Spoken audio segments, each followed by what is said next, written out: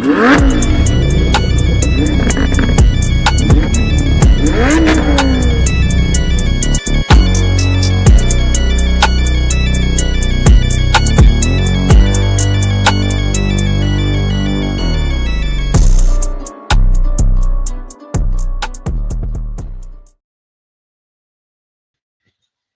Virgo season.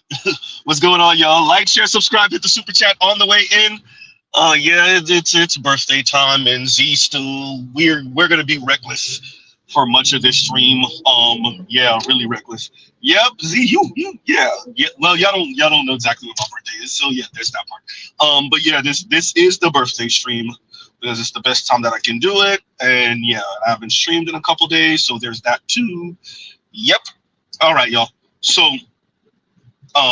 we already know about Mr. Kirk and what looks to be Mr. Z's not going to celebrate it, as we said already. We don't do that over here on this stream. And quite frankly, it seems like the whole Black Manosphere is in one accord, and Black men seem to be on one accord for the most part. We're not celebrating this guy who spoke about us all type of messed up. But it looked like gang warfare to me. I don't know what about y'all, but this looked like gang warfare, right? That's what this looked like to Z, right? So, yeah, this looked like turf warfare, right? Oh, wow, I missed the light because of you ass clown. I'm sorry, y'all. Because of course, we're in South Florida and people not paying attention to the road, but of course, right? My bad, y'all. Anyway, continuing. So yeah, look like gang warfare to Z. Do I think this is the end of Fuentes? No, actually. To tell you the truth. But with that, shout out to Angry Man because we're gonna play this clip. And yeah, Angry Man, because it don't look like it is what you thought it was. So yeah. So you know, y'all be jumping out the window well a little too early sometimes, and yeah, so you know Mr. Z gotta play this, right? Because we're gonna talk about it. And here y'all go.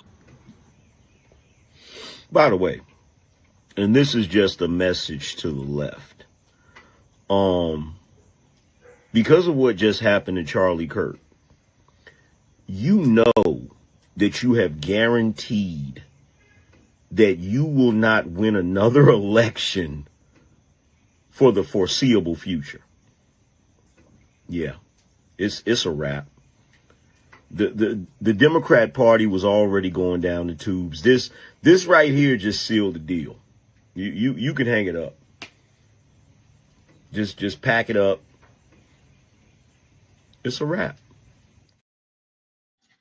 So, Angry Man, not only are you wrong, but you're wrong.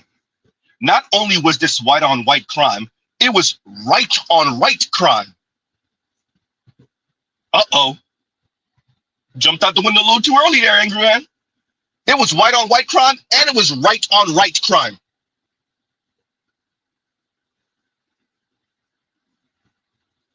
Dude's whole family is Republican. Dude is a groiper, bro. Wait, y'all hear that? Wait for it. Wait, y'all hear that? Oh, it sounds like silence.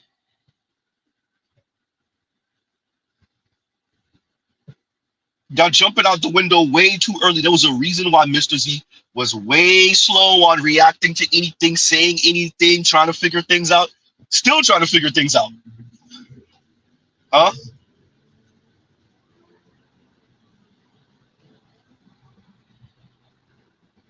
This was right on right crime. Huh?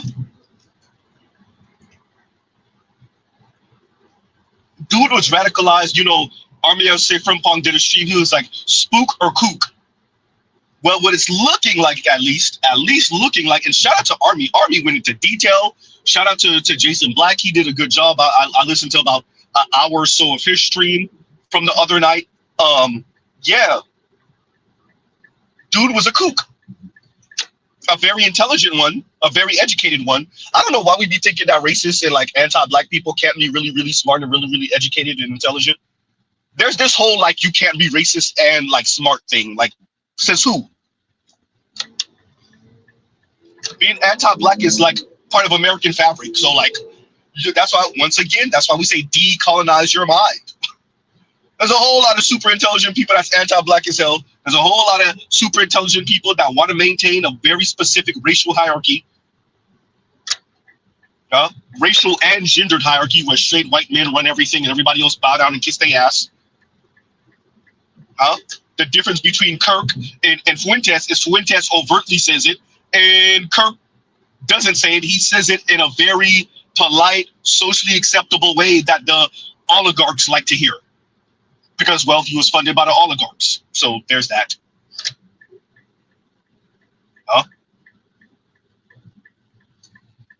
Yikes. Where's all the right-leaning folks, white and black? Where's Tatum? Where's Candace Owens? Where's Megyn Kelly, old evil witch face ass? Shout out to her second husband. All right, bro. Yeah, we know you're a white man too. You get what you get, bro. Oh, evil witch. I'm so angry. Shut your lame ass up. Wicked witch of the West face ass. Oh, y'all white dudes be marrying the devil.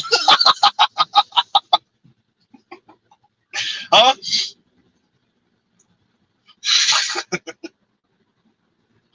Yeah, it was one of your peoples. What happened? Yep. No, nowhere left, nowhere black, no, not that we know of. Nowhere LGBTQ, nothing. One of your boys, yeah. What happened? Angry man, you wrong.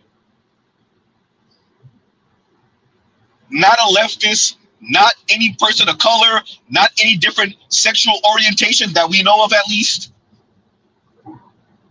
A white right-wing guy. Beefing over where the right is supposed to go. Whole Graper out here. One of your boys. Yeah, what happened? Not saying tomorrow it couldn't be someone else. Couldn't be a leftist, but this one, shout out to Lauryn Hill, you lost one here.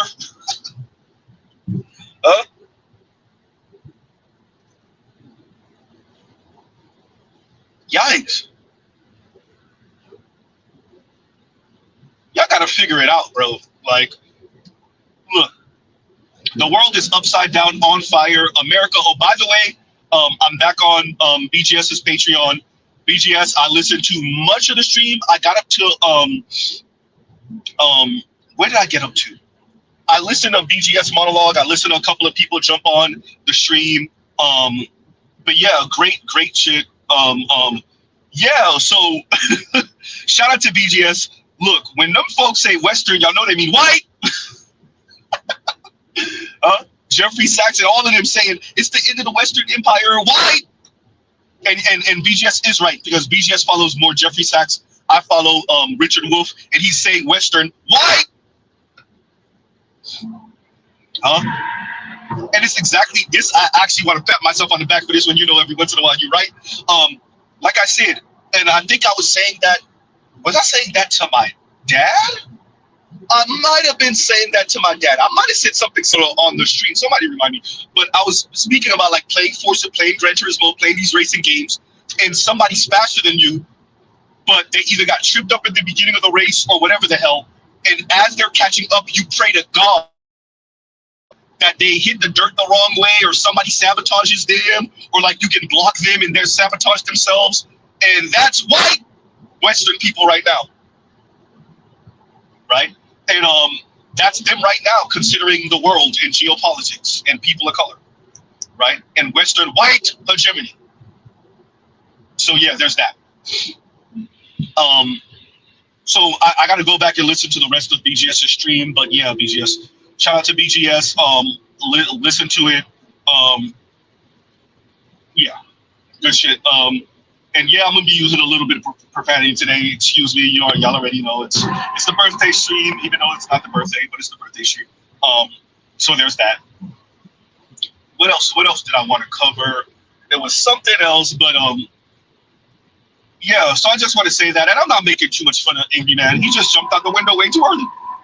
Jumped out there way too early. For those of you that don't know what Mr. Z is referring to, let's see if we could do this without killing ourselves. It looks like we can. Wait a minute. What did that damn thing go? Here we go. By the way, and this is just a message to the left. Because of what just happened to Charlie Kirk, you know that you have guaranteed that you will not win another election for the foreseeable future. Yeah, it's a wrap. The Democrat Party was already going down the tubes. This right here just sealed the deal.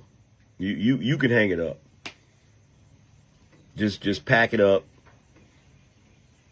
It's a wrap. So what I'm gonna probably have to do is cover and shout out to Louis with Glenn Beck covering not this situation, but covering young people being polled on what they think, and even Republican young people. Oh boy, yep, Republican young white folks sounding real leftist and socialist. Was it the Bain quote that said victory has defeated you? I'm gonna use that, by the way. Huh? The young people said, look, we struggling, we starving, and we don't want to hear none of your crap about it. No, just keep going, and capitalism will win, and you stop sounding like a loser, you sound like a loser. Do it this way. No. And Mr. Z's a middle-aged man at this point. Huh? Nah, angry man, the left ain't going nowhere because the right don't got no damn answers. They got propaganda, they got slogans, sound nice, they don't got no answers. Nah, keep doing capitalism this way. Huh? Worship at the altar of the uber wealthy people that don't give a F about you. Huh? Be hyper individualistic while speaking about family, which make no goddamn sense. Huh?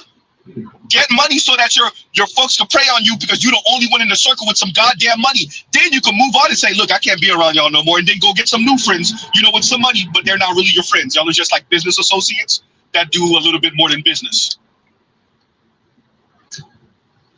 Huh? The hell you talking about, bro?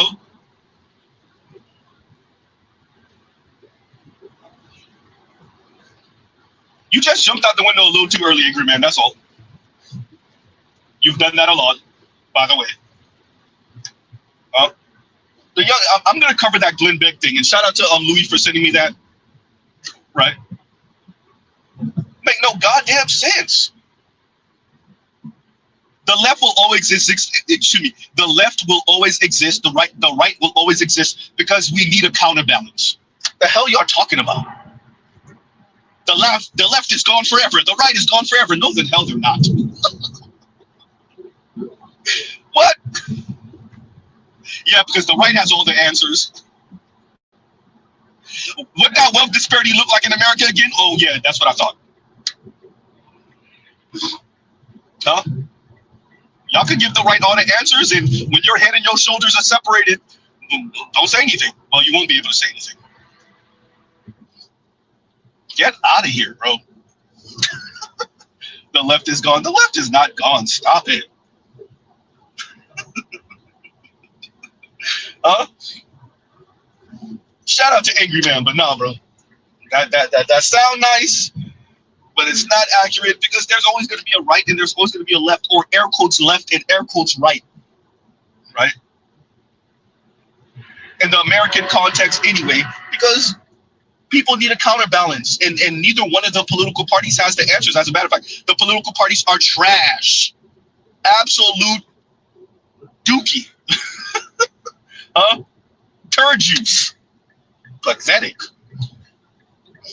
And neither one of them are speaking to the people anyway, which, is some of why we have the Groyper Wars, or had the Groyper Wars. It look like the Groyper Wars are over at this point.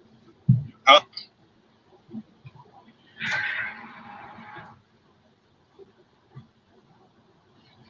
Don't even make no damn sense. Don't make no sense. The Democrats ain't gonna win. Stop it. Democrats turn around and win in 2028, you gonna be throwing a fit just like you did back in 2020. I was there, angry man. Huh?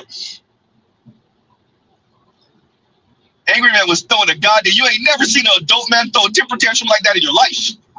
Tell me I'm lying, angry man. Hey, you ain't never seen a lot of brothers were angry in 2020. A lot of brothers were, but ain't nobody was publicly as angry man. Which once again, namesake, I get it. Angry man was livid. Huh? Yikes. So no, angry man, that's not how this is gonna go down. You know that. It sounds good though. Shout out to your subscribers and your followers. It sounds good, but I don't see it. People need a counterbalance, right? So shout out to Angry Man. That's the Angry Man clip. What else we're gonna have? What are we gonna play next? What enraging thing are we gonna play? Let's play this next. Let's play this. Where are the black men with the recipe for marriage? Because y'all ain't loud enough for me. We're definitely here. Y'all just don't listen, and you're not teachable. I heard a brother say this recently, that a lot of men want the position that being a husband carries, but don't want the work that is required to actually maintain and flourish in the position. What that means is... Before we finish with that, brother, could we bring your daughter back? Uh-oh. No. If we're doing everything we're supposed to do and we're the great husband and we're all of this, can we bring your daughter back? Huh? Can we return to sender? Can we bring her back to the goddamn lot? Can we say, you know what, this ain't working, too many malfunctions, shout out to all you, but y'all don't want to be y'all don't want to be husbands. Are you sure we don't want to be husbands? Or are you sure that y'all, many men, including black men who are involved in their children's lives, are raising spoiled brats and growing women's bodies? Are you sure your daughter doesn't want to be a wife? She wants to be a bride for a day. Huh? Are you sure y'all are not raising petulant children that look like grown women, but they're little girls? Little petulant, temper tantrum throwing, divorcing, family torching little girls. Are you sure? Because y'all brothers do a whole lot of talking and y'all raise the most insufferable people on the face of the earth and then give them to men and be like, oh yeah, here go your future wife. Get out of here. Sounds good. Continuing. Where are the black men with the recipe for marriage? Because y'all ain't loud enough for me. We're definitely here. Y'all just don't listen, and you're not teachable. I heard a brother say this recently, that a lot of men want the position that being a husband carries, but don't want the work that is required to actually maintain and flourish in the position. What that means is y'all don't want to be sacrificial. And I get it, because some days I don't want to be sacrificial. But in order for that marriage to work, you have to die to yourself. You are the head, you are the leader, you are the man of the home. And so you are the one that sets the tone, which means you are responsible for the success and or the downfall of that household. Does that mean that the wife has to come and do her part too? 1,000%. But the reason we're not loud enough, quote unquote, is because the ones that make think pieces for content, for money, for rage baiting, and for views, it's because they're not giving you sound advice. Shout out to Z. They're not giving you sound advice because, of course, polarizing advice is going to go farther than the sound, wise counsel of men that are in the fight. And it's not really a fight, but in the thick of being in a marriage and trying to make it as successful as possible. And the number one thing that y'all don't want to do is die to yourself in order to serve your wife or in order to serve the marriage so that the marriage flourishes. You're much more, about to get upset, you're much more concerned about you personally flourishing instead of the marriage flourishing. And to be clear, that does not mean you don't get things that you want. I am not saying that, but I am saying that there has to come a priority list. And as the man, as the husband, there is a certain level of sacrifice and sacrificial love you have to be willing to give out in order that your marriage will flourish and be successful. But y'all don't want to do that. Okay, all that sound nice, brother. All of that sound great. That sounds beautiful, churchy, inspirational, and all the other stuff. Yeah, but who's filing for divorce at 80% in the black community? Oops. All right. What about that interracial rate for our sons? I wonder why black young men are marrying non-black women at an alarming rate. I wonder why. I wonder why. I wonder who's the problem in this equation. Sacrificial for who? These little insufferable brats y'all raising, and I'm saying y'all because like I'm guessing you're a father. I'm not saying y'all as in you in specific. I'm saying y'all as black men like you. Huh? Yikes.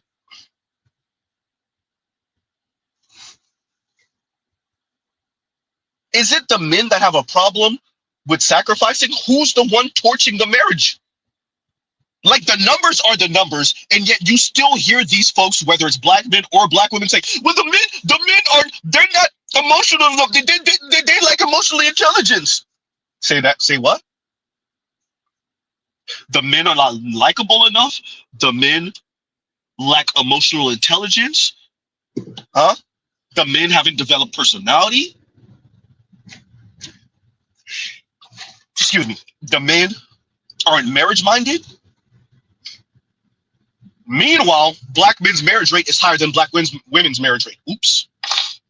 Black men's interracial marriage rate is higher than black women's interracial marriage rate. Black men's interracial marriage rate is raising their marriage rate.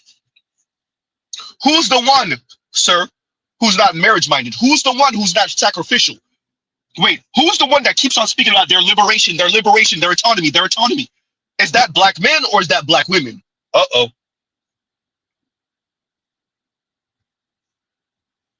Who's the one that keeps on talking about being liberated, sir?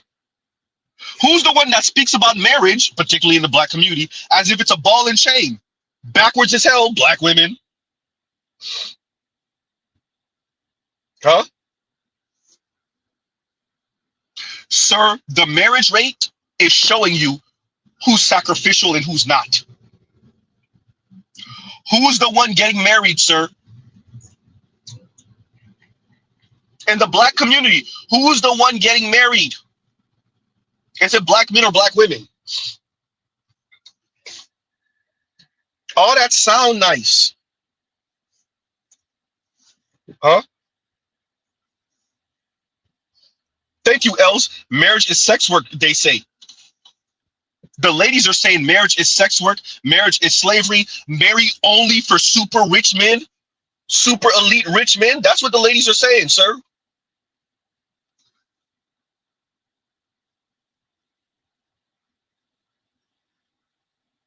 What you said on the surface makes perfect sense. If black men had marriage-minded women,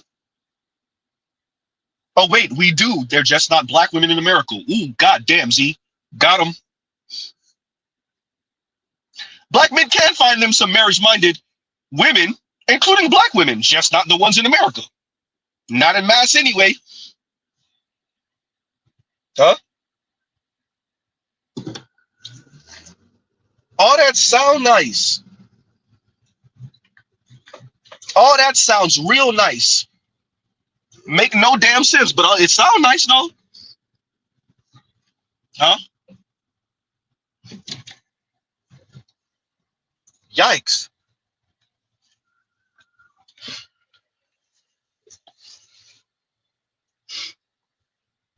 And y'all give Z a second.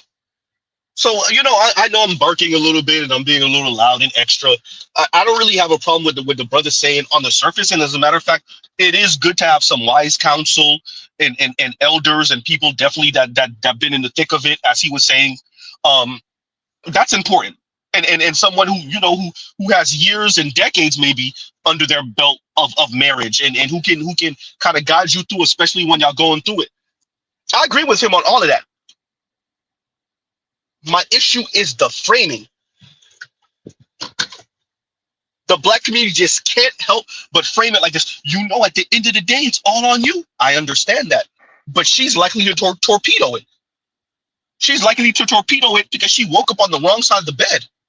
We have tons and tons of black women who are telling you, goddamn, I regret divorcing my husband. I divorced him because I just woke up on the wrong side of the bed and my homegirls encouraged me. My mom encouraged me. Oops.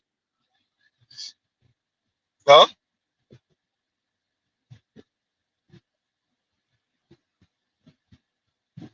Feminism encouraged me. Talking about that, here you go. Black women need black men and black men need black women, but the feminist movement messed up the nucleus family in America, and here we are suffering the consequences because they made us feel like we didn't need black men because they knew if they destabilized the homes that our communities would fall because black men are the best men in the world. Who said that? She has a beautiful smile. With that,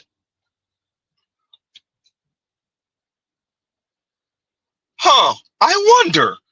She's telling you, and that looks like a relatively young-ish young lady. She's telling you, yeah, feminism screwed us it screwed us up. We bought into it, and now we don't got nothing. We don't got the money like that. We don't got the man. We might not have the children. Goddamn, what do we have? You have your autonomy, lady. And shout out to the young lady. I'm not trying to go at her neck. She was not aggressive or any of that, right? Incendiary. With that, yeah, well, madam, black women don't have the ovaries to say your mothers and grandmothers that signed up to that. They decided if they can't be politically and socially and economically white women, then there was no point in them being attached to white men. And they systematically destroyed the family so that they could be, quote unquote, liberated for their freedom. And they have their freedom now. And their freedom means that they're going to live off of you. Ooh, goddamn. Ooh, ooh. Huh? Shout out to everyone who says these young men are their son husbands to their mothers. Y'all never talk about those women and those girls in their relationship with their mothers. That symbiotic goddamn relationship with their mothers.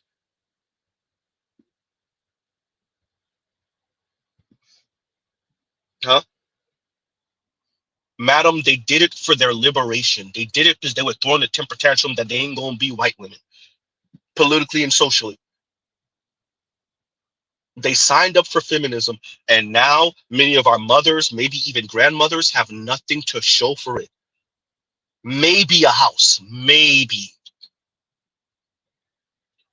Some of our grandmothers and mothers never got married. Some of them never had children. I'm saying grandmothers, y'all get it. Your grand aunts that never had children, never got married.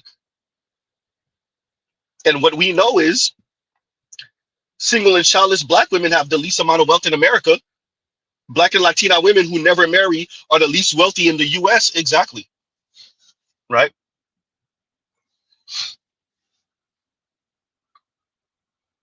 Exactly. Huh? Yikes. Exactly. Afro merchant, mama girls, which no one ever speaks about in the black community. Mom and daughter are insufferable. But we don't know how to talk about that, and we don't talk about it. Huh? So y'all gives you a second, y'all talk amongst yourselves. I'll be right with y'all. Y'all gives you a second, y'all talk amongst yourselves.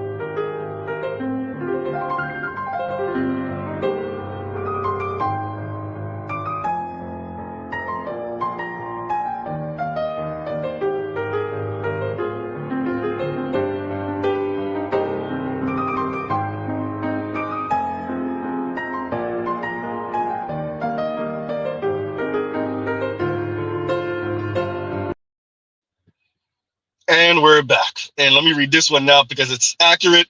And Trail says, birthday recklessness, isn't it? Like, share, subscribe, hit the super chat. I'm gonna bring y'all up in a little bit. You know, I'm gonna be super reckless. So yeah, we'll figure it out. Excuse me, y'all. I'm over here trying to fight this sneeze. And thank you for the super chat, Trail. Thank you for the super chat. And so, yeah, as the young lady was saying, you know, the lady signed up to feminism, and well, they're here now. Right? You're here now. So, you know, shout out to all the young women that had nothing to do with this. The best thing you could do is find you a good black man and get on his program and stay there. Right? Anything short of that, well, you get what you get. Huh? Yikes. You get what you get. Anything short of that. And once again, Trail, thank you for the super chat. Thank you for the super chat. Gil Gami, thank you for the super chat. He says, happy birthday to the black people social worker. You let the ladies sit here and they ain't gonna say I'm a social worker. They'll say I'm way too antagonistic. Shout out to Kim Foster. Way too incendiary. Yeah. You know, because everything for them got to be framed in just the right tone. I mean, they can speak to us like, excuse my language, niggas ain't shit. But we have to speak to them like this because you got to remember that they're morally superior to us, and we have to speak to them with kid gloves and make sure and be careful and mindful of their feelings and their emotions. So we have to speak to them like this. Now, when they talk to us, they can bark and yell and shout and insult you and then question your manhood and your masculinity, but you have to speak to them in this tone, okay? I don't know if they'll see me as a social worker, right? Gil Gami, once again, thank you for the super chat. Thank you for the super chat. But yeah, y'all. And AB said, "F their feelings." Look, AB, it's out here. It's looking bad out here. The ladies are looking sick. They don't even realize it yet. It's still not even super freezing cold. We didn't even reach the height of winter yet. Huh? We did not even reach the height of winter yet. Right? Jay Moore said, that dude is sassy, begging us to come back. I don't know. I think the black community in particular has this very, like, this obsession with tough love concerning boys and men, black boys and men. And do I think there's space for tough love? Absolutely. Do I think that the black community doesn't know how to speak to black men? Like, they give a F, they can only bark, belittle, insult black men. That's the only language, or that's the only way they know how to frame it, particularly when speaking about black men concerning black women. Absolutely. The black community know how to talk to black men like, hey, we need you, and we gonna talk to you like we need you, because we can't afford these wayward ass women. Shout out to Black Guru. Somebody got to pay for these hoes. That is exactly what Z is saying. Huh? That is exactly what Z is saying. Huh? So is he begging us to come back? I don't know.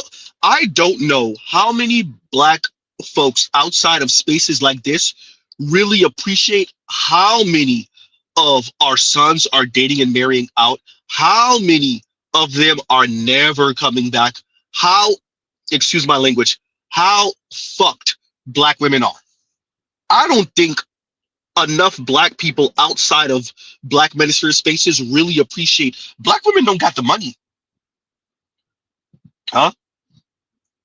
Once again, black and Latina women who never marry are the least wealthy in the US. We already know about this one, right? Which is the average man spends $5,000 to $12,000 more per year when in relationship.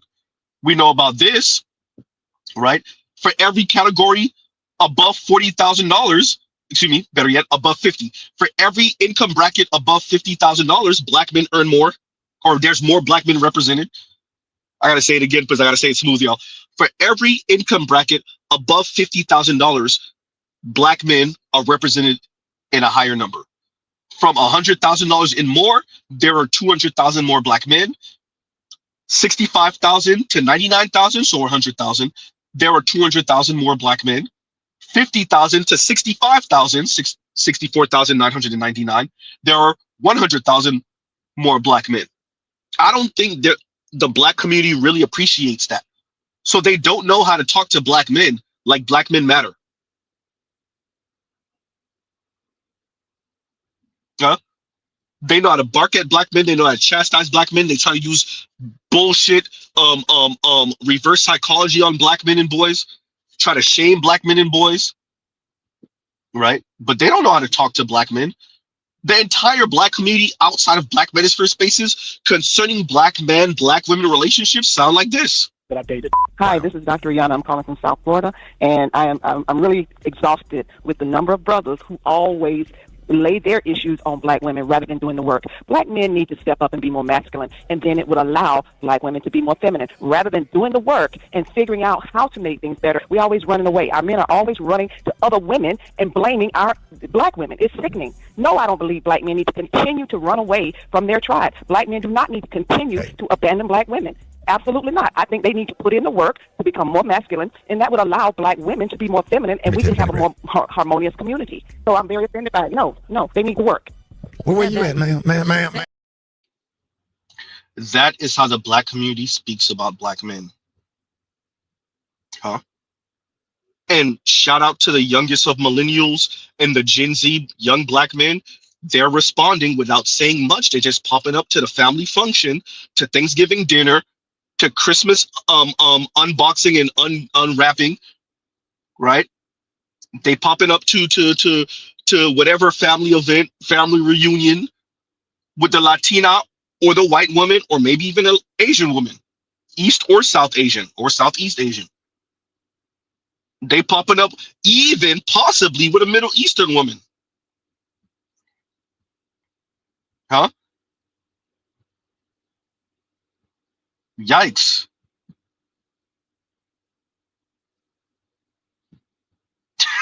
I gotta read this one now. And Black Uru says, and thank you for the super chat, when you said you like wearing tutti frutti pink and lavender shirts and pastel pants, I should have known you are a Virgo. Happy birthday, kid, and thank you, Black Uru. Thank you. Look. Pastel pants, it depends on the pastel pants. I don't like to mix colors like that too much. So if it's wearing like a pastel pants, like a aqua or teal, then I wear like a black shirt or a white shirt with that, with the accompanying shoes. So the shoes will maybe be black with the black belt, matching black belt, or like a caramel or coffee with the matching caramel or coffee belt. My wardrobe is all type of crap now, y'all. I didn't grow in this gut now, number one. Number two, I don't work in a white collar environment anymore.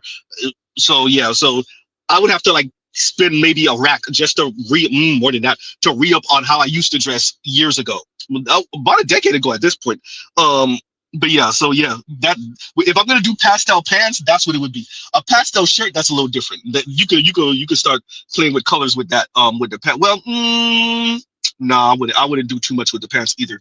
But yeah, but thank you for that, Black Room. Like we said, I should have known you was a Virgo. Let's read this one now. And Better You says, and thank you for the super chat, the black community can't properly talk to black men because they believe dehumanizing racist tropes about us. They see us as inhumane tools. I agree. And once I keep on saying it, decolonize your mind. How much tropes, negative tropes, does the black community believe about itself? Okay, continuing, furthering this. How many negative tropes does the black community believe about black men? Huh? And that's something important.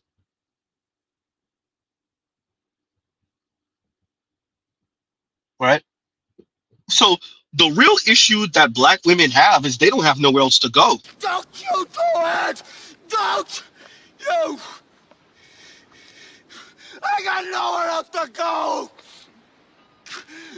I got nowhere else to go! Black women do not be having the options that they say they got. And before you jump in my comments, no, I don't have a man. No, I don't have options, okay? So I beat you to it. There you go. I already beat you to it. So if that's all you care about, you can go and scroll past this video. Anyway, black women do not be having the options that they say they got, because my whole thing is, if you say you have an option, that means you like that option. That means you are considering that option. So women be talking about, we got options. Oh, a man is the easiest thing to get. But the man y'all be talking about, you don't even want the man. Y'all don't even want to take. And there you go. Right?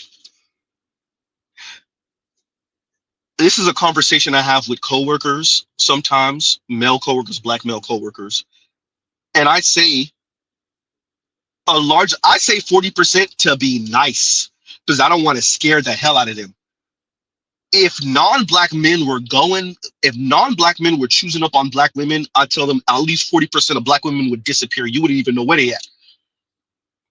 And Z's mind is more like 60%. But to be nice, 70%. But to be nice, Mr. Z says 40%, so I don't scare the hell out of these brothers. The problem is that black women and some black men, as you're saying, Better You, believe in dehumanizing racist tropes about black men, and then they have nowhere else to go. They have dehumanizing views about straight black men in specific, and they have nowhere else to go. That is why so many are same-sex loving. 23% of black women now identify as bisexual, some type of LGBTQ, right? Yeah, they have nowhere else to go. And Better You, thank you for the super chat. Thank you for the super chat. That's the problem. And I'll read this one from Better You also right now. And thank you for the super chat once again. And he says, "Happy birthday, brother. W, I hope you enjoy your day and many more. Please tell me you're not working all jobs today, bro." I ain't gonna tell you when the birthday day is, but no, not both on that day, but one on that day. Yeah. Right. So yeah. Yeah, no, me and Miss Z have something planned. So I won't be working straight through this month, right? So we figured something out. And Mama Z wants me to pop up at the house today. So she told me, "Hey, show up." Just and it's gonna be late, so it ain't gonna be no surprise birthday, nothing. Not at that time anyway. But yeah, I'll slide through and people getting me in my feels, right? My lady's mom gave me a really heartfelt card, hit me in my feels. Yeah, her card was she had kinder words in her card than my lady did. Baby, you listening? So yeah, so everybody try to get you in the tear jerker mode. You try to hold back, like, no, y'all ain't gonna beat me. So yeah, and thank you for that, Better You. Thank you. But no, the birthday day, we ain't working the whole day, right? So yeah. And Eurydice says, and thank you for the super chat. Happy birthday, Z. Enjoy your lobster thermidor. I'm not a big I guess this is gonna be the whole thing. Because I said I'm not a big I like shrimp, funny enough. What they say, that's the roach of the sea, which I think is hysterical. Had caviar, meh. Doesn't really do it for me. There's certain seafood I like. There's certain seafood I like, but lobster and crab just never did it for me, ever. I don't know why. I just yeah. And Mama Z being part Bahamian, you would think I would be more into seafood. Conch doesn't really do it for me. I eat conch because, well, once again, Mama Z is part Bahamian. But it never really did it for me, right? I'll eat it if we had an event, social event, family event. It is there. Had conch a zillion different ways. Crab doesn't do it for me. Lobster doesn't do it for me. Like shrimp, a bunch of different ways. I'm about to sound like Bubba, right? Sauteed shrimp, fried shrimp. But I like shrimp, tilapia, snapper. There's certain seafood I like. Yeah, but lobster, meh. Never been my thing. Never been my thing. Right. L says femininity is a dying art. I think our entire society, minus some of the very intelligent and socially aware, we believe, and I think we're accurate, that you raise boys into men, right? And I agree with that. but we let femininity just be what it is. We don't think that you raise girls into women. You don't teach women to be feminine. They just are, right? Or you could just leave them to the environment and the environment will teach them. And well,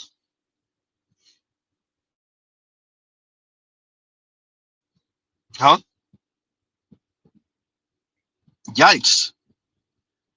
See, Louis said I have a taste for tomahawk steak. Had it before. Fire. Right? Say that. And Vince says feminism is not femininity. Exactly. Say that. Right? Exactly, bro. Exactly. Right? So there's that also. But yeah, the teaching of femininity to women, I don't know how many folks really get it, right? That you don't just become a woman, you don't just become a man. We appreciate that you don't just become a man. And when I say man, I don't mean adult male. I mean what we see as being a man, being stoic, being strong, having willpower, right? Discipline, etc., right? Being the quote unquote leader. Everyone appreciates that. And once again, Eurydice, thank you for the super chat. Everyone appreciates that. But it's as if we don't appreciate that when it concerning women. And well, we're here now. And your daughters are example of what happens when you just let women do whatever. And men and women don't act as guardrails, ushering women into adulthood, well, womanhood, femininity, right? And Detroit says, and thank you for the super chat, happy birthday, Z. I'm sending you corned beef hash browns, chocolate cake. Corned beef hash. Wait, what? Oh man. Say what? Yeah, so Detroit, you cornmeal, right? Chocolate cake. So I've been a vanilla cake person, funny enough, over chocolate cake my entire life, right? I've been vanilla over chocolate my entire life. Now, when it comes to women, I'm chocolate over vanilla all day, every day. But cake, I've been vanilla over chocolate. I'll eat chocolate cake. I mean, if there's nothing else, but I'm a vanilla cake guy, right? I know, everyone. I know, right? Vanilla cake guy. I know, bland, Z, bland. I know. The chocolate cake is thicker, Z. Yeah, there's a pun in there. And you're right. With that, I've been a vanilla cake guy. Right? And thank you for that, Detroit. Thank you. I'm leaving the big boys, the the big money. I'm waiting for y'all. Yeah, the I see you, Inspired Truth. I'm waiting. Right? And what else we had here? I'm trying to see all the rest of you guys' comments. We're not just reading the super chats, y'all. I try not to do that. I think that's really messed up. And shout out to everybody. You run your channel how you want to run it. I read y'all comments. Obviously, the super chats are a must because people are paying. But I'll read y'all comments anyway. The dope ass and by the way, I wanted to actually say this. I've said this before a couple of times. I really want to say this again. Y'all have no idea when I watch the replay and I put the live comments on and I see the comments I missed, I'll be beating myself up. So many witty comments, so many people correct me when I say something wrong or if I'm off a little bit or I pronounce a word wrong and I miss it. And sometimes y'all catch me on a live stream. If I catch the comment and I'll correct myself or whatever it is that we're speaking about.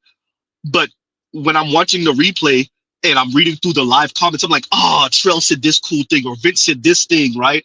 Or Uranus or whoever said this, Better You said this thing, or like Telescope or you right, Black Guru or whatever, and I just missed the comment. right? So like that happens, that happens. But you know, I want to put that out there, and I want to say I do read y'all comments randomly, so it's not just super chats only. Obviously the super chats, I read them and I leave them up for longer, tend to try to leave them up for longer because people are paying, so you know, gotta give the people what they pay for. But yeah, definitely. So you know, that's how Z runs his channel. I don't Z could have a zillion subscribers, like, you know, a couple thousand live viewers. I don't ever see me not doing that just because. And sometimes the comment is so dope, like it don't matter that the person ain't paid. Like the comment is worth its weight in gold, or it just fits and it's, you know, it flows with what the hell we talking about. So you know, you just gotta acknowledge it. And once again, Too Watchful, thank you for the super chat. Actually, I didn't read it earlier, so it's not once again. Too Watchful, thank you for the super chat. Thank you for the super chat. And he says, "Happy birthday, Z!" And thank you, brother. Thank you. Yeah, you know, Virgo season. Shout out to Black Rose said, "I should have known." Pastel colors. I should have known. Look, Black Roo, Mr. Z is not the dandy that I used to be. It used to be a problem. I used to be broke and still in the mall, running up all type of debt. I was out here moving like the females. Not anymore. Um, but yeah, it was bad. It was bad, right? I was fresh, but it was bad. I was clean. Ain't he clean though? I was clean, but it was bad. Wallet was empty. Lint, lint, I say. But yeah, I was clean though, right? Fitted slacks and all, right? Fitted chinos, fitted slacks, a zillion dress shoes. Oh my, so my feet obviously haven't grown. So all the dress shoes, I still have them, right? And it got to be at least, I don't know, 3 dozen, maybe 4 dozen dress shoes I have. Easy. I'm not joking, by the way. Between my place, my parents' home, I still got shoes over there. Yeah, it's bad. It's bad, y'all. It's bad. Yeah. So, and Afro Merchant says, and thank you for the super chat. Happy birthday, homie. Popeye's on me. Thank you, sir. Thank you. Thank you. Right. Let me see what can you get with $10 from Popeye. You could get you a meal for Popeye. It would be like a 3-piece. You can get a 3-piece and not pass $10. Right. I think the 4-piece is when you start passing $10.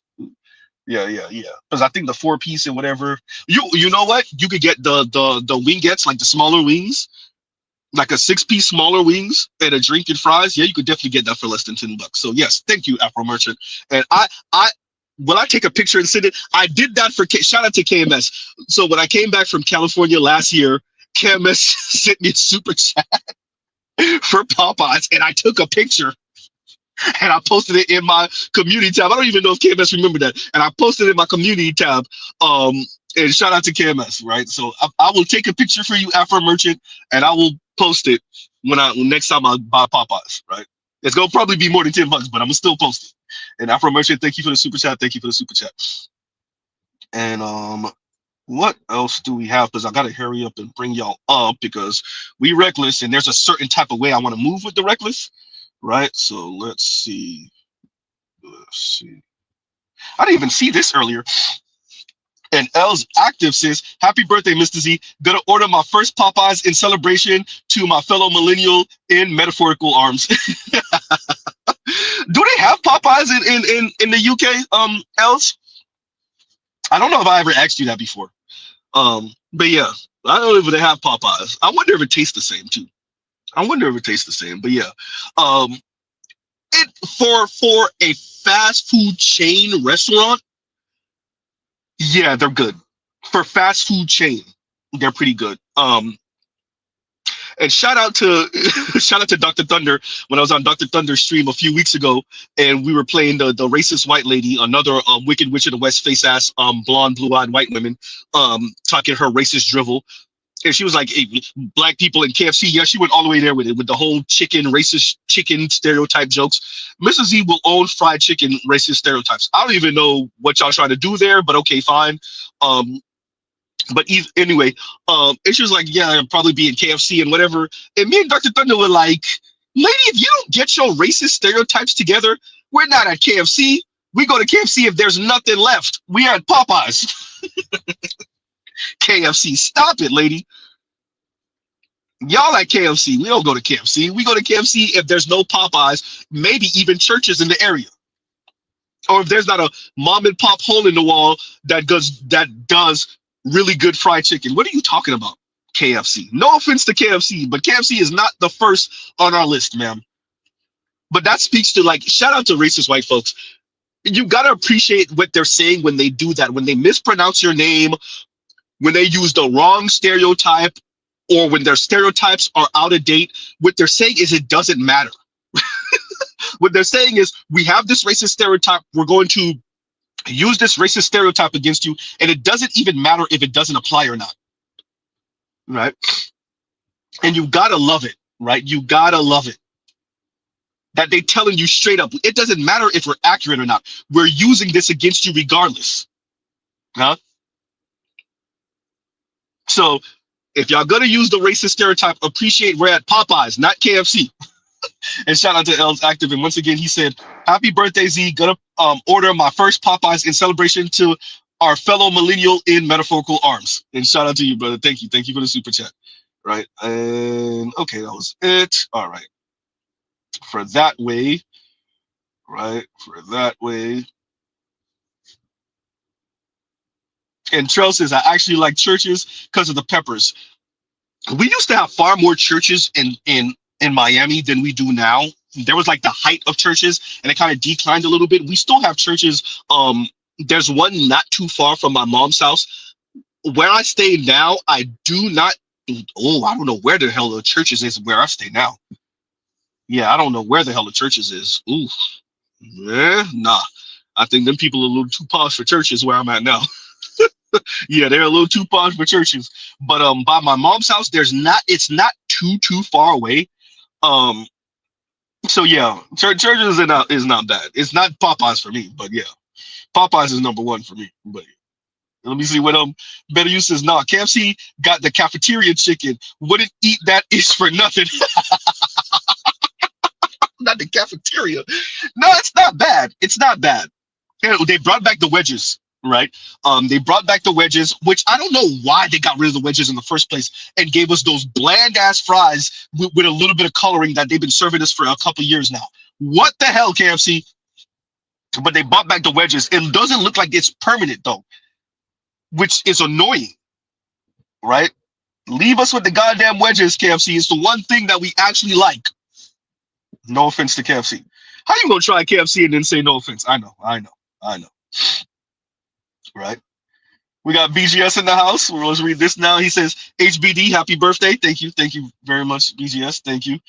I made mention of you earlier a little bit. I did, so I'm back on your Patreon. And I did listen to the Behind the Wall. And yeah, so I was speaking about that earlier, and I was speaking like every time the folks would say Western, they just mean white in the end of the Western Empire. And so you're right, because you follow more Jeffrey Sachs. I follow Dr. Richard Wolff, and he's been saying that like for a little while now.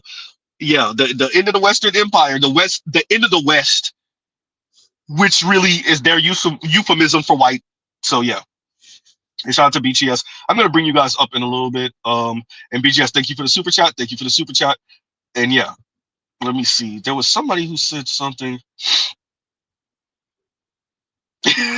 For merchant says, and it's true, church has got those big ass drinks I'll never finish. It's true. It's funny because it's true. Detroit said KFC is ass. Right? Exactly. And Better Use says every church's chicken is hood adjacent location. If within 500 yards of Waffle House, they food fire. Yeah, no, you're right about that. You're right about that. And the churches by my mom's house is in the, yeah. And it's, I'm saying it wrong because it's not by my mom's house. It's not too far from my mom's house, right? It's within 3-4-ish miles of my mom's house, of my parents' house. So yeah. So you're right about that. You're right. It's somewhat hood adjacent. It definitely is somewhat hood adjacent. And let's read this one. And Managing Life's Risks is happy birthday. And thank you, brother. Thank you for the super chat. Like, share, subscribe, hit the super chat. Thank you very much. Thank you, sir. But yeah, no, I agree with the hood adjacent. It's hood-ish in hood-ish areas, or just straight up the jungle. It'd be straight up in the hood, in the gutter. Or you definitely find in churches in the hood and in the gutter. You definitely. I didn't say gutter. I didn't say the ER. Funny. I didn't say the ER. I said gutter. Gutta, not Gutter. Right. So yes. Yeah, y'all. And so Detroit says, I'm way more vanilla cake than chocolate cake. Just chocolate cake sending me to number 2 like every time. What sends if y'all want to go TMI, look, Detroit started it, y'all. If y'all want to go TMI, what sends Z to the restroom? What does send me to the restroom? Popeye's chicken strips, which I rarely eat. Popeye's chicken strips. I don't know how they do it, but yeah, that restroom. Coffee, but like not straight coffee. Coffee when you start mixing it with different stuff, vanilla this and the cream that and da da da da, which is going to be how Z drinks it. And then a couple hours later, bubble guts, and y'all know how that goes. Z, are you actually saying this right now? Z is. Yes, he is. Right? Detroit kicked it off. Y'all blame Detroit. I don't know about chocolate cake, right? I haven't eaten enough chocolate cake to remember whether that sends Z into a oh crap moment. We'll see. And shout out to Detroit. Detroit said the chocolate cake will send him to the restroom. And thank you for that. And thank you for that. Right? That's hysterical. Oh man. Oh, we got some info in Detroit says Church's Chicken is located in Ohio, Michigan, Texas, Illinois, and Indiana. There's churches over here in Florida too. Last time I checked, at least I haven't been by the one that's not too far from my mom's house, because I don't have to pass it going to my mother's house or my parents' home. So yeah, I would have to go that direction to see if it's still there. But last time I checked, because I got pizza, there's a pizza place not too far from the churches, and so for me to get to it, I have to pass by the churches. But I haven't gotten pizza from there. But I'm talking about my parents' home. I haven't gotten pizza from there in a while, so I don't know if that churches is still there. But last time I checked, there's churches in Florida. Well, there's churches in Florida. It's not the only one I know of, too. Yeah, Detroit churches, chicken in Florida. Yes. Yep. Yes, sir. Right. So yeah. Okay, and let's read this, and then I'm gonna start bringing y'all up, because this has been here for a while. We're gonna leave it up for a while. And Inspired Truth says, happy birthday, Z. Hit Brickle, bro. I'm a mission away from Brickle, and there's no real reason for me to go to Brickle unless I want to see a goddamn influencer, super exotic rare cars, which I could see where I stay anyway, or not where I stay. One of the places that Z works, because it's not where I stay, definitely not. Where I stay is pretty okay, but it's not exclusive, freaking super rare exotic car. Okay. Yeah, Brickle, that's Brickle, South Beach. Yes, Wynwood, but not so much. Wynwood is our artsy district, y'all. The Life, when the song The Life, or is it called Life, with Fabulous and Pusha T, they filmed that in Wynwood Art District. So yeah, and we see, entertainers, rappers, singers, all in Wynwood and all in South Beach all the time in South Florida, walking, minding their own business. Yeah, so Brickle, yeah, there's no reason to go to Brickle unless I want to go to one of them super overpriced, high, expensive restaurants. So that food may or may not be all that. But you're going for the ambiance, which Mr. Z is not against going to a nice restaurant for the ambiance. And it's hit or miss whether the food is going to be worth it. And you're going to spend, especially if you add tip, you're going to spend at least $300. It's gonna happen between valet, food, tip. Yeah, you're gonna spend $300. Ain't no way. At least $300.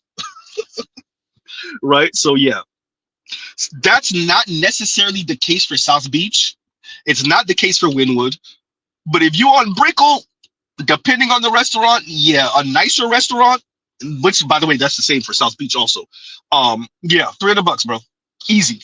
And if you go up the county up to Fort Lauderdale, which is in Broward County, that's where X is from Broward County. Rest in peace. Kodak is from Broward County. Ace Hood is from Broward County. There's a number of rappers and entertainers from Broward County. Yeah, Fort Lauderdale. If you go up to Fort Lauderdale, same thing. They're nicer restaurants. You spend in $200-300 easy, $400 easy. So yeah, Brickell. There's a lot of other places other than Brickell. I'm gonna blow some crazy money if I decide to go there. Yeah, and that's for two, by the way. We're not even talking about 3 or 4 people. We just talking about 2 people. Me and my lady, easy. I get a couple of drinks, buy steak because that's what I'm gonna do. Yeah, and whatever sides, and yeah, tip. Parking, yeah, $200-300, and just like that,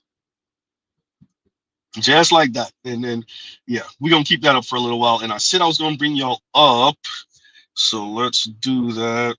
Y'all give Z a second. Give Z a second. Oh yeah, I forgot I could do it that way. Wait a minute, because I was about to do some extra stuff and do this all the way wrong. And there we go. There we go. And like, share, subscribe, hit the super chat.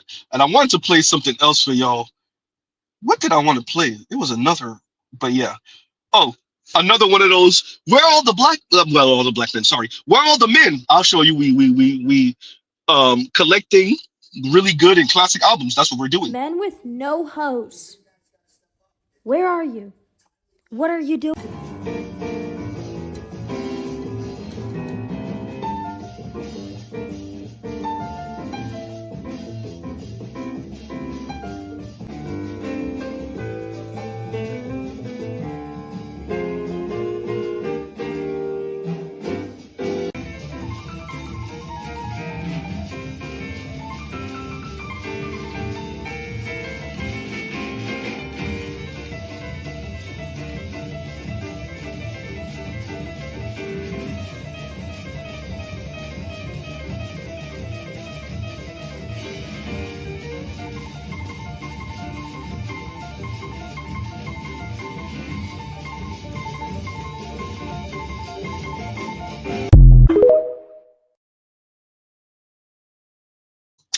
That boy said, "You know where I'm at? I'm listening to jazz," and that it did sound fire. I ain't gonna lie. And Spain Man said, "Salute Z and good people, and special shout out to Virgo gang. My birthday was yesterday. Shout out to you, brother. Shout out to you, Virgo gang in the house." That brother said, "Well, I said that brother. The white dude said, look, I'm listening to jazz. I'm chilling. I'm listening, and that's look, yeah." A nice spot that like that's the thing when you're this age, it's about lounges and chilling and going to a nice jazz lounge, R&B lounge, and just chilling, just drinking and chilling with your lady, and the music is not so loud where you have to shout. Mr. Z does a whole lot of shouting, especially on my streams, obviously, but yeah, and just chilling, right? So yeah, but yeah, I thought that was funny. He was like, "What am I doing with it? Men with no hose, what are you doing? Collecting albums, man." Yeah, collecting albums. What are you talking about? Saint Cyr says, "Dude's collection is valid." Right? Dude's collection. Yeah. Definitely. Y'all know way more than me. Like I'm not a big jazz head. I like what I hear, but once we start doing names, we out. Right, so yeah, give me a second. Give me 1 second. Y'all go ahead. Y'all on stage. Well, Happy birthday, homie. oh my gosh. Happy birthday to the homie. Make a wish. Oh man, the wish is that we all get rich, and do right by the world and by ourselves and our families. Yeah, and right and avoid the skeezers, weirdos, and dick teasers. Yeah. And yeah, and don't get caught up in a mass shooting. Z, we can't do most of that if you find the paperwork. We got to do most of it, Vince. That's the only way for us to stay alive and progress. Mm-hmm. L's Active says, "Amen." You hear me? AB said, "I don't know about it, Z. I don't know." Hey, AB said, "I don't know." Yo, Mr. Oh Z. man, Yeah, what was it go called? ahead. What was it called? I'm getting sick and tired of these dudes nowadays be trying to tell dudes how to be a real man. You're not a real man unless you do this. You're not a real man unless you do that. And it's really getting my last nerves. I'm like, yo, I really had to say to one of my cousins and stuff. I'm like, dude, I'm not a nigger. Like the shit that you're trying to tell me what a real man is a fucking slave, and I'm not that, dude. Only a nigga will take that type of disrespect. And you're telling me that's a real man. I'm not that. I'm not that, bro. Like, let's get that shit straight. And then also too, I came up with a new thing for like baby daddies and like what's about niggas paying child support and shit. When they be trying to tell you, convince you about doing bullshit that got them enslaved and shit. I call them slaves, and the ones that paying child support, I call them Tobies. And I'm like, yo, you need to stop telling me, a freeman, how to live my free life when you never even got the chance to live a free life. You're a slave. Stay in your position. I don't. You know That's why? what I messed up. I know I sounded far more aggressive and angry than I actually am. I'm not actually that angry at what the brother was saying, because if you think about a brother who might be in the church, a brother who's married, clearly he's married, and he has a certain perspective. I get it. Once again, my issue with it is the framing. That's number one. But number two, what I think these brothers don't appreciate, if you're not initiated, if you're not listening to us, it's so easy for you to get caught up in the women are not infallible. The women are telling you they don't want to be married. They don't want to be wives. Yes. They might want to be a bride, right? Now, there's a difference there. They might want to be a bride, but they don't want to be a wife. And there's nothing wrong with that. Black men are showing you through their interracial marriage rate that they want to be married. Go ahead. See, didn't Kenneth B. Clark already lay that out? The whole socioeconomic situation with black people, especially black women, not wanting to get because here's the problem. Black people don't read. Come on now. And no, we gotta cheat. We gotta cheat.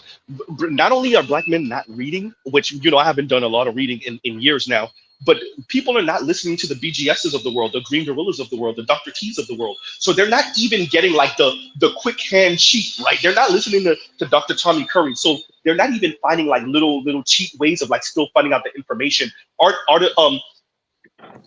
of Immore covered a lot of this stuff a couple of years ago with BGS. Yes. So they're not doing that. So what you have to appreciate, Vince and Jay Moore, is that the black community has its own way of viewing black man, black women relations.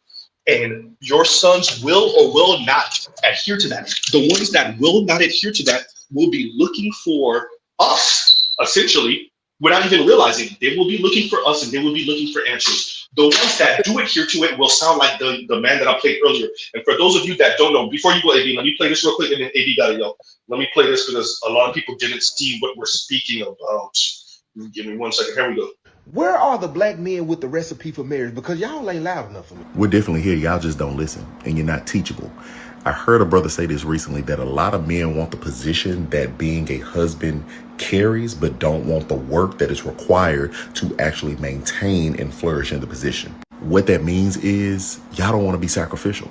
And I get it, because some days I don't want to be sacrificial. But in order for that marriage to work, you have to die to yourself. You are the head, you are the leader, you are the man of the home. And so you are the one that sets the tone, which means you are responsible for the success and or the downfall of that household. Does that mean that the wife has to come and do her part too? 1,000%. But the reason we're not loud enough, quote unquote, is because the ones that make think pieces for content, for money, for rage baiting, and for views, it's because they're not giving you sound advice.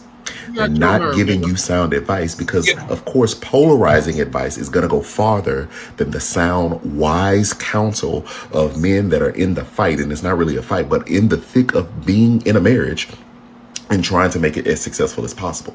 And the number one thing that y'all don't want to do is die to yourself in order to serve your wife or in order to serve the marriage so that the marriage flourishes. You're much more, about to get upset, you're much more concerned about you personally flourishing instead of the marriage flourishing. And to be clear, that does not mean you don't get things that you want. I am not saying that, but I am saying that there has to come a priority list. And as the man, as the husband, there is a certain level of sacrifice and sacrificial love you have to be willing to give out in order that your marriage will flourish and be successful. But y'all don't want to do that.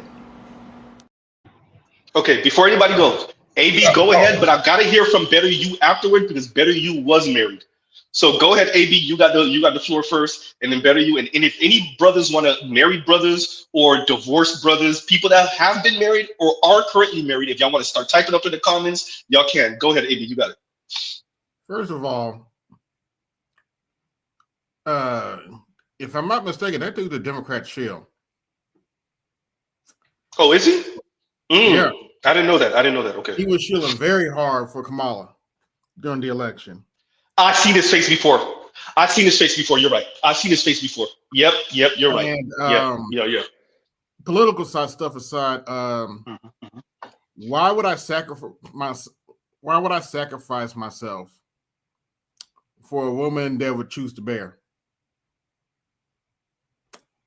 Why would I I don't necessarily disagree that there's a give and take in marriages and stuff. That is true. But why would I sacrifice? Why would I do a give and take with somebody who's not going to give me reciprocity at all? Why would I sacrifice myself to somebody who is irresponsible with bills? Why? To use terminology, why would I sacrifice myself for these insufferable bitches? And why won't you give me a reason to sacrifice? What reason is there for me to sacrifice? Like you're not even giving me. Let me post this because I think this is important to say while the brother is talking. Where did it go? Here we go. The average man spends $5,000 to $12,000. Say that again? No, go ahead. I'm sorry. Oh, okay. The average man spends $5,000 to $12,000 more per year when in relationship. That is a sacrifice. That's money that we could be keeping, I don't know, for ourselves. Yes. Right? So and it's not just the money. The money, you see, when we speak about these, and shout out to BGS for giving us this language. When we speak about this, and Dr. T. Hassan Johnson, we don't speak as if Black men engage in emotional labor. So it's not just the money. There is an emotional, I would argue, a spiritual labor, a mental labor that we engage in as the leaders of our families and our homes. The problem is that the way this is constructed is that we don't get reciprocation because the way it's framed for us is, well, that's what you're supposed to do. Yep. Right? So what ends up happening is you get to dismiss our labor with that's what you're supposed to do. Meanwhile, you got to cherish and be very careful with how you speak to your girlfriend and your wife and your fiance and your significant other. You have to be mindful and cautious and emotionally intelligent with her, and you have to cherish her and be very careful and handle her with kid gloves. But they supposed to be independent, though. They supposed to be independent. They supposed to not need no man. Fuck their feelings. Anyway. There's Go that. ahead, you're married, so I want to hear your take. So there's two things. One, there's the women who, like you're just saying, are insufferable and everything, and I think you have a good point. The point would be, ideally, if you've gone down the aisle and you've said "I do" to a woman. Ideally, she wouldn't be insufferable. She'd at least be sufferable. And I mean, that was funny. Go ahead. I'm being real. But the thing of it is, it coming from a little bit of a Christian perspective, I think I kind of know what the brother's trying to get at. Yes, I do too. It says in the Bible to even though she's the weaker vessel, to esteem her equal. And when I went through my marriage counseling, the way that was interpreted and framed to me was like, hey, look, that's not to say that you are deserving of ill treatment or anything like that, but it is to say that in a particular moment that, hey, you might have to realize she's so emotional, she ain't seeing straight right now. And there has to be some type of reconciliation on the back end. And the whole thing of it is, for me personally,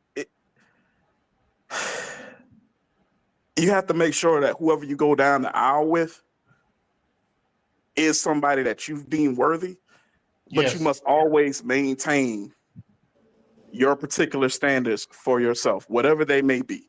Yes. And make sure that that is known, that, hey, look, your friends might talk to whoever like that. They ain't fucking talking to me like that. I wish you would fucking talk to me like that. If you're making sacrifices, you need to make sure that your sacrifices are being honored. Yes. And that would be my big thing. The problem is the sacrifice. The problem is, are you being honored for what you're giving up? Exactly. And is she willing to compromise and sacrifice some things from her end as well? Because they might be, you know, we both are in a world where men and women work. They might be certain things where, hey, they might be giving up certain things to make the relationship and the marriage work for the sake of the family. Let's do this.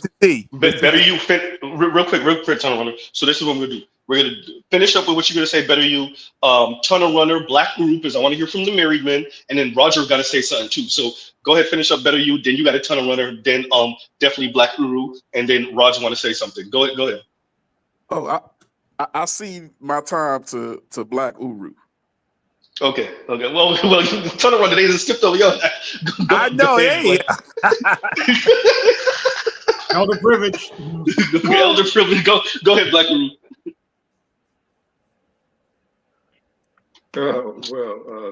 Thanks for having me. It's always a great, august panel of gentlemen.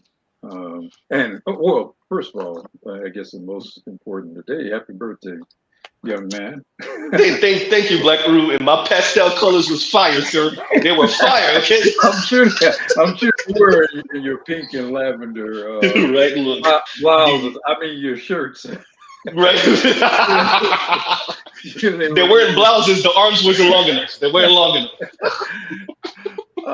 You know, when you talk about marriage, you know, I mean, there's always this talk about vetting and about choosing wisely, and a lot of blame and consternation about the choices that men and women, I guess, make. And I just always view that to be kind of ahistorical. And by ahistorical, I mean that that's just not really how marriages were made and held together. They were not made and held together by the marital parties making most or all of the decisions. These decisions were made largely by the guidance, a lot of it very coercive guidance of elders, of the church, of the community, business. You know, it was very important in many business sectors that a man be married. It certainly was required that man be married to be promoted and to be given succeeding positions of responsibility and advancement. So when I hear you all talk about marriage and choices, vetting, I'm like, I empathize with what you're saying because it makes logical sense, but it is not historical. And go ahead. I want to ask when you finish. Okay, my question would be: do you think that? Do you think that? Wait a minute, did he say he wanted me to finish? Or I know that. That's why I started laughing.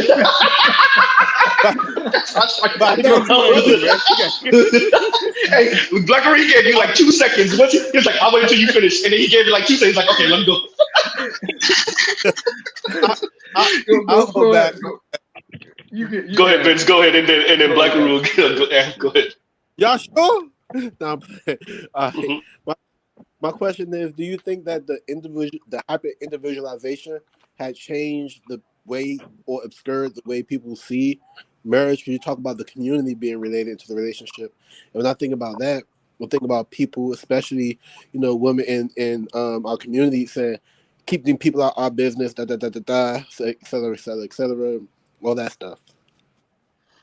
Well, I mean, we have secularized what has generally been a religious, godly, and divine agreement, and that's been kind of across the board, across societies. Obviously different countries, nationalities, different sects, and people, races, I guess, as we refer to today, had different sacraments and had different gods, but across the board, all marriage was and still very much is perceived today to be a divine agreement, and so that's why you include family and the church and the community in the agreement, because it's not just about you and that woman, or you and that man. It is about the extended family. It is about the neighborhood, the community, the schools, the churches, all of that.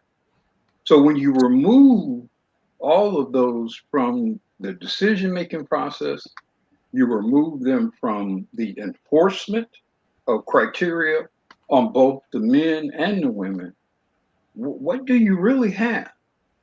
I mean, what do you really have other than some fantasy about what a marriage is supposed to be? I think you have. Can I say that a little bit differently? Because I agree with everything you just said.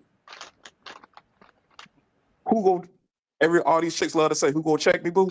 But that's basically what Uru just said. Who the fuck go check her when she out of line?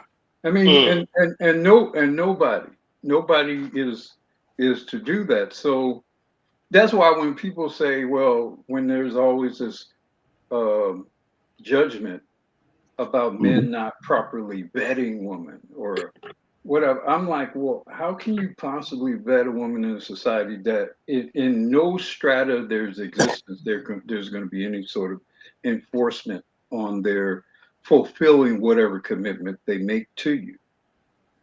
How do you vet for that? How do you vet for someone who can easily welch on any sort of deal you make with them? There's no way you can vet for that. Who gonna check me, boo? Oro, you know what's funny, right? I just ran into this type of situation with me and my cousin.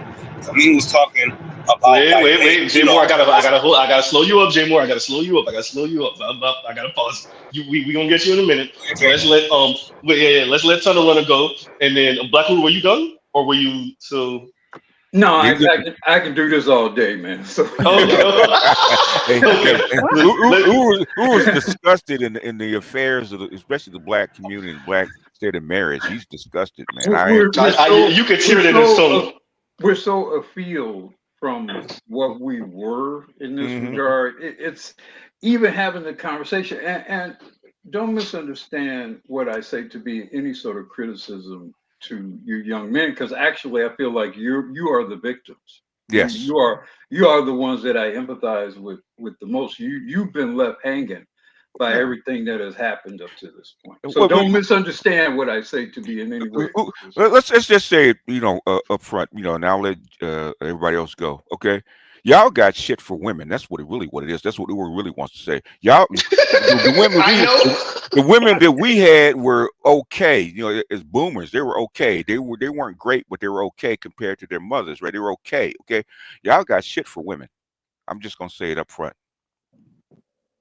I don't blame y'all. I don't blame y'all for not marrying or not dating or not being baby daddies, because the quality of women that they have out here right now, y'all got shit for women. And look, BGS, this is exactly why they don't want you in the pro-black spaces talking. That's exactly why. That's exactly why, because I'm blunt, okay? I'm blunt No, about but it. I agree with you because I grew up in the thick of They it. gave BGS that John Wick's excommunicado. Yeah, they did. They Right? did. Yeah.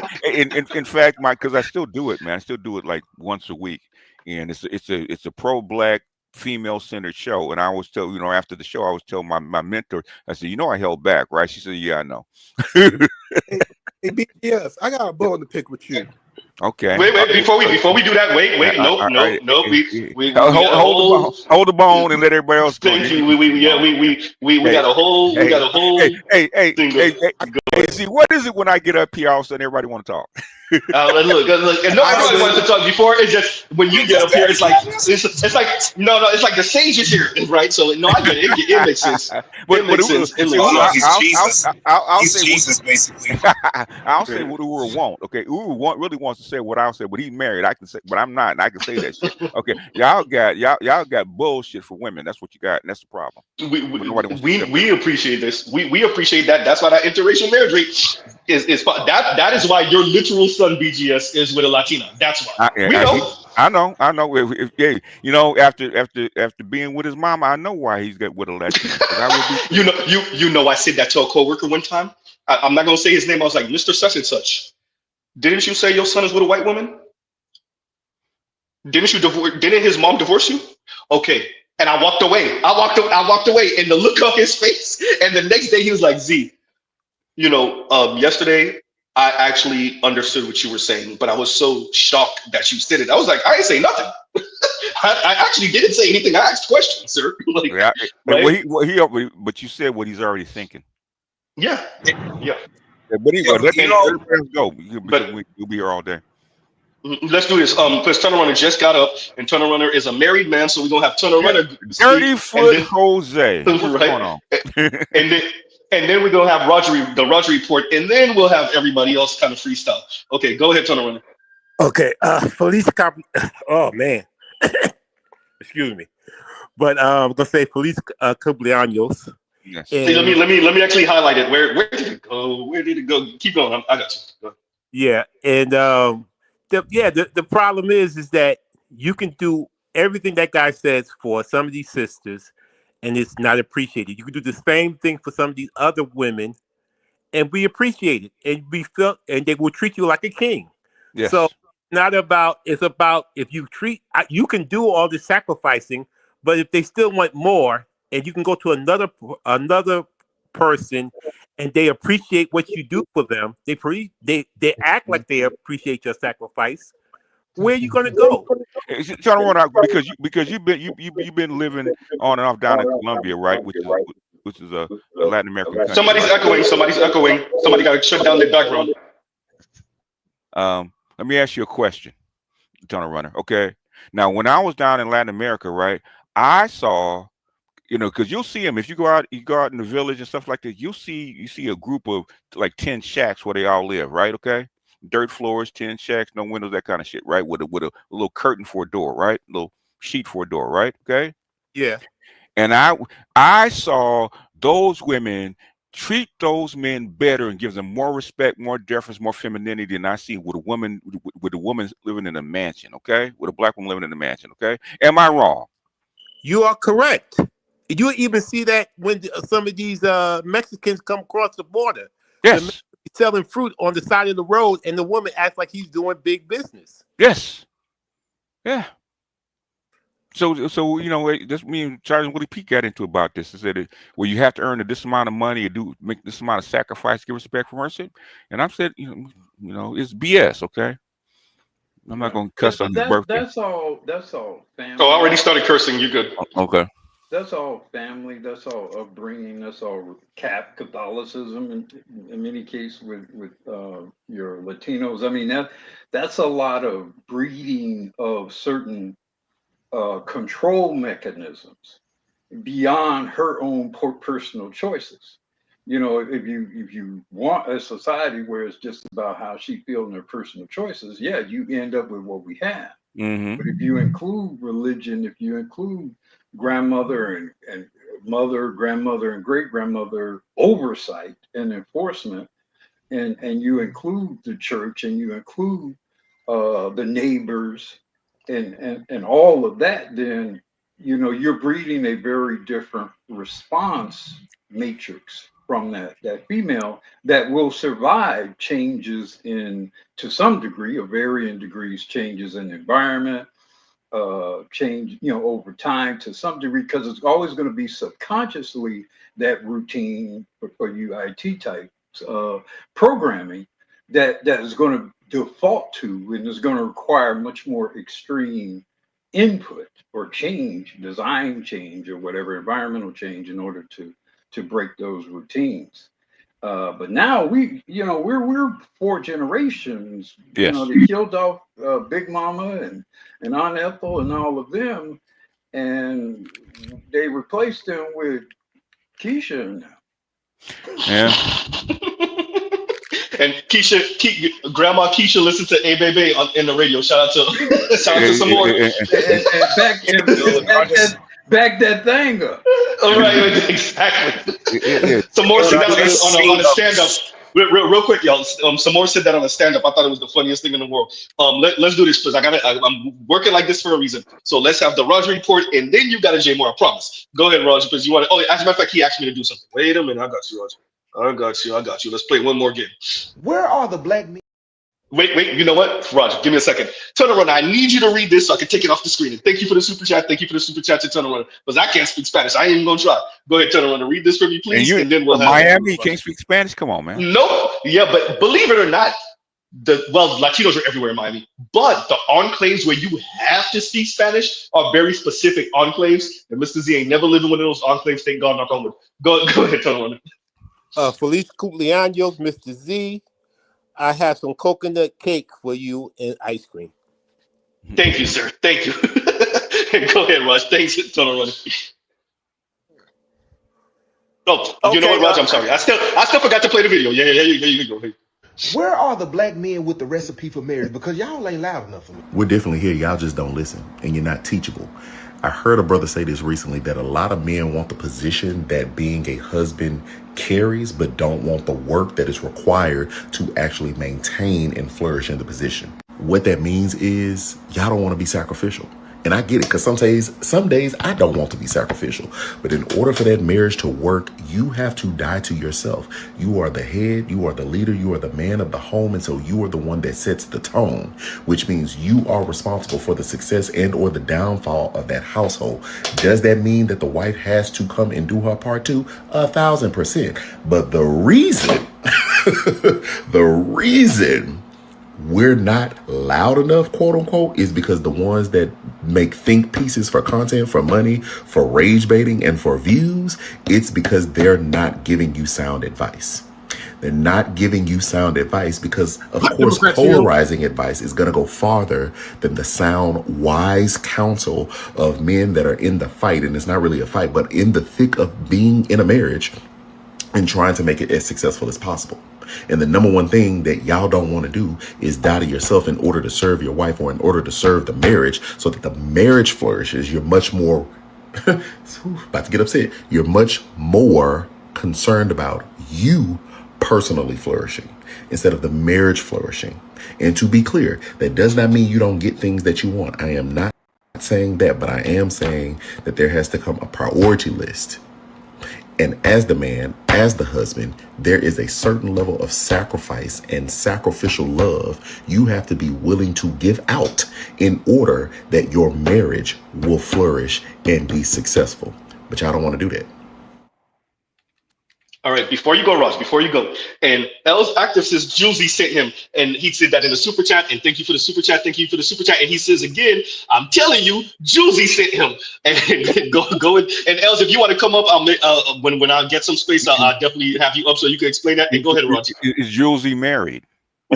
No, but before you go, Raj, because I gotta explain this. So what Julesy did, she thinks she cheated the system.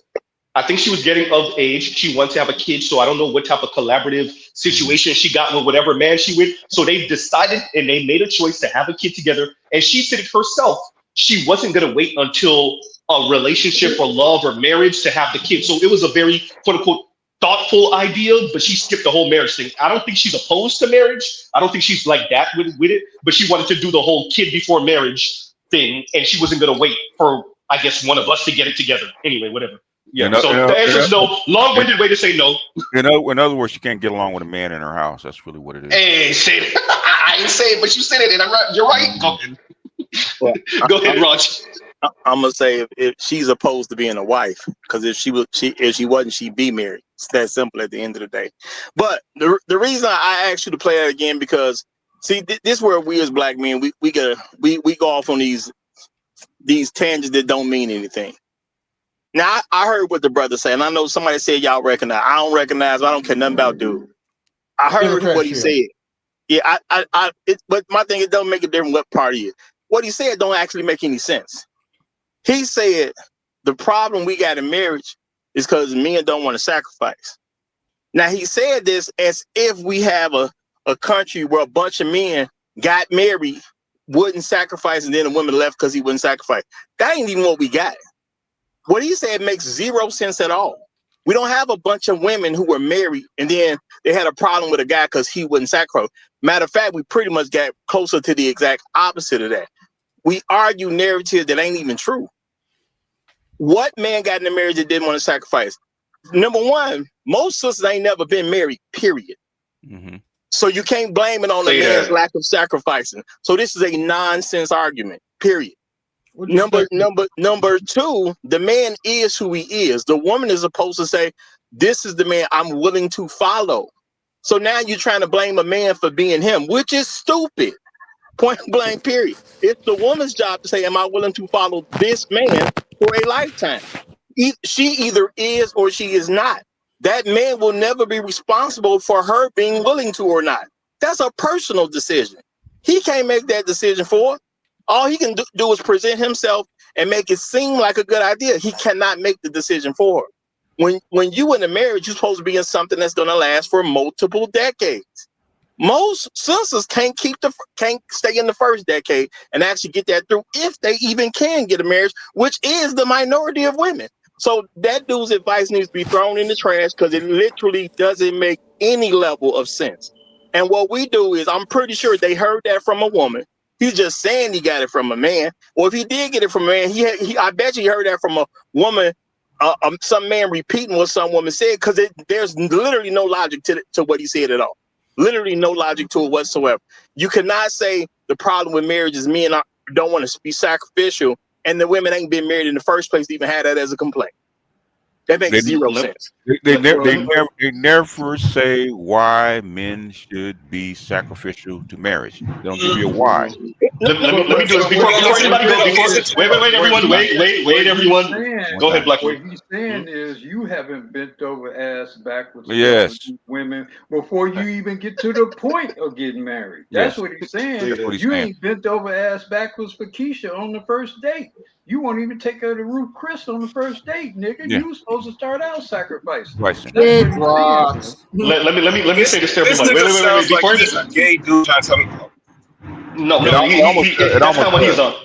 Yeah, but let me say this. I want to shout out the Raj Report, because the brothers of Raj Report is one of the brothers that I could call at any time for anything, and he will offer some wisdom and some knowledge. And you see what Raj just said? That's exactly why.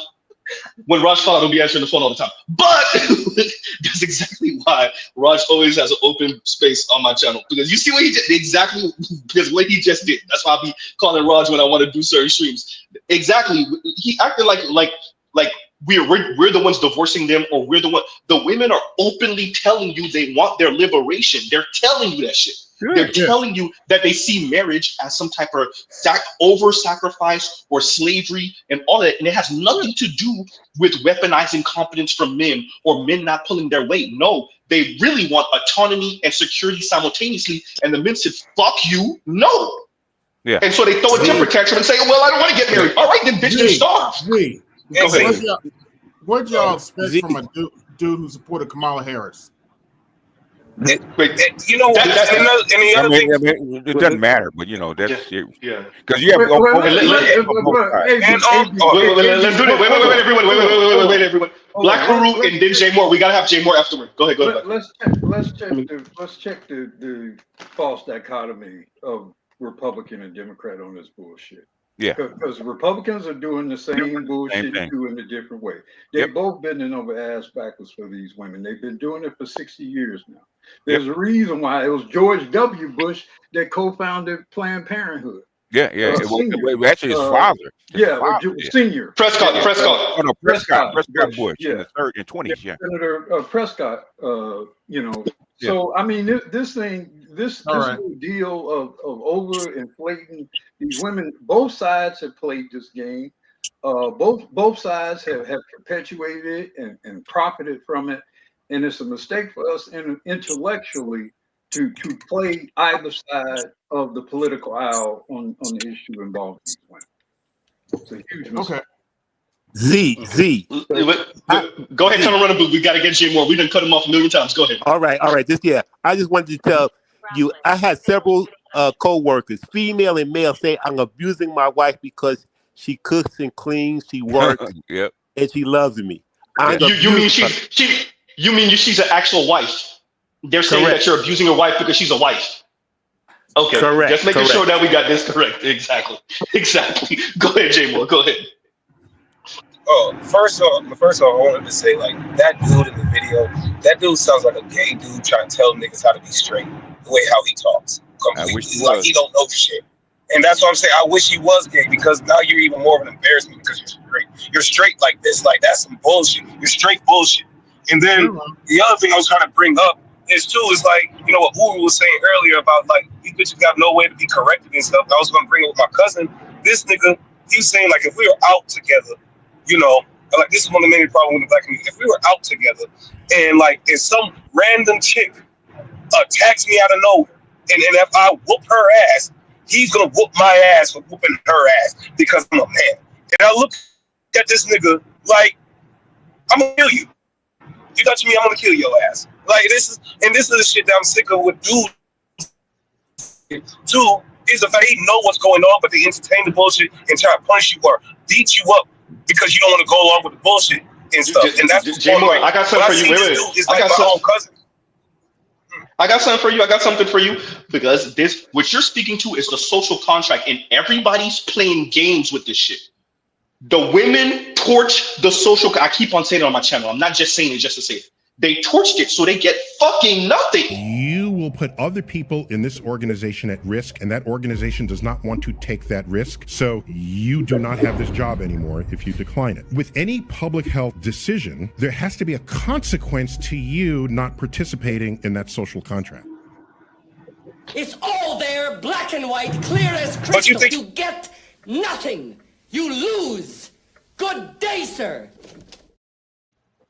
Go ahead, Jay Moore. Go ahead. Finish up with that. Go ahead. I was just saying though, like, do you think it's A-okay for me to just, like, what the dude said, get nothing, and I'm not supposed to do nothing about it? Like, how is that even fair? And then the whole thing, like, the hypocrisy about this shit is like, yo, you want us to do all this shit for nothing, and then when we ask you about this shit, you're trying to deny that we're getting nothing out of this. This is bullshit. Like, this is slavery, and you don't want to call it what it is. You're making us do, like, retarded stuff. And this is what I'm saying. It's like, yo, you want me to be Wait. Ryan Clark did tell you what it was when he was speaking about Sha'Carri Richardson and the brother. What he said, men have been so awful, and I do believe in the double standard. Mr. Z actually believes in the double standard. I want y'all to be very clear. I'm going to be honest with y'all on the channel. Mr. Z believes in the double standard. What do the men get for the double standard, though? What do we get for it? Well, I think you know what I got for that double standard? You know what I got for that double standard? A wig. Go ahead. So I can beat that ass. No, don't say that. Look, hey, we got to be mindful what we saying on these channels, because y'all already know what type of climate we in right now. Go ahead, Ross. Go ahead. Yeah, my thing is, I think the thing is, people don't realize the contract is still the contract. I mean, I totally get what you say about they tearing the contract up. The contract's still in place. You have to give me this in order to get that. You ain't came up with your part. And that's why they busted right now and ain't married. Because the contract is still the contract. No matter what anybody says, it's right there. And until you agree to participate, we just leaving you out there on the market. And the thing is, I don't think guys are just accepting the fact that at least we're not dumb enough where we actually marry. I'm not saying black men ain't messing with the women, but we smart enough, at least at this point, to not put it in writing. Let me do this real quick before anybody goes. Raj, if you don't mind doing this for me, reading this and then saying you guess nothing. What he's saying is, I got nothing for you. Wait, read this for me if you don't mind, please and thank you. This whatever background I have right now, and then say your famous words, please and thank you. Go ahead. Black women who never marry are the least wealthy in the U.S. Man, I got nothing for you, and that's how it's supposed to be, y'all. That's how it's supposed to be. No marriage, no wealth. Sound right to me? That's what I'm saying. You did, and thanks, Roger. You know, early. Go ahead. Earlier, Z, you were talking about how there are all these academics out here like Dr. T, BGS, and Dr. Tommy Curry, so on and so forth. And I feel like that's why we keep having the same conversations, because nobody ever wants to have a conversation that's grounded in empirical facts. And the Black community keeps having these conversations based on their feeling. There's some chick who knows some dude who knocked her cousin up that's a deadbeat, so all niggas is deadbeats, in spite of the fact that Black men are the most present fathers. Like, we having these conversations based on some people's feelings, and the reason that dude sounds the way he does is because he's bought into that feelings framework. So I'm sorry, but until we get to a point where your feelings are not greater than facts, I don't think there's any way to go with some of these conversations. I'm glad you framed it the way you did. I realize and I appreciate that we're dealing with human beings, right? One thing, like me and Better You we kind of got BGS on one time. We're talking about something, and I said I feel, because I know BGS can't go nowhere when I said I feel, because he waiting for me to say I think and then say something stupid. Gotcha. I said I feel, right? So and then Better You follow me with that. It's not about completely minimizing. We're human beings.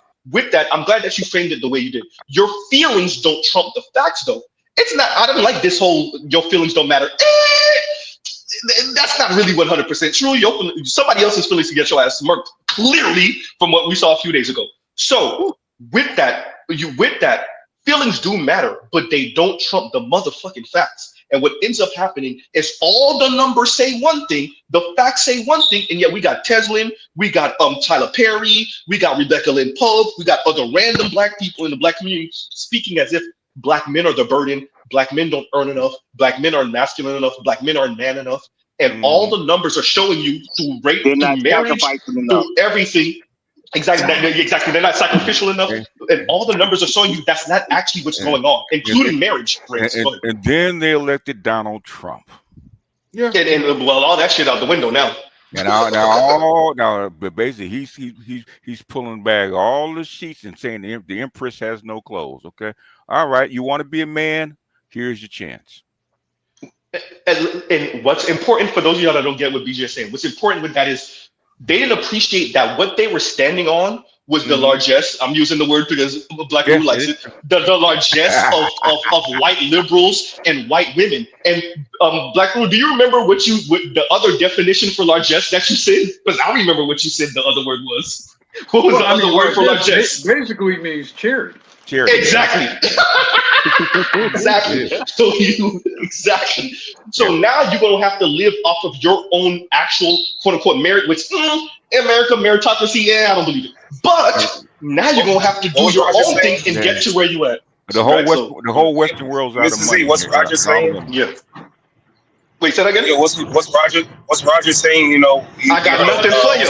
I got nothing. Not that one. Nah, the other one. You gotta be held accountable. You gotta be held accountable. You gotta be held accountable for what you believe in. Yep, exactly. Yep. That's what's going on now. They gotta hold their nuts. These last damn, you got ovaries. Damn, chick, you got ovaries. That's sad. This is a nut battle here. Good luck. Not gonna lose.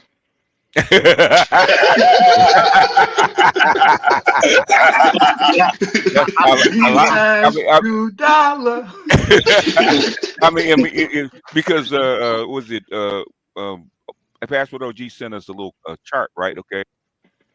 5% of Gen Z under 30, has never had sex or a girlfriend. 65%. I was telling that the women are not worth it. Okay, you have shit for women, and Gen Z recognizes that. Yeah. And on that note, let me read this, y'all, and then you got to rush. And Joe says, "Happy birthday," which is the way you're supposed to pronounce it when you're black. It's not birthday. Stop pronouncing it the right way, y'all. I'm joking. This is all jokes, everyone.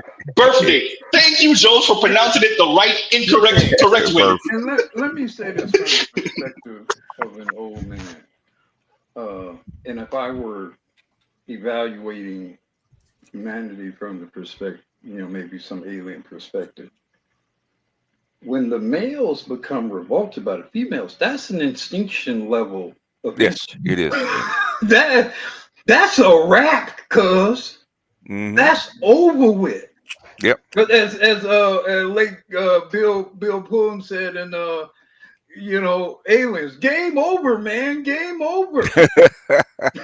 Yeah, basically, this is the problem. People think that revolution causes civilization fall. No, it's indifference.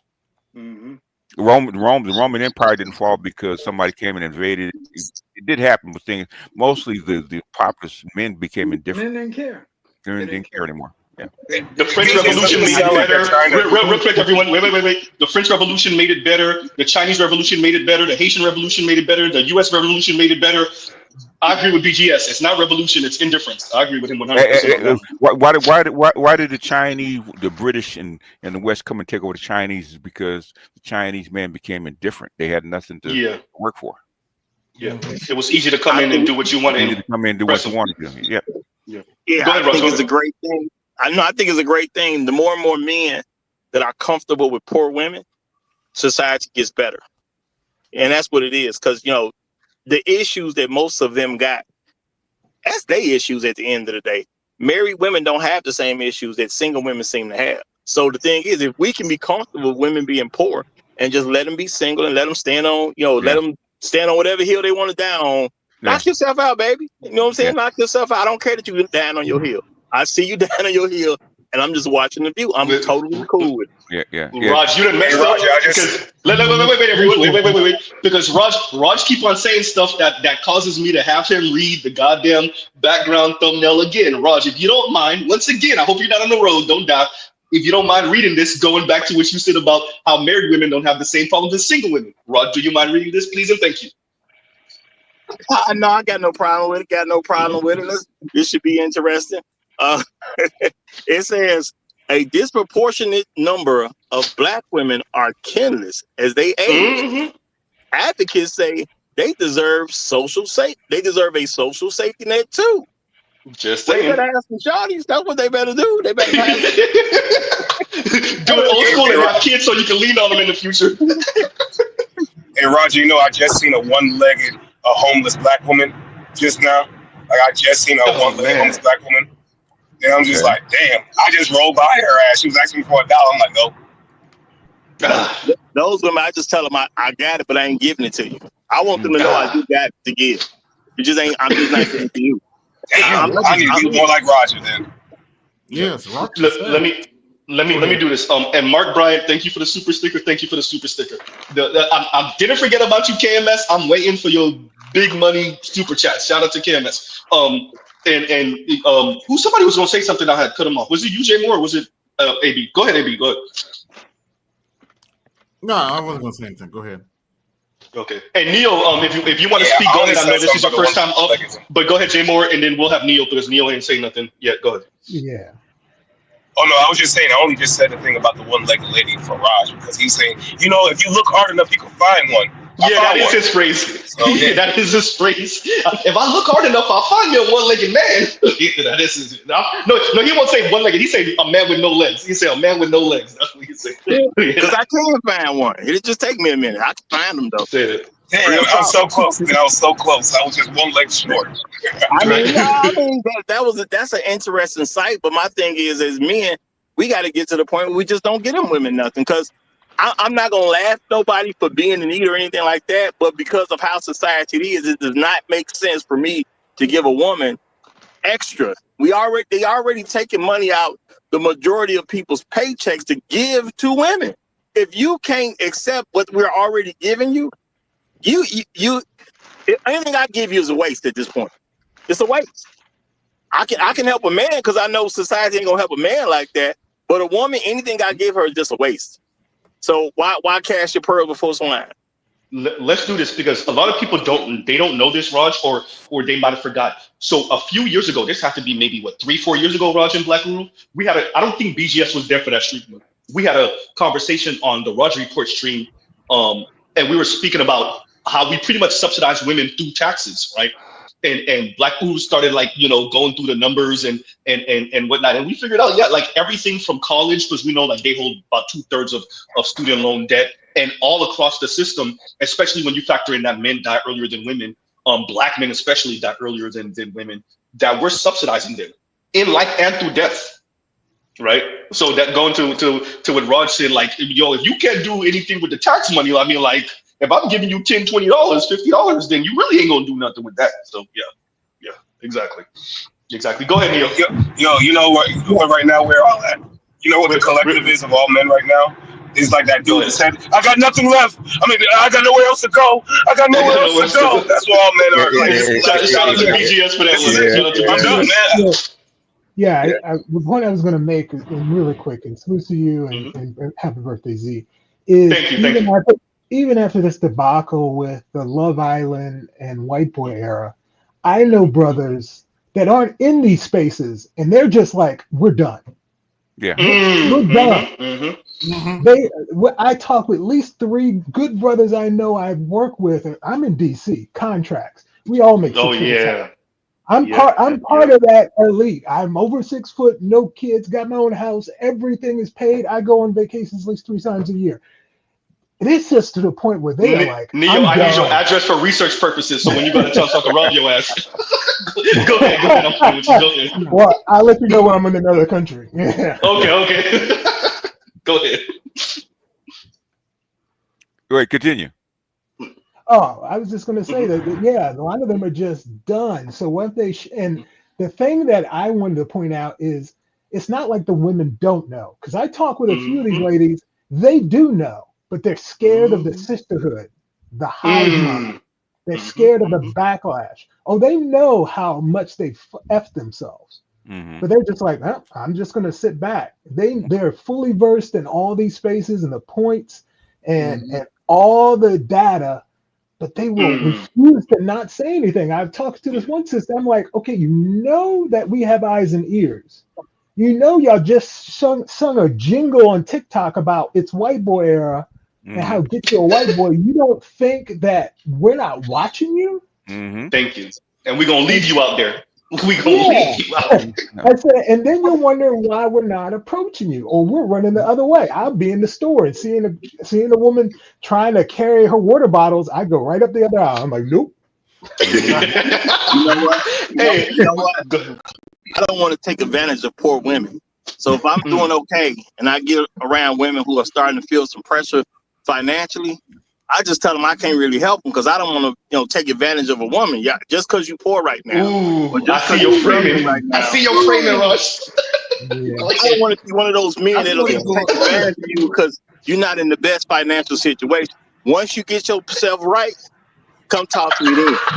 Hey, isn't that what makes Rush? We need a Wait a minute. This is the genius of Raj. That's the same framing that they speak about with the passport bros, isn't it? That you're going overseas to go take advantage of poor women, dumb women, stupid women, women that don't. And so what Raj is saying, which is genius, is look, if you're financially struggling and I'm doing okay, I don't want to take advantage of you by trying to date you or court you or trying to talk to you. I'm going to wait until you get your life together, and then maybe we could talk. And you can have a strong enough to actually make a proper decision. Huh? You see what I'm saying? Hey, Z. Go ahead. Shout out to the Me Too movement. Hey, the Me Too movement done destroyed so many of their careers, they don't even know it. Go ahead. They do. They know it. No, the thing is, I got money. When I say I got money, I want you to say me too.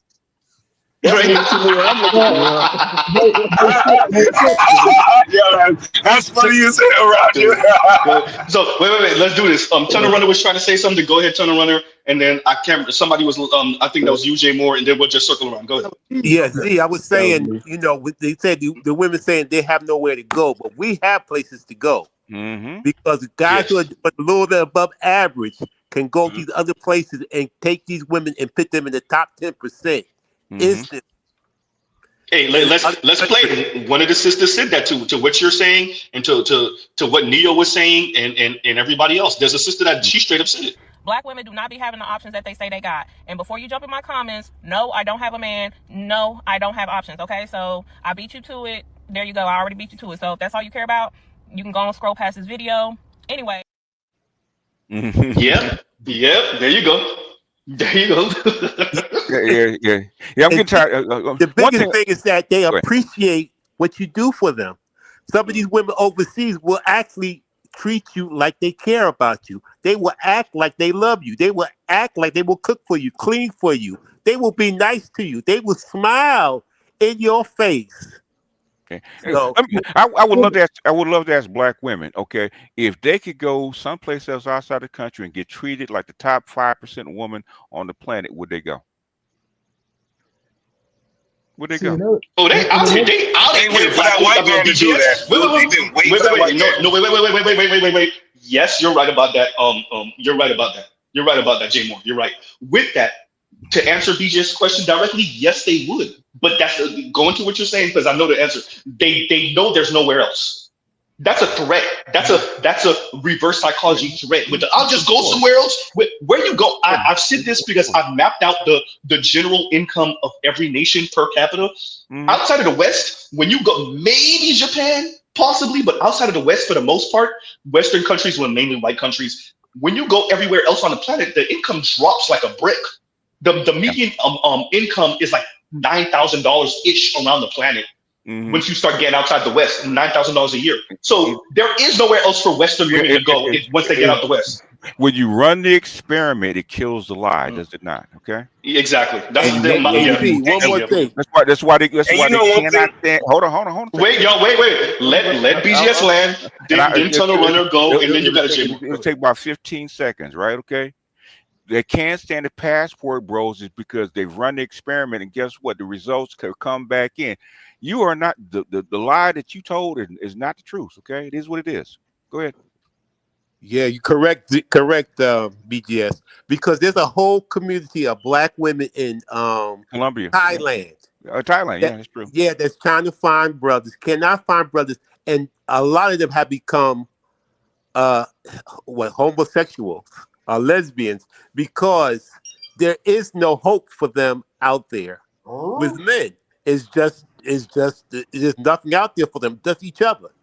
And it doesn't work. And you know what? Every time they do leave wait.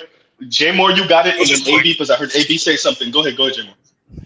It was gonna be quick. I was just saying, every time they do leave the goddamn, leave us to go do something else with somebody else, we always find them on a milk carton next. Like, bitch, nobody wants you. You're missing. You're gonna go missing. Nobody cares. Wait, Jay Moore.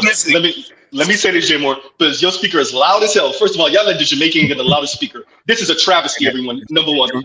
Jamaicans and Haitians always get the loudest speaker. No. We should actually have the loudest speaker, but you're gonna hear us one way or the other. Right. So let's do this. You're right. This is what I always say. An attractive black woman is an attractive woman. The white boys want to hit too. The Latinos want to hit too. Maybe even some of the Asian guys want to hit. The Arab guys is definitely hitting. With that, the issue that black women have is the hierarchy and their attitude, right? So if you don't fix that, all you are is the sexual plaything for non-black men. That's what you've been relegated to. And you don't actually do much to fight the system. You think you could, quote unquote, skip over black men and somehow ingratiate yourself to non-black men. How's that been working? I don't know, for the past 7 decades, centuries. How has that been working? The freaking thing is, man, basically, shit, they've been on milk cartons, bro. If you look at the curves, man, only 85% of women, all women are average and below. 85%, right? Facts. only like top 10, 15%. Okay, they're attractive. So yeah, the 15% of women that are attractive can get banged. Okay, but the thing is, you know, it's the majority that are complaining. Majority of the divestors are actually what average to below average women complaining, right? Okay, my thing. Okay, if you're a divestor, you claim you have love for white boys. Where your white boy at? You know what? That's why Ross started saying these are not divestors. Divestor mean that you actually got it accomplished. Hey, let me go and jump in because since you mentioned divestors, go ahead. You know what I say to him? I got 3 cousins with white men on their arm. Where's yours? Yeah, white man on my arm, no white man on your arm. Yeah, I mean that's why I laugh. I told you that's why I laugh at the divestors. I'm like, okay, I already got white people in my family. You're not scaring me. Yeah. You know, I mean, and most of y'all can't even get a white man on your arm, but I see 3 of my cousins with white men on their arm. What's the issue? Yeah. My same thing with the guys that talk about marriage and fuss with guys that anti-marriage, whatever it is.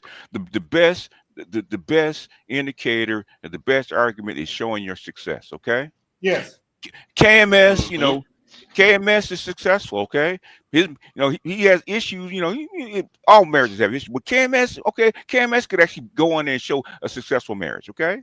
Yes. Why you should do shit, and this is how you do shit, and because these are the results of my kids and my family, blah blah, my house, blah blah blah. That's the best. That is the best advertisement for marriage. Okay, you want men that actually want marriage. Show what you have. Okay, hey, these are my kids. This is my family. This is my wife. This is how I get treated. Blah blah blah, and it's all good. Okay, advertise this shit. Don't come and fuss, wag your finger. Okay. Hey, this is what would. Let's do this.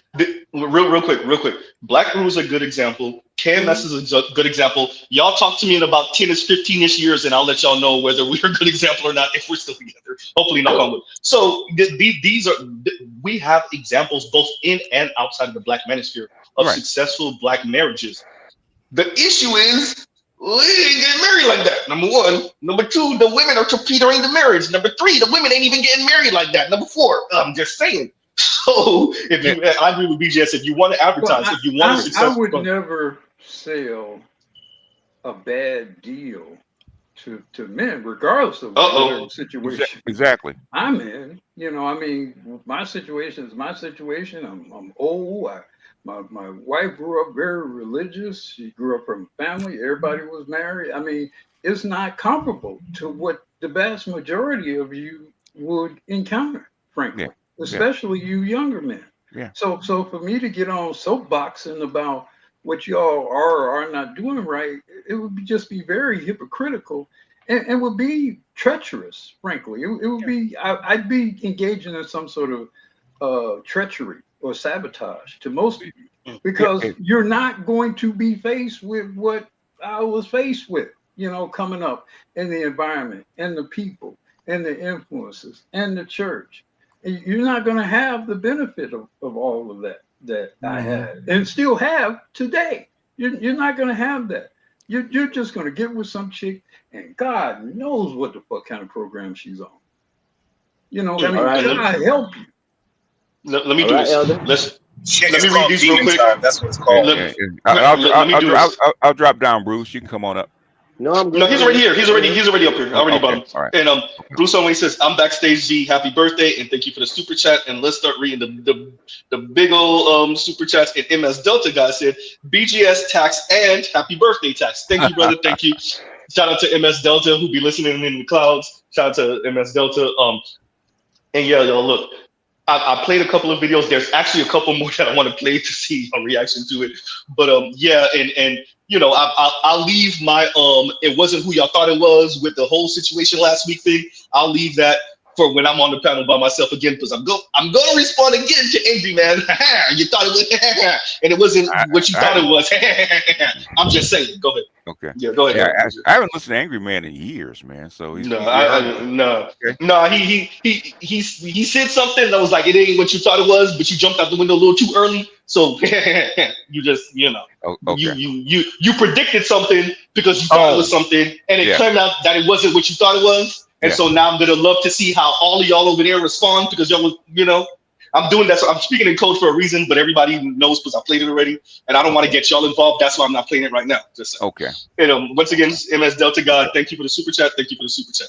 And let me see, what did I want to play now? Because I had a bunch of this. Okay, this might be an extremely hot take, but like, why is it that every single time, specifically black men, in my experience, when they come into a place, an event, whatever, women start acting a fool, and I'm not even exaggerating. Like, the girls start flocking, and I only see it when it's groups of black men. Like, I've never seen it with another race. It's always my race of people. I don't know, like, what happens, but everybody just starts acting a fool. And I'm trying to figure out why. Thoughts? Why? Wait, she's trying to fit. Yeah, thank you, because black men are the guys, especially. You know what she sound like? She sound like a different version of Where Is It? Where is it? Where? Y'all already know what I'm playing. Play it anyway. She sound like a different version of this. Men in Germany are treated way differently than black women in Germany. Black men are appreciated in Germany. Black men are put in a cultural sense, in a societal sense, you are seen as interesting, whereas black women are seen as lesser. An experience, a novelty in which you can approach voyeuristically, and it's dehumanizing. I was a member at Soho House, and I remember seeing a black man sitting there, and there was all these white women around him glorifying him, gawking at the fact that he was existing. And I think black men need to acknowledge that their lived experience in Germany is disproportional to that of a black woman in Germany. We do acknowledge it. How about? So what? Thank you. But their feelings, BGS, you already know the answer. But true, that's true too, Jay Moore. I gotta say that. But it's for their feelings. And but taking a step past what y'all are saying. Okay, we acknowledge it. Now what? If you want to stand out, you want to be that, that chick. Okay, do something about it. Stop complaining and whining because nobody wants to worship you. Okay, you ain't giving a reason for it. Okay, like that chick. Okay, number one, you in that club, you know why they're acting like that, and you know why the guys come and act like, because they want the women to flock around them. Why do women flock around them if they act like that? If it's negative, because that's who they are. They get tired of this crap. That's who they are. I think the long and short of it is, I think we're witnessing here. Say what? I mean, we're witnessing, to be somewhat trite and flippant. We're just witnessing penis envy. Yes. Oof. Yes. And I mean, I think, and this is going to sound odd to make, but I think it's true. In its peak the peak human form is a black male. In terms of its power, its stamina, its virility, its muscularity, its stature, the peak physical potential is a black male. Yes. I mean, Michael Jordan, just to kind of emphasize the point. LeBron James, just to emphasize the point. Yeah. And all human beings intuitively know that. Now, they don't necessarily say it for a host of reasons, but it's quite apparent to everybody on Earth. Even the Germans during Nazi Germany in 1936, they were loving Joe Jesse Brown. Owens. Yeah, They were loving Jesse. They were doing Jesse Owens. So it's something that nobody never really wants to acknowledge. Like white people don't want to acknowledge, white men don't really want to acknowledge that we cannot fix racism because of the black dick. Yeah, that's true. You can't fix it for that reason. This is a primal thing. It's a biological adversary thing. It goes beyond politics. It goes beyond economics. It's that look that white woman gets when she's looking at you and he sees her looking at you. That's what that is. And there's no fixing it. There's no fixing that. And so what you're hearing from the women is them lamenting and being envious and covetous of what that biological response that black men get in. A lot of times why they're so vicious in our degradation when they lynch a brother and they cut off his penis and all that. It's an over response to that basic fact of the visceral superiority of the black male form. You know the word? Wait. Let's do this because I'm gonna get you Bruce on Wayne. So let's do better you then Bruce on Wayne. But before we do that, as a response to it, Black Guru was just saying. Jag kan få din telefon med mig. Absolut. Tack. 73. Vad heter du? Landry. Jo, jag har hört hela mitt liv. Damn. Yeah, there you go. Go ahead, better you and then you got a Bruce on Wayne. I was saying they flock to them because they see value in them. People don't. You don't run to pick up shit that's worthless. And the fact of the matter is, a lot of these chicks have told themselves that they are a goddess. And the fact of the matter is, you believe it, but nobody's worshipped you. So guys that don't get worshipped just call them this, and that's all you are. Yeah, I saw a TikTok. I saw a TikTok the other day, and AB over here skipping the line. Go ahead, AB, and then we'll get Bruce. Go ahead. I'll be quick. I saw a TikTok. The dude said, "You need to be careful whenever you hear a chick say she wants a God-fearing man. What God is she worshiping?" White baby Jesus. You already know this, AB. Stop it. You already know the answer to that. White baby Jesus. The black woman is God. That's what he's trying to do. Go ahead, Bruce on Wayne. Go ahead. Bruce on Wayne, jump in. You know the words? I am king. The woman king, huh? I am this. Yo. I don't know what they talking about. Hey, Z, after go. Wait, yo, before going over. Go ahead, and then we'll get Bruce on Wayne back because we didn't cut him off again. Go ahead. Okay, I thought he was gone and finished. But yeah, I was just saying that the perfect example is that the women in the Philippines can get dates, but them guys all they want is sex right away from the first moment they meet them. The first time they take them out, they're asking about sex, and they tell on themselves because they're telling you that all the guys that the Filipino, I mean not the Filipino, but the Thai guys, all they want is sex. That's all they want. Let me say this to Tunnel Runner. Because I have a clip, I gotta go find it. I saved it, I have it. And it's Asian women. I want to say it was the Philippines. It's either Thailand or the Philippines. And they're speaking about the difference between black men and white men in their country. And they're saying the white men talk to you. And these are women that you would think they don't know. They know.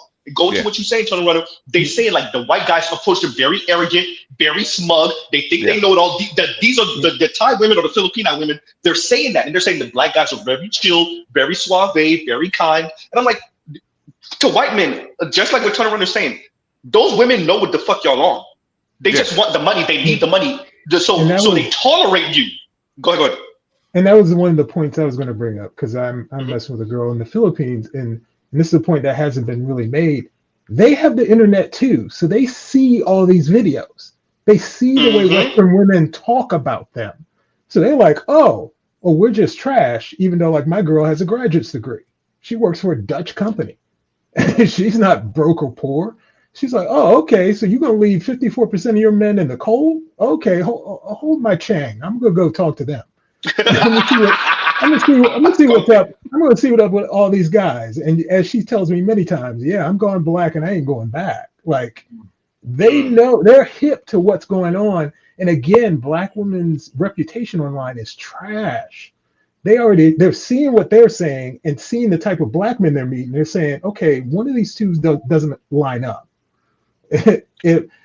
They're seeing the bad attitude of black women and they're meeting these amazing or nice black men or genuine men. They're like, okay, who do we believe? Who are we going to believe here? You know what's so Neo, I say this. Go ahead, do something in that. Go ahead. Black women have fought tooth and nails to be the world's whores. All right? Well, that's why they were brought here. They were brought here to be concubine, okay? And they just never just never updated their software. And let me say this Yeah, to the what white Neil man's was saying. perspective is So that is good. real quick, y'all, real quick, Jay Moore. So to what Neil was saying. So I've said this all the time. Dear women across the planet, y'all got to get y'all lives together, especially in America. Y'all got to sit down in one of these panels, and y'all got to get y'all lives together because there's too much conflicting lies over here. White women saying one thing about black men, Latinas saying, well, similar to what the white women are saying, black women saying something else, the Asian women are saying something else, South Asian, East Asian women, and like Neil was saying, like the foreign Asian women are saying one thing, and the black women are saying no, that's not the case.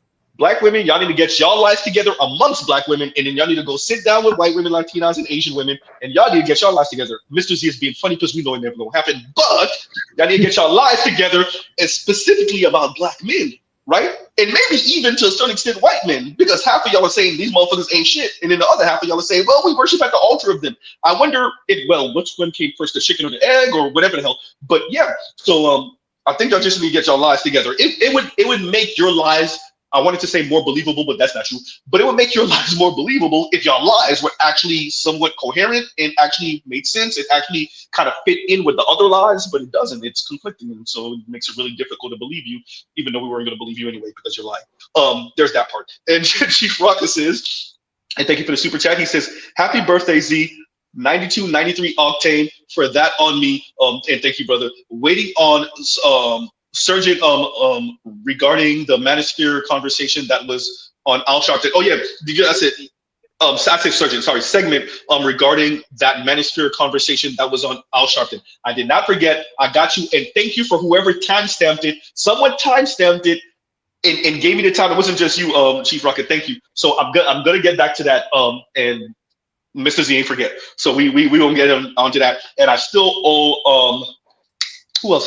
Was it Uranus? It's not Uranus. I still owe Z, I sent you the somebody a time. stream. Yeah, Z, I sent you the timestamp. I put it Okay, in thank there. you.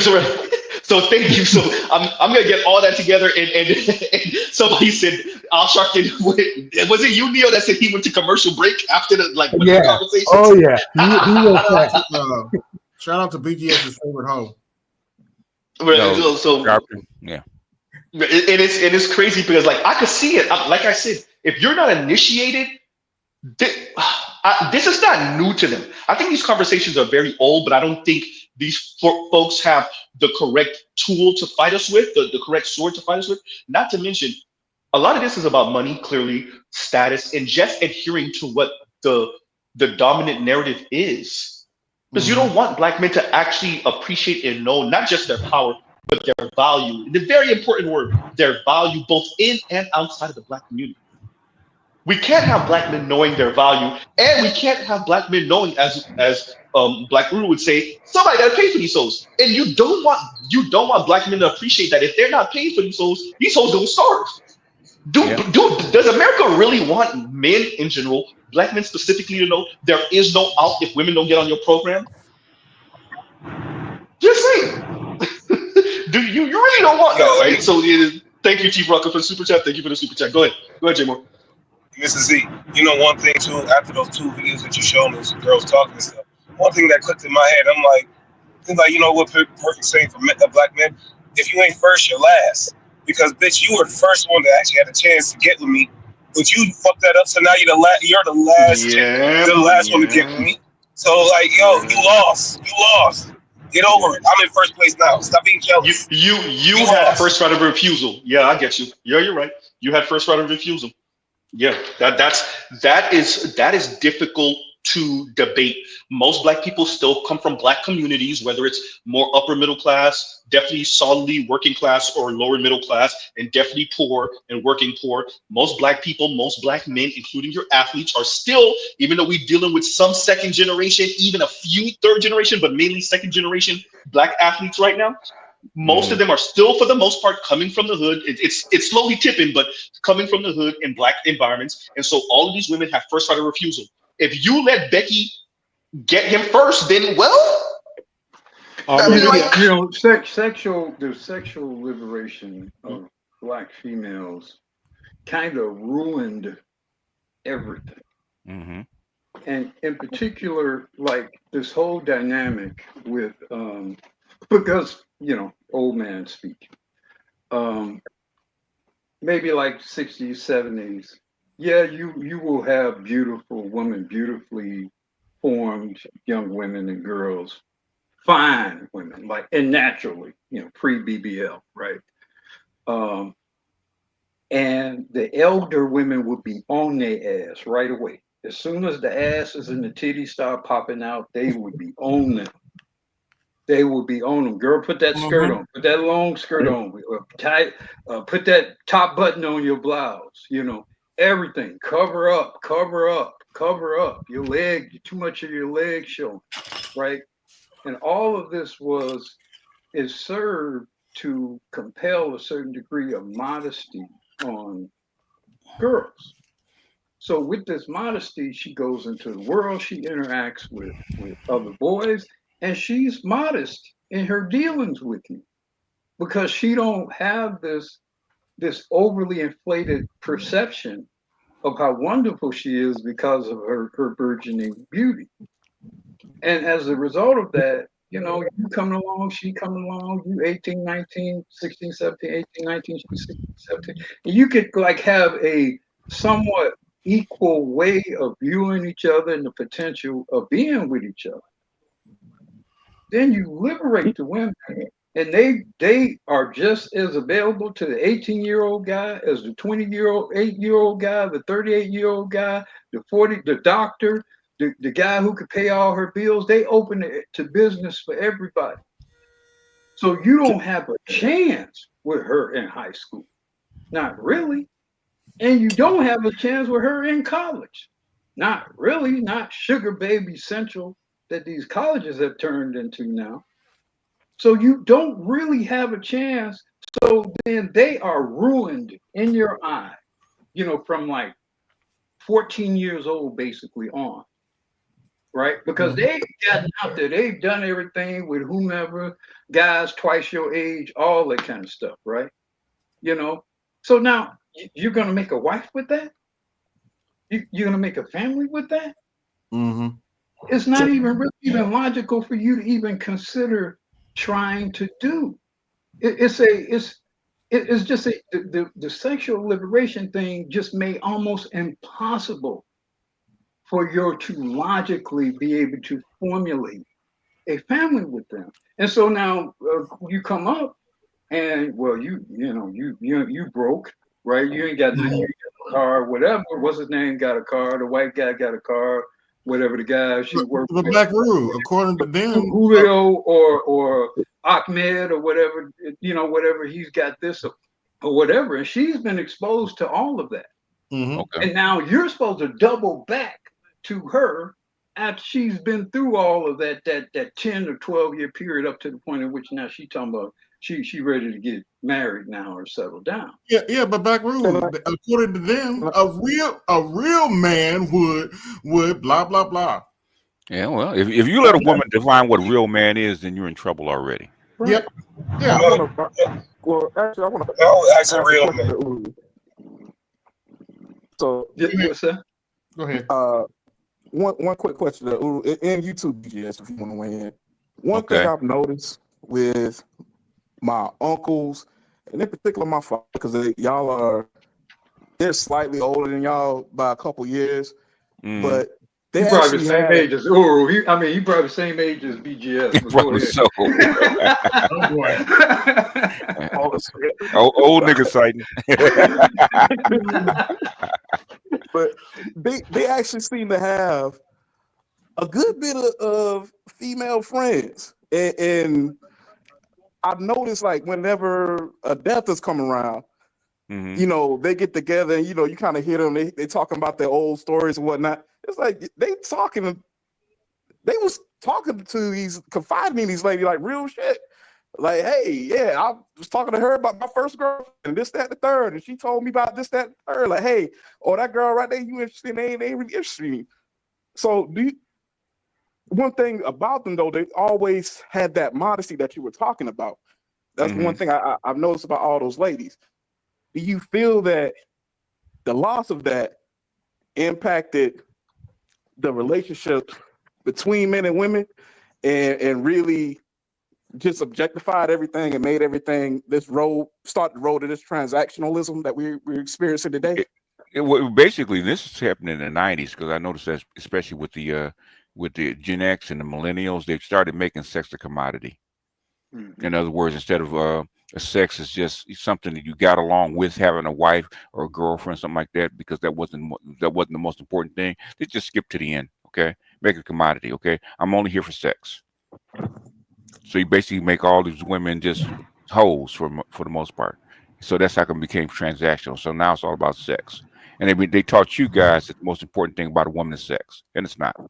I would say a combination of things created it. I think, and BGS has very eloquently presented this.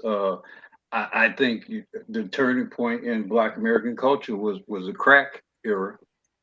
Part of I it, yeah. think it fundamentally changed Black women in particular. It changed all of us, but and the sexual character of Black women were forever impacted by the crack era. Yeah.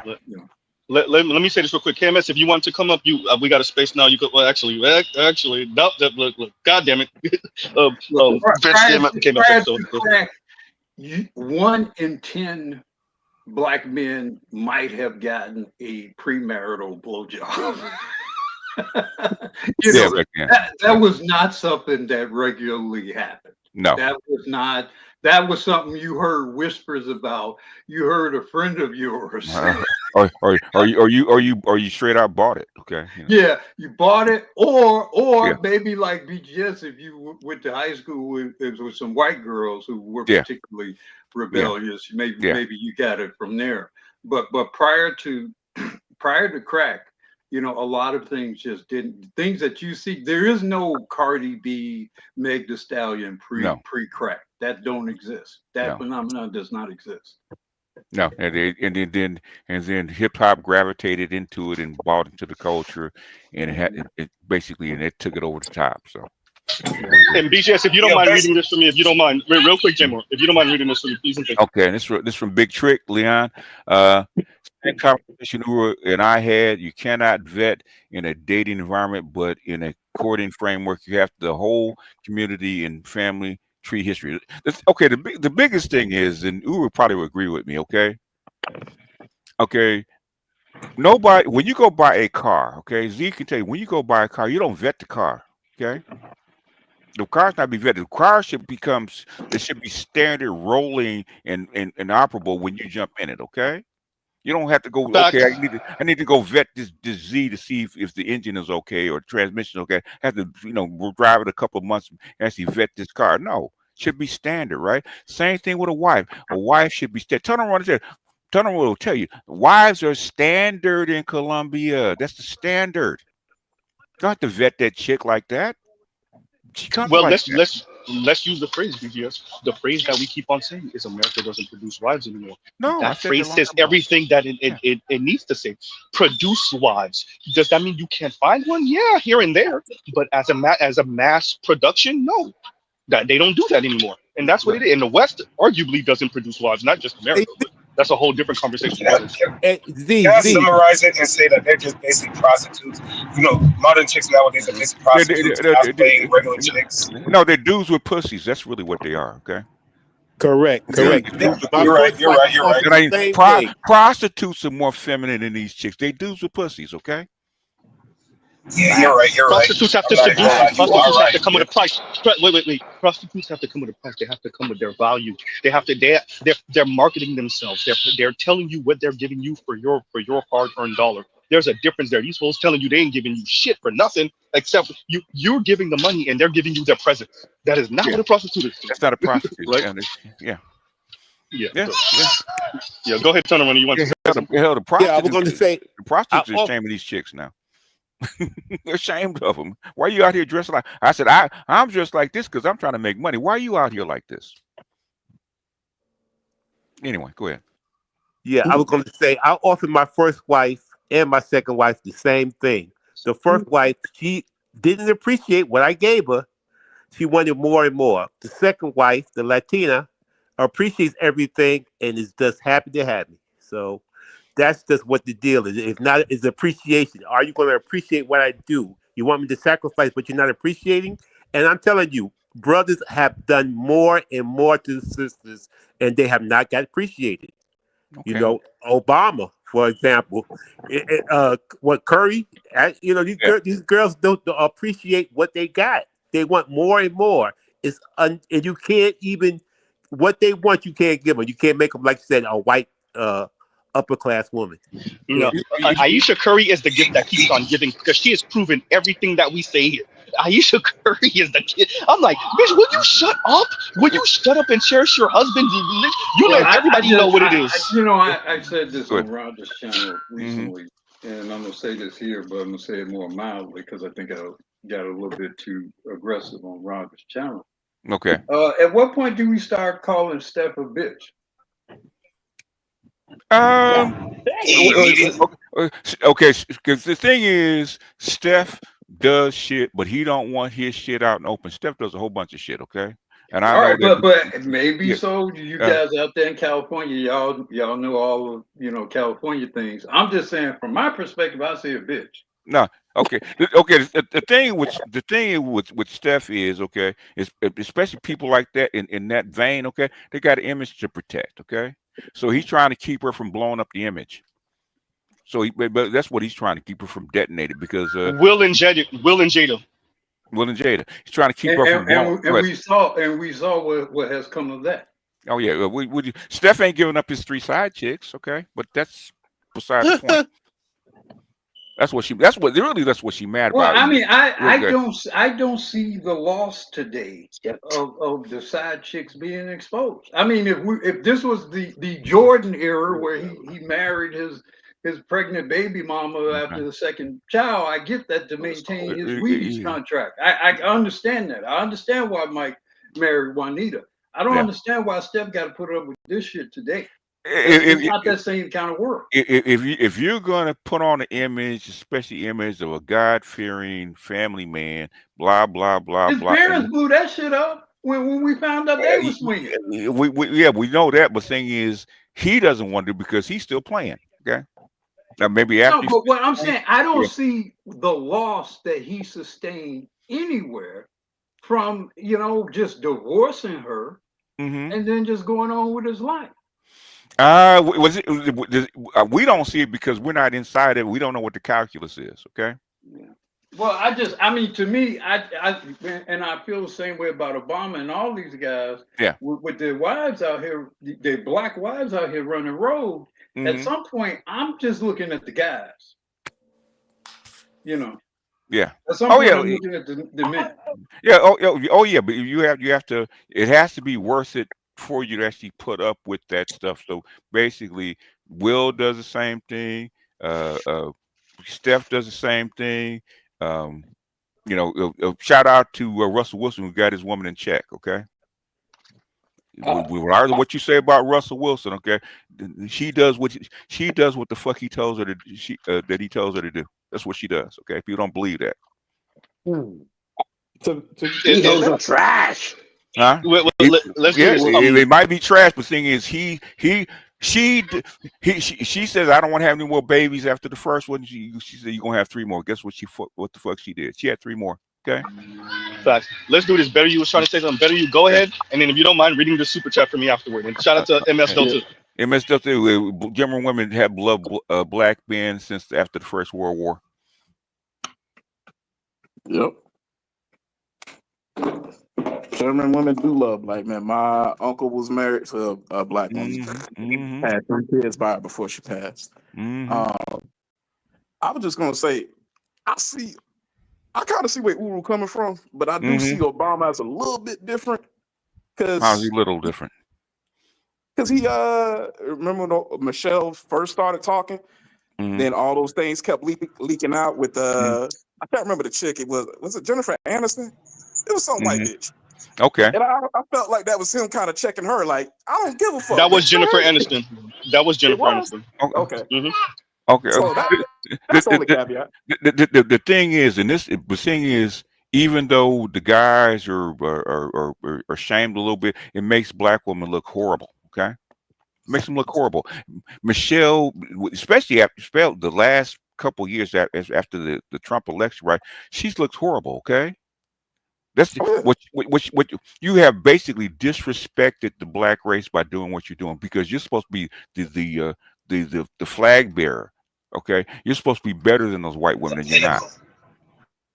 The thing with Michelle, I'm not sure if you watch Breaking Points much at all, but Crystal kind of said it, and I feel like that's kind of how white America feels watching everything with that whole situation play out. She says it feels like mom and dad are fighting, and they're trying to, bring the kids into it to take a side.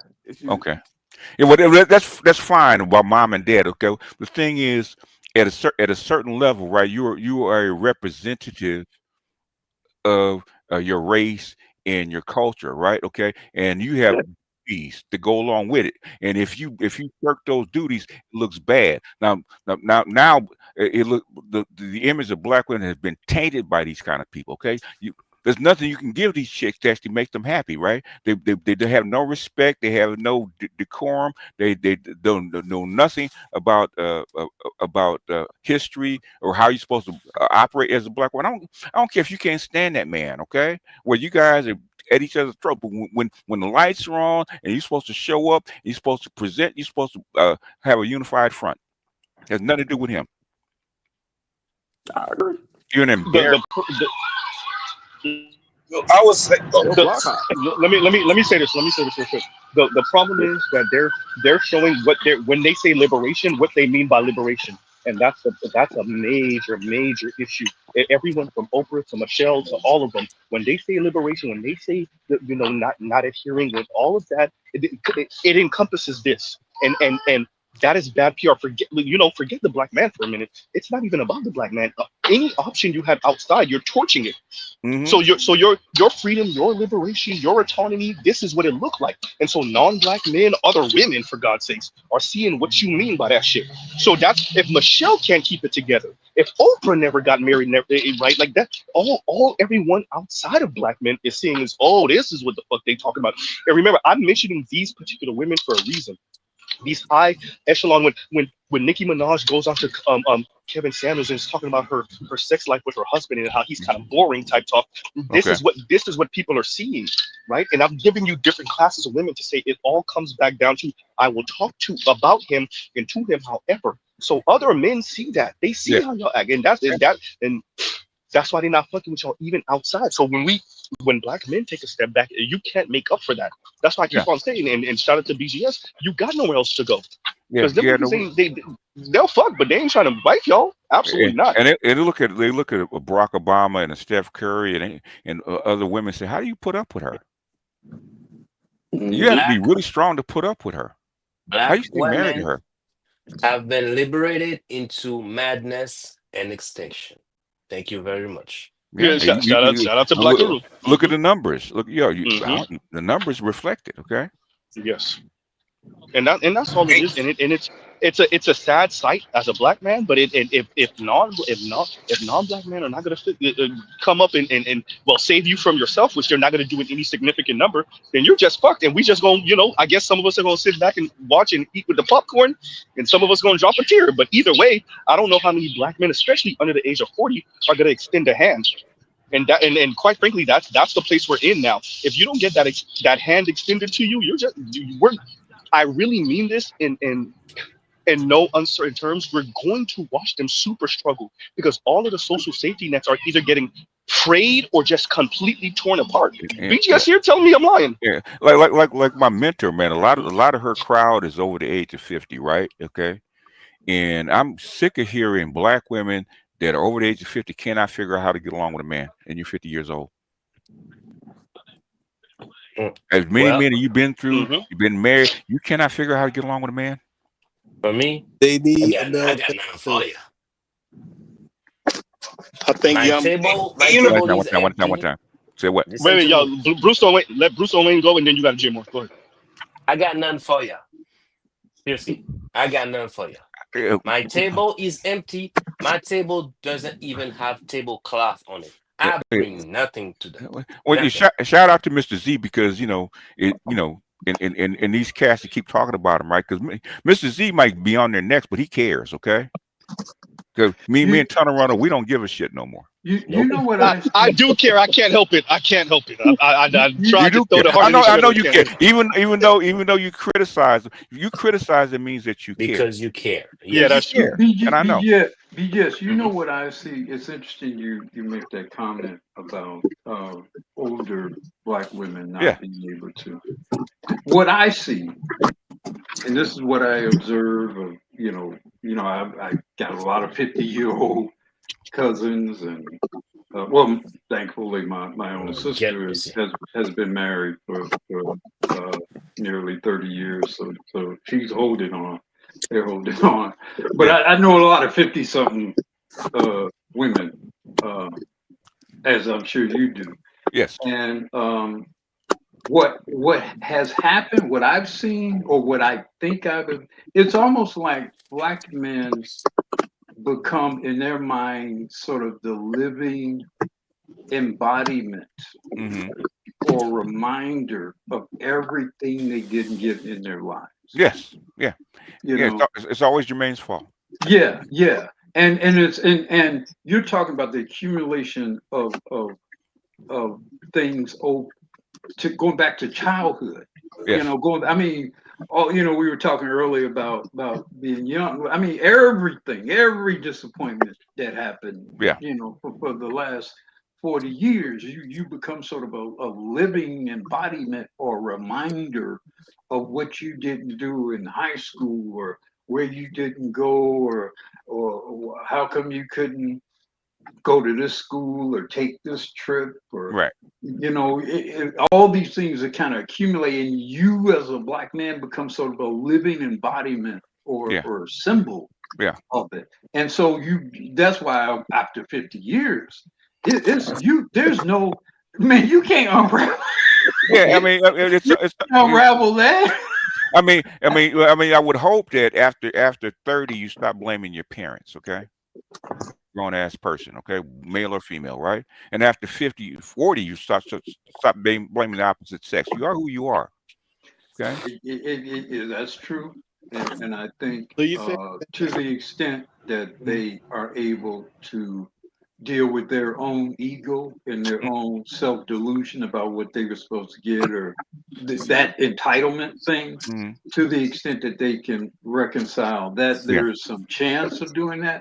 But I think they never resolve that sense of that Disney movie playing in their minds about where they were supposed to be, and what kind of outfit they were supposed to have, and how their wedding dress was supposed to train on their wedding dress, and all kinds of wild shit, that builds up in their minds over 30 plus years. Yeah, because I know, even though I love him to death, I know I'm not Dr. Tommy Curry's favorite person, okay?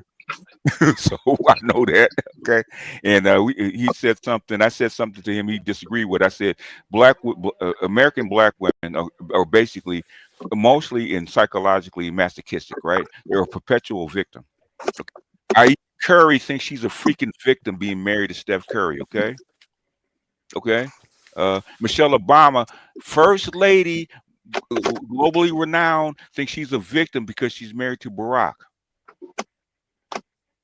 Yeah, can I say everything those women have, the fact that anyone cares anything about them, is because of who they marry. Now, and it's not to take anything away from whatever positive influences they had in their husbands' lives. I'm sure they have, but to decry whatever you didn't get by virtue of being with Steph Curry, or the only Black president of the United States, it's a level of entitlement and delusion that has no measure. Yeah. She wanted Superman, and all she got was Obama. I mean, exactly. Lois Lane bragged about Superman. My God, okay, she didn't, although I think Batman she wants to be Superman. That's her issue. She's like, fuck him. But at some point, Batman smashed, didn't he? At some point. Yeah, he did. Well, Catwoman got it. did You know, get Catwoman did get it. Okay. Well, the thing is, I researched Aisha Curry. Aisha Curry was a C, not B, C-list Canadian actress. Okay, C-list, not B, C. This is the best that she was gonna do. Okay, she was cute, but thing is, she had no acting skills whatsoever. Because I saw a couple of her clips. Okay, Well, C-list. and let me ask this basic question about trajectory of the Hollywood starlet. Name the megastar biracial Canadian actress. None. Superstar. None. That's the trajectory of Aisha Curry. She only good for one role. Well, I should say female. I guess. Yeah. Well, Okay, I said Drake. Don't forget Drake. Now, she's only good for one role that she can play But well. let me say this. Let me answer. The closest Canadian, if I'm not mistaken, that y'all could think of is Melissa Ford. She's not an actress though. Yeah. Thank you. My point. That's my point. Well, I mean, that's my point. Yeah. So I mean, that's the trajectory of what she would have become had she not. What's the chick? What's the chick name? Is Clueless? I think she's Canadian. What's his name? Cousin, yo. Dame Dash cousin. Stacey Dash. Stacey Dash. No, I don't think she's Canadian. I don't think she's Canadian. What? Yeah, that's Dame Dash cousin. Yeah.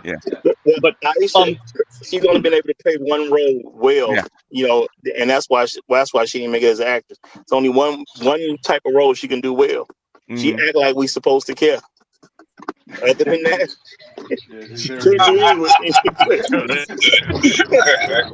she can't do nothing without that. I mean, the only attention they get is crime victim. Well, I think if we could just say it. Like the problem black women have is that they're not white women, and black men don't have this problem that we're not white women. Black women's biggest problem is they're not politically and socially white women, and black men just don't have that same problem. That's why they'll never be Mrs. Cartwright. Sorry. And nothing chopped their ass more. You know. Yeah. You know what, Mr. Z? You know what? Like on the islands and shit, like how like over there, like you can get sold off. What's it called? You get killed and get your organs sold off and everything like that. Then be sold off in the black market and shit. This is basically what's going on with black men. It's like you give them your mind, you give them your heart, you give them a lung, you give them everything. And it's never enough. And then at the end of it, you look like a deflated balloon of yourself. Or they stuff you up full of bullshit. And that's how you always end up as a black man fucking with these shits. Hey, Z. There's a sad situation when you go on some of these excursions when you're traveling and you with your wife and you got other white couples and there's just like 2 or 3 black women.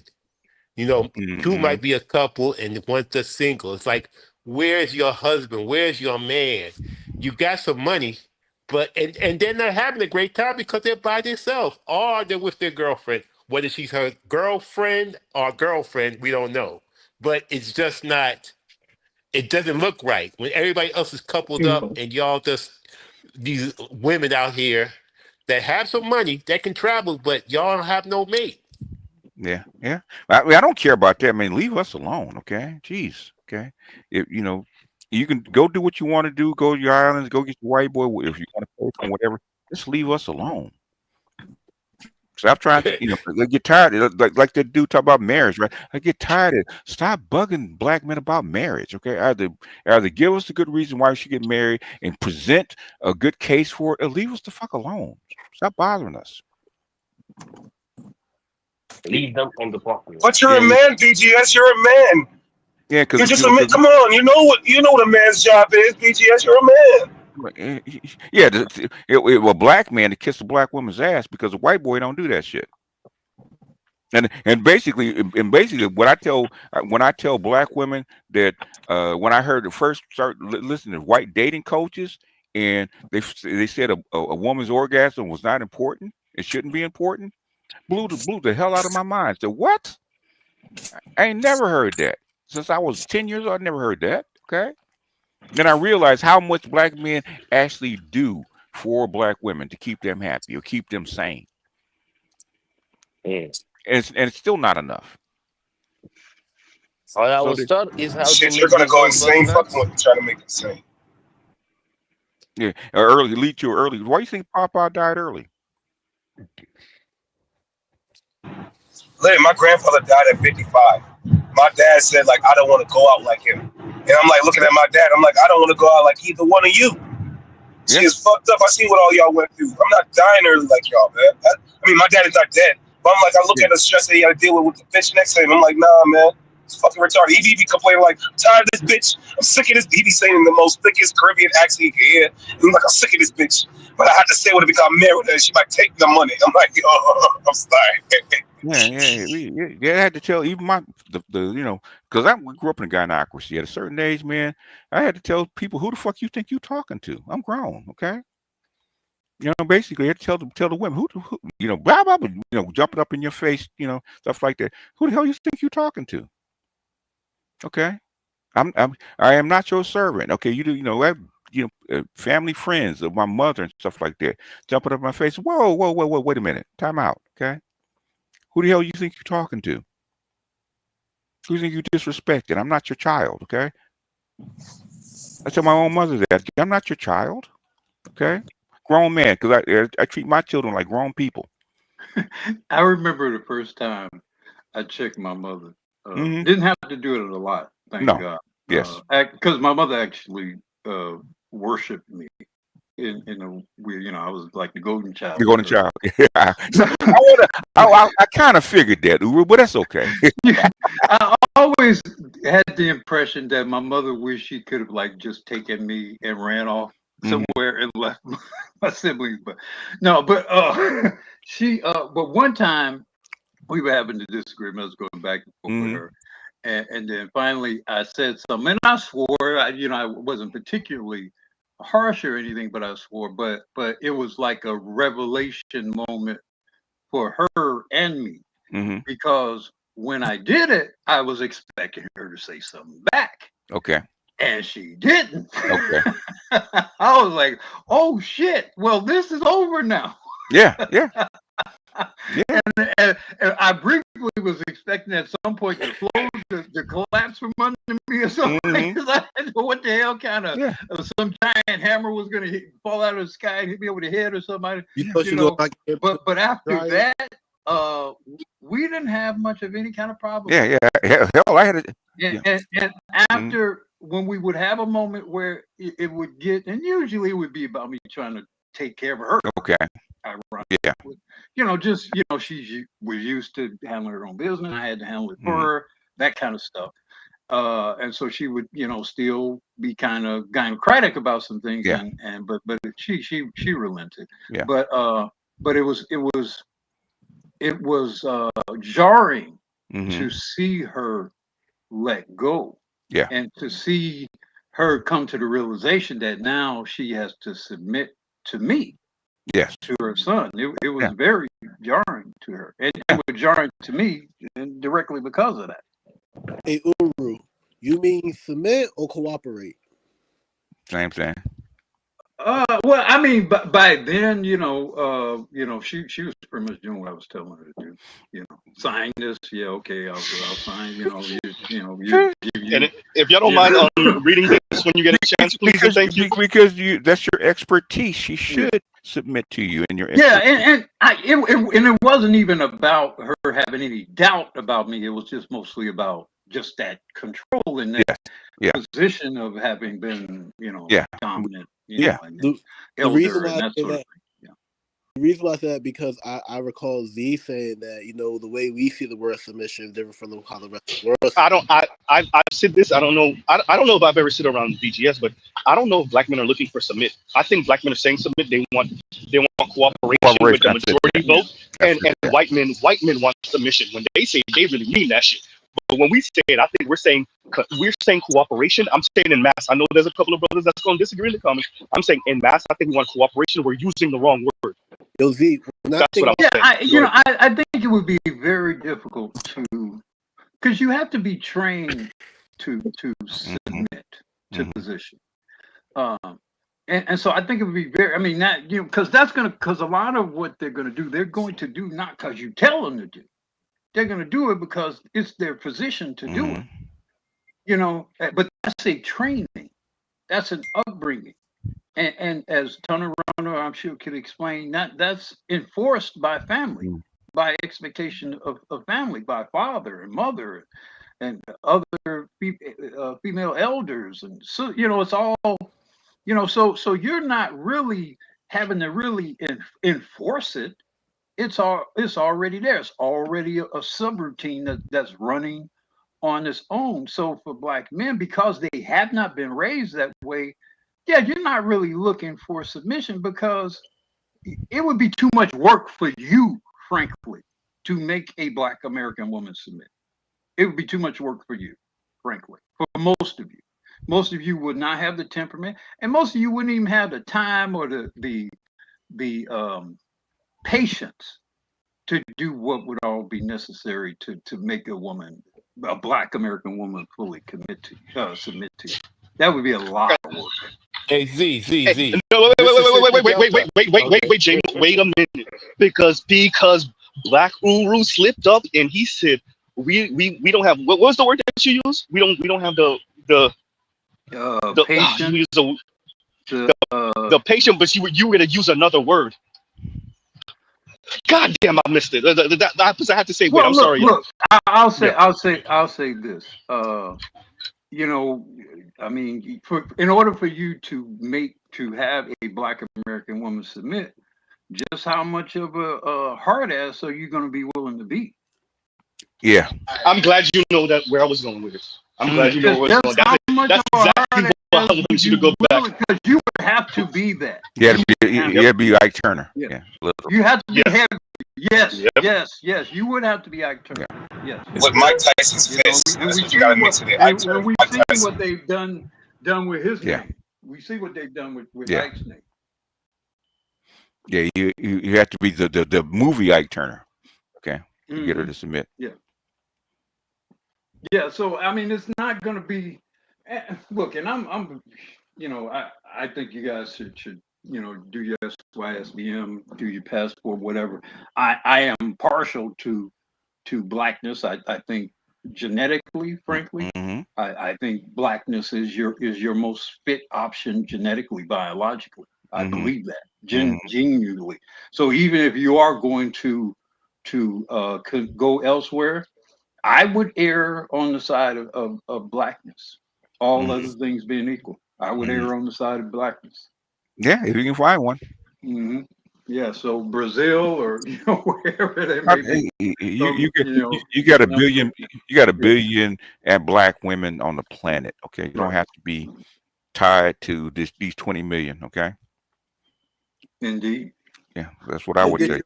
From Puerto Rico. Yeah, Puerto Rico. You go. Colombia's got like 5 or 6 million Black Afro Colombians, Afro Latinas. Correct.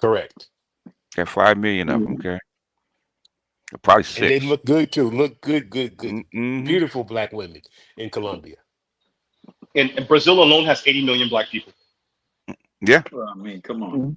Natural hair, natural bodies. Yeah. You even got that mulatto look because they got that Indian hair. Okay. That native hair. And Black men's most important and favorite body part, and that ass though. Anyway, y'all go ahead. Hey, what it do? What it do? Sí se puede. Does it wiggle when it wobbles? My bad, y'all. Hey, does it bounce when you hit it, or does it shake? So you want that bounce, okay? Hey, like when you kick it higher. Yeah, go ahead. How do you say that's a fat ass in Spanish? Or now that's a fat ass in Spanish. How you say it? Grande culo. Yeah. Big ass. That's a big ass. Grande. Gracias. If y'all want to go on that long flight, there's Africa is waiting. You don't have to go that far, man. You can find them here in California, man. You don't go far. You ain't got to go that pick my far. bone with you, man. If y'all don't mind, BGS, if you don't mind reading this for me, please and thank you. As a Black American man, just remember, as a Black American man, one learns how to charm women, so other women appreciate Black men's charm. True. You understand? Basically, what Black men need to do is learn how to actually convey your game into her language. Okay, that's a superpower. Because a lot of stuff that you say, if you say in their language, they've never heard that before. Say, you're crazy, okay? And they start giggling because they've never heard it before. Hey Z, I have the power, He-Man. Tunnel Runner can funny. tell you, okay, when you convert a Black game into whatever language, okay, it's a superpower. I agree. Can't have a mouthpiece if you can't speak her language. Absolutely.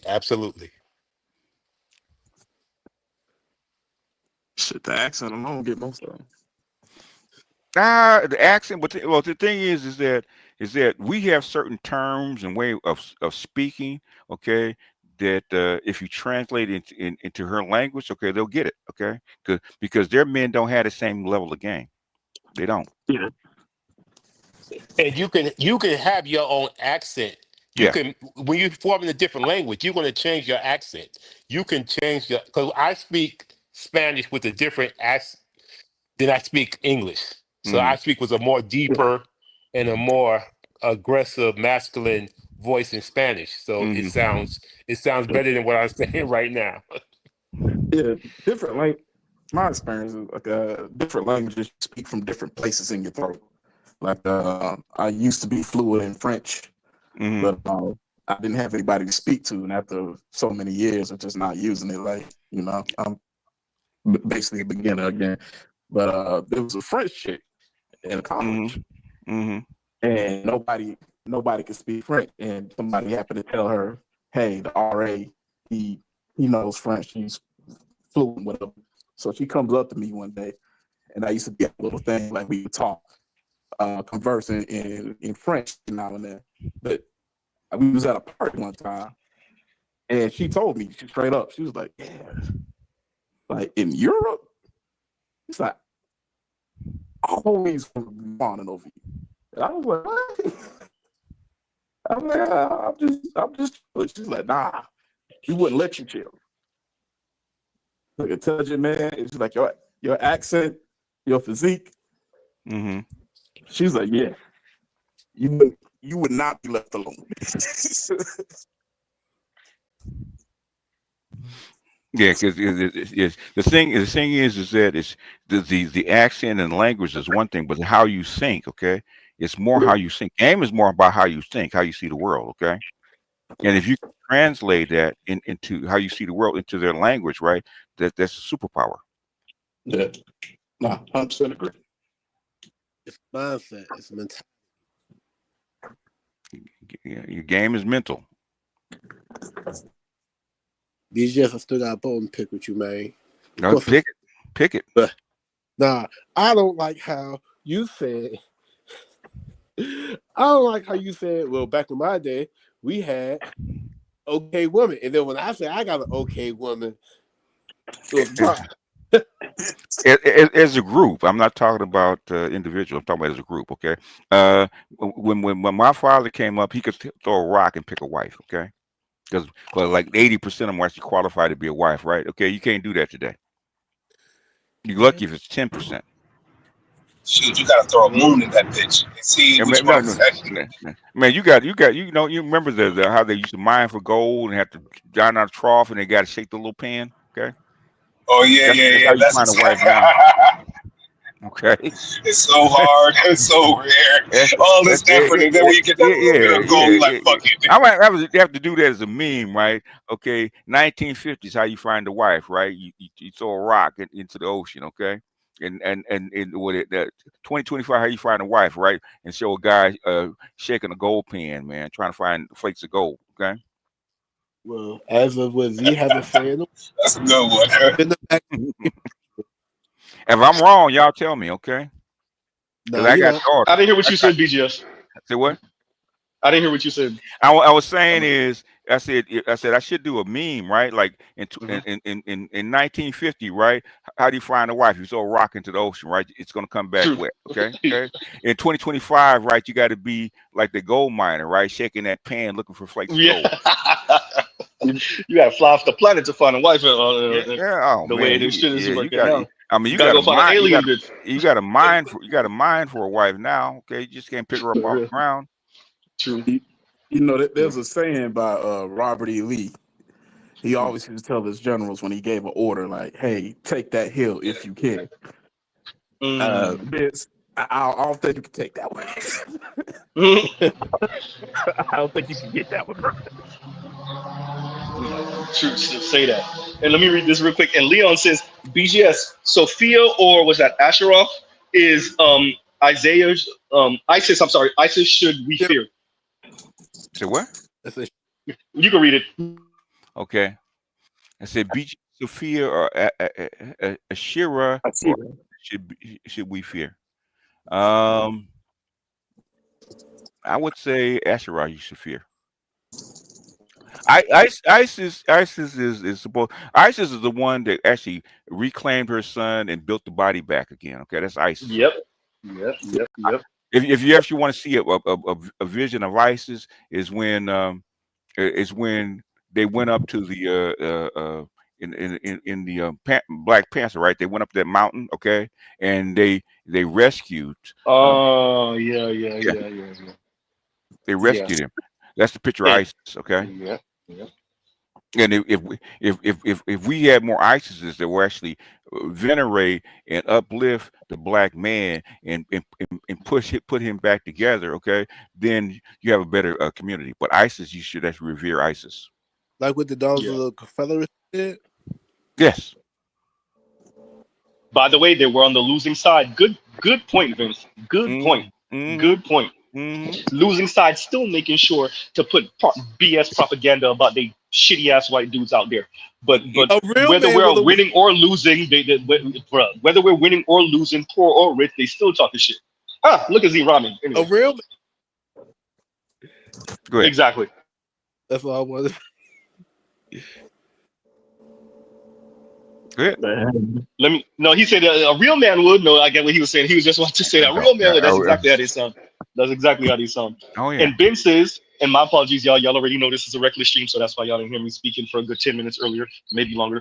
And Ben says, "Bon fête, thank you." And he says, happy birthday. And he says, sending you lots of hate from the 954. That's Broward County, y'all.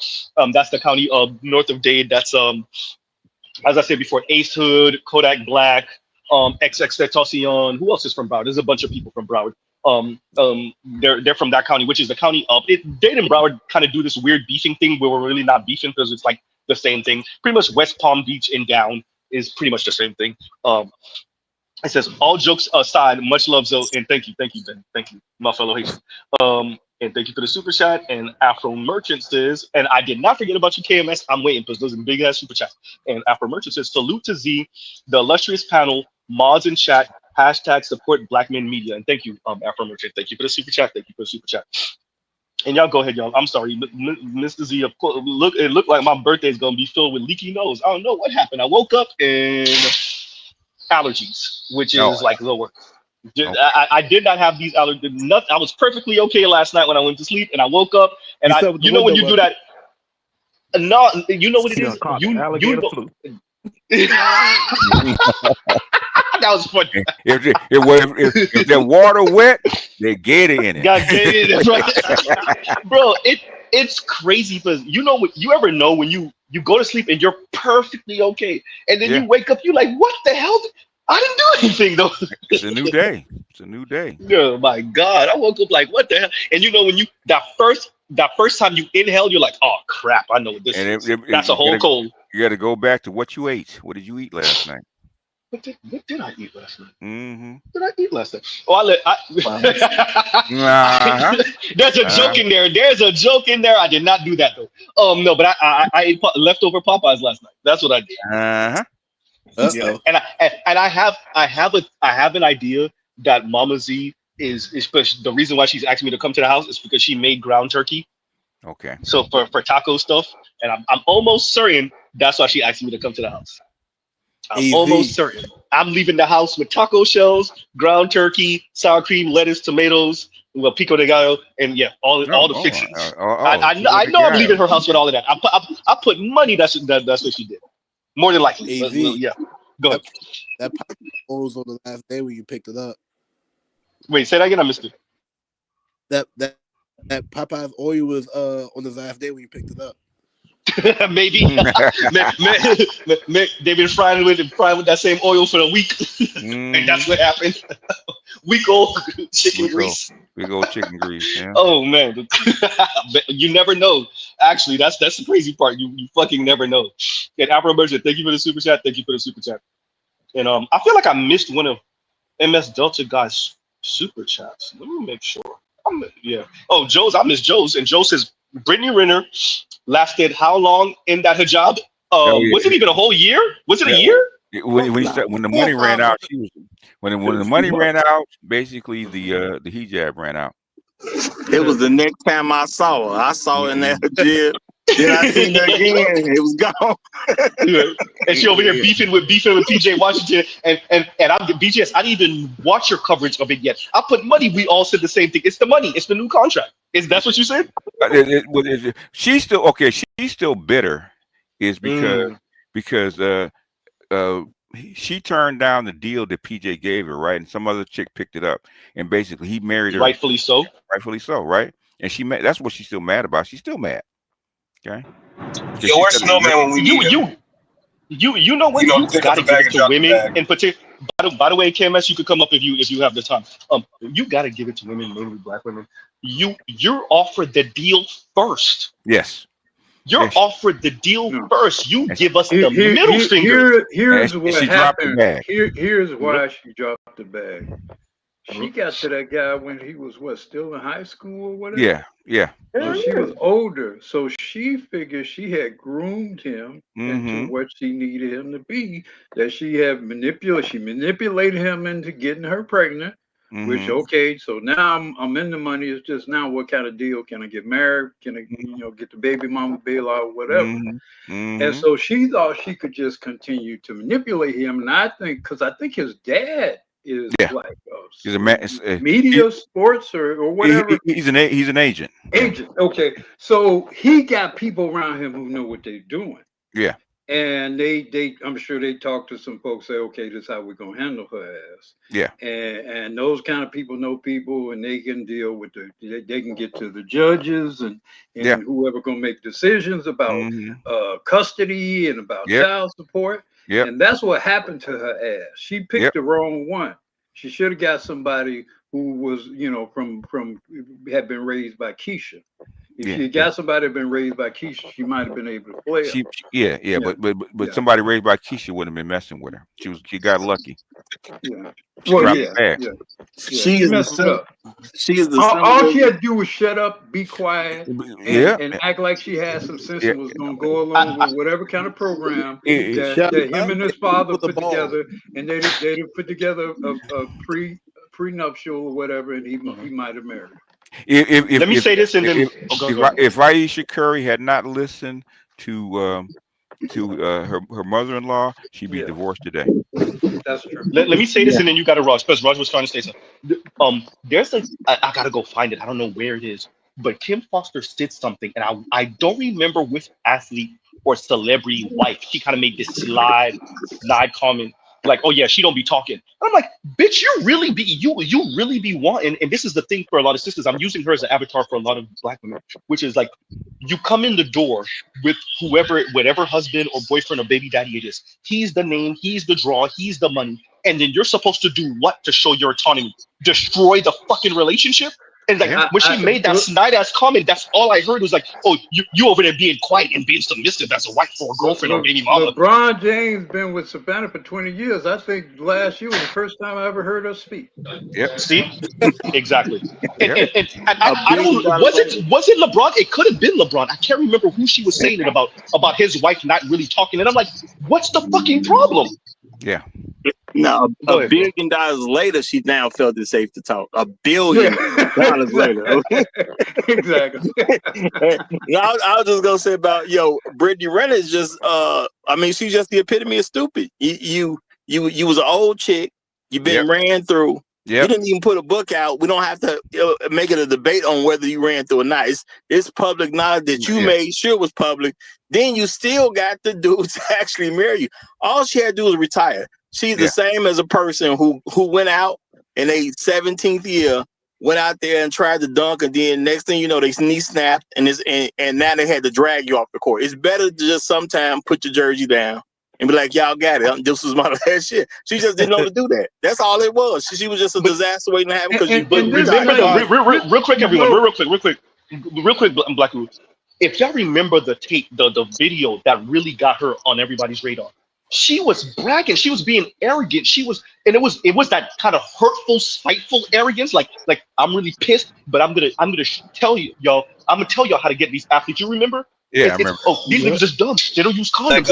And all of her arrogance and her rage was kind of in this big toxic freaking bowl of shit, right? So yeah, no, exactly what Raj is saying. But remember, the reason why her freaking knee snapped or her leg snapped and she tried to go for that dunk is a mixture of arrogance. And I'm gonna show you niggas. I'm gonna tell all these hoes how to get y'all and baby trap y'all because y'all don't be using condoms. And I done fucked so many of y'all. And what she doesn't appreciate, or she did appreciate it, but she decided to torch everything is, bitch, you're lowering your own stock. PJ Washington was your last goal. You realized it, and so you said you're gonna burn the whole world down by talking about these niggas like they ain't shit. What do I call the black one? Queen of the Ashes, right? Queen of the Ashes. Go ahead, Black Root. Exactly. And all Queen she of the had to do was Ashes. go be like Savannah. That's all she had to do. Just play the Savannah role and don't say nothing. And we don't even know her name. She would be married to a very rich man right now. But you talking about the security part of the conversation, Raj. What about the autonomy part of the conversation, which she has now, but with no financial security? She got plenty of autonomy now. Yeah, exactly. That's my point. She got the autonomy now, but what about the security part? Yeah, she's a free agent, man. That's her security. She's a free agent. Yeah, she probably wouldn't have been able to.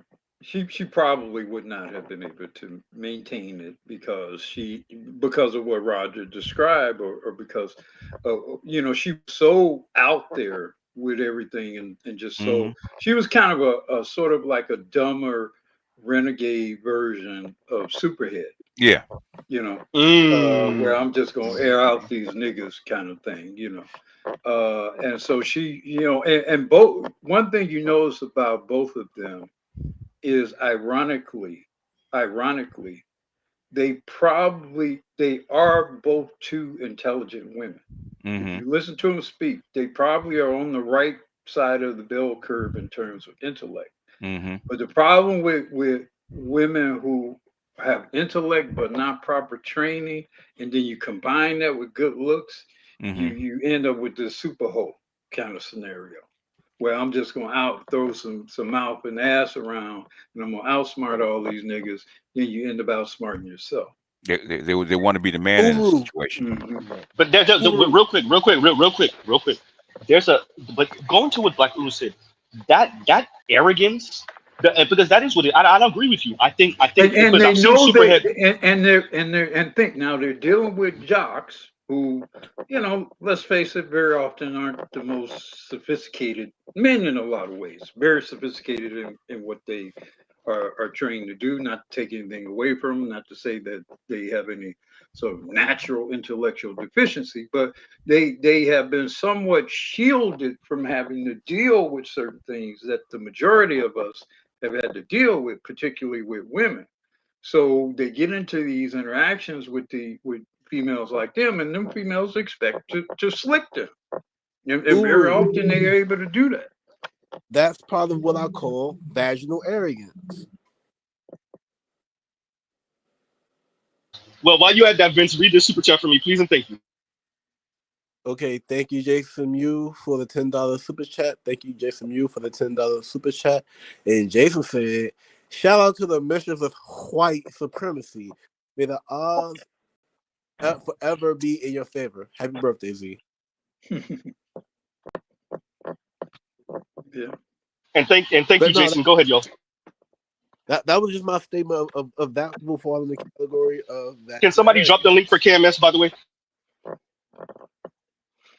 Yeah, look, all to some degree, all women think that or expect or hope to have some sort of vaginal leverage, I guess, and especially if No, they arrogance, not leverage, arrogance.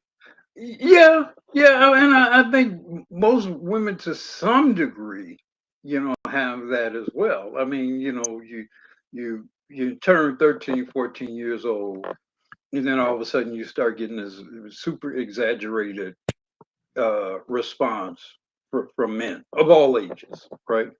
And it does create a certain degree of delusion. That's why I was saying earlier how important prior generations of women would make a point of compelling young girls, teen, whatever, to be modest in their appearance to cover up, because they knew that the response of the men to their beauty was going to eventually distort their perceptions of themselves. Hey Uru, do you think that attention is the gateway drug being a hoe?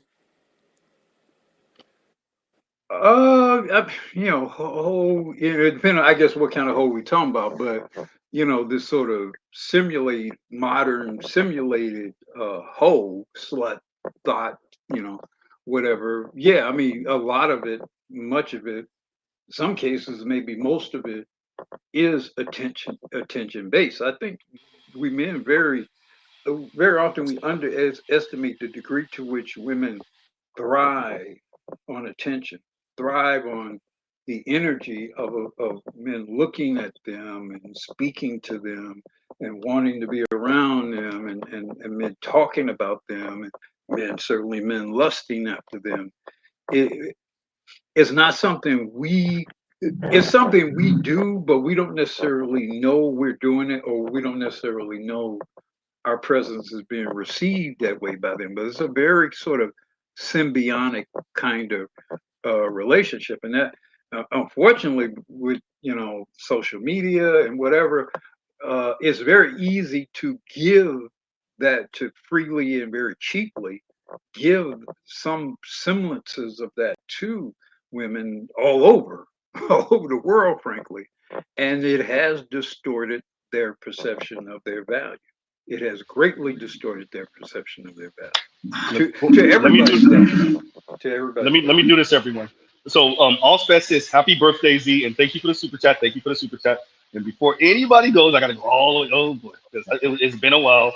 And give me a second, because we gotta shout out KMS, and then we're gonna give KMS the floor for a second. So he can explain. Well, let me go to the first one. And KMS says, well, first, and he says, this is a whole lot of Popeyes. And KMS says, happy birthday, big dog. Popeyes on me, and thank you for the super chat. And there ain't a whole lot of Popeyes where I live. Popeyes are expensive as a motherfucker. Well, look, but a family. I mean, if you're getting a whole family meal, you're right. You're looking at like $30 easy for like 27, $30 easy for a family meal. That is definitely true. When did Popeyes become fine dining price? No, the price. Look, I had no choice. I know everybody's gonna go. I had no choice the other day. I was in a rush and I had to stop at McDonald's. I was starving and I had to stop at McDonald's, everybody. And I think I ended up spending almost $20. I was like, what? For what?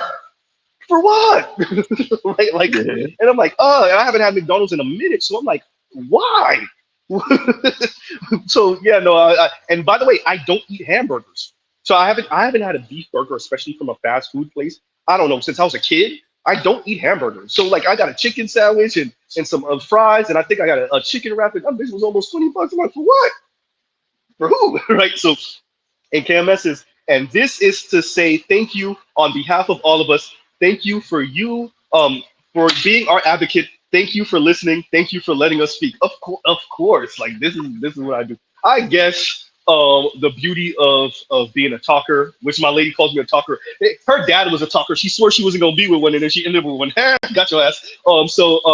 Hey babe, I love you. But yeah, so yeah, the beauty of being a talker and liking to have these conversations is, well, me right now. So I guess it worked for me somehow, right? So, and thank you for that, KMS, and we're gonna leave this one up for a little while. And go ahead, KMS, and then we'll have Lion and Leon. Go ahead. Oh no, man! I listen. I greatly appreciate it. I'm gonna be up here this long. It's just that due to recent events and everything going on, it really moved upon me to make sure that I give my flowers to people in my life that I hold a lot of respect for.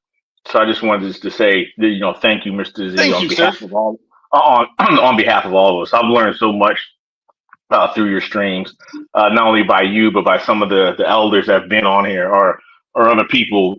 Numerous people in the chat that have given perspectives that definitely let me rethink and reevaluate some things going on in my life. And it's spaces like this that matters. And uh, you know, this is kind of a situation where you are immortalizing yourself in just your perspectives and your teachings. And unfortunately, I'm in a situation where I can't have the courage that you have. And I do think about that at times. So, thank you for being my courage in this regard. KMS, I'm living out here reckless too. That's why I call it the reckless stream.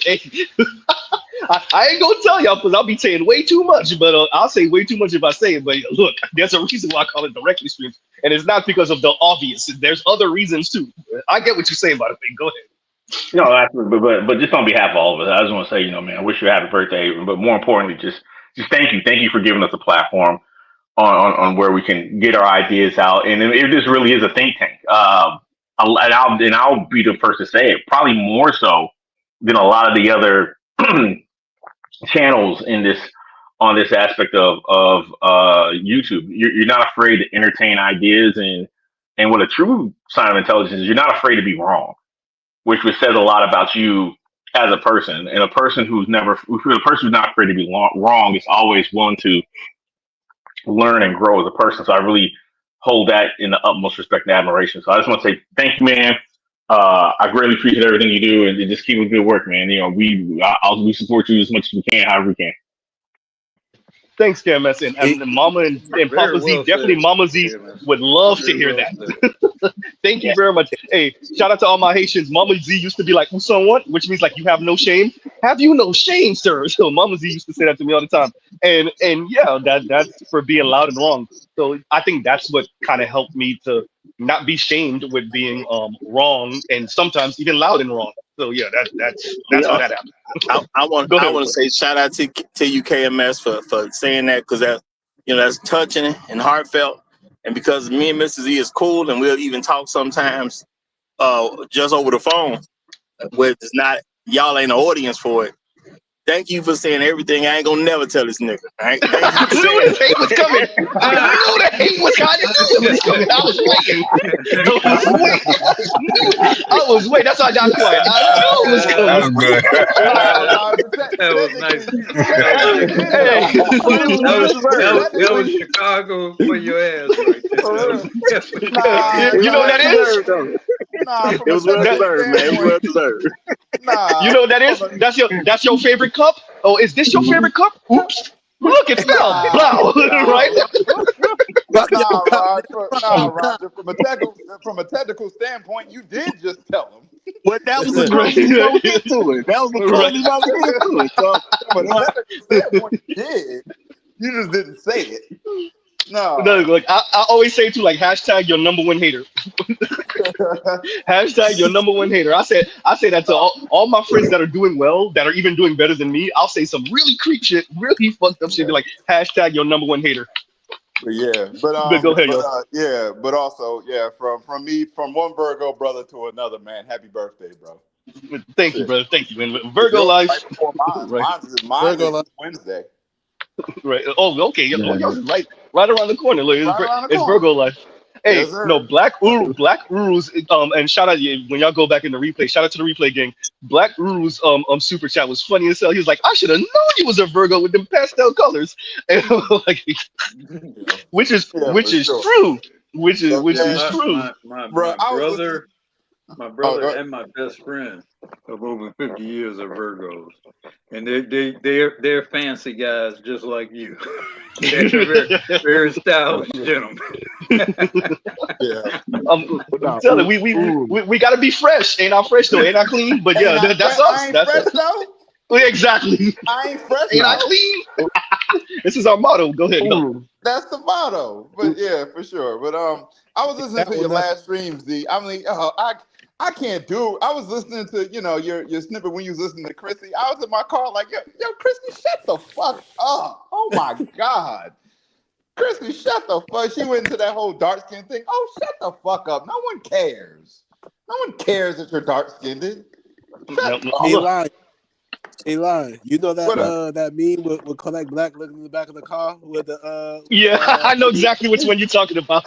Yeah, that's what you was looking like. The fuck you talking about? Look, the fuck are you talking about? No one cares. That no, you're no, no. dark. It gets worse. No, bro. Like if you go, and I don't suggest y'all do it. When you go down the mind of the crazies, so what you'll see is like when it is a dark skinned woman, then she starts picking apart. Well, her hair is a little too loose, and her nose is not more West African, and she's not stereotypical. And so it's not just the skin tone thing. That was her issue with Amara La Negra because she had gray eyes and maybe slightly looser curled hair.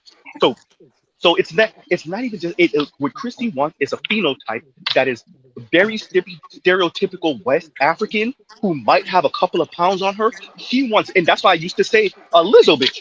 She wants, and not Lizzo now because I see that picture with Lizzo and her man on it. I seen it, right? Like, bro, So she but that wants. don't matter. Like, there's plenty of all you gotta. If you got a problem, Chrissy, just hit the squat rack. Or any of you dark. I don't think she's to be just said in hit real the life. squat rack. I think when you're looking at women like that, what their real issue is, and she's kind of said it before, which is I want my beauty to be validated by the guys. I want my phenotype to be validated by the guys, which means rich black men. I don't think it's about type. I don't think it's about type because they make a whole lot of excuses when a dark skinned woman is fine. Yeah, because when the fine dark skinned woman come in the room and all that, you know what I'm saying, all that same stuff don't matter no more. They just be reaching and searching for anything to say. Somehow she's different, But I mean, exactly. What's that chick? There's never been a we have never there's literally no dark skinned women that's ever been acknowledged. Like Lark Voorhees never existed. For real.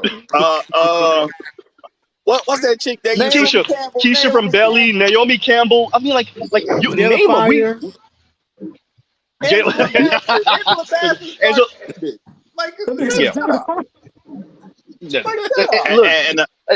That's a good one, Angela Bassett. A lot of black men used to like Cherry from Punky, like that. Cherry from Punky Brewster when he was growing up. Yeah,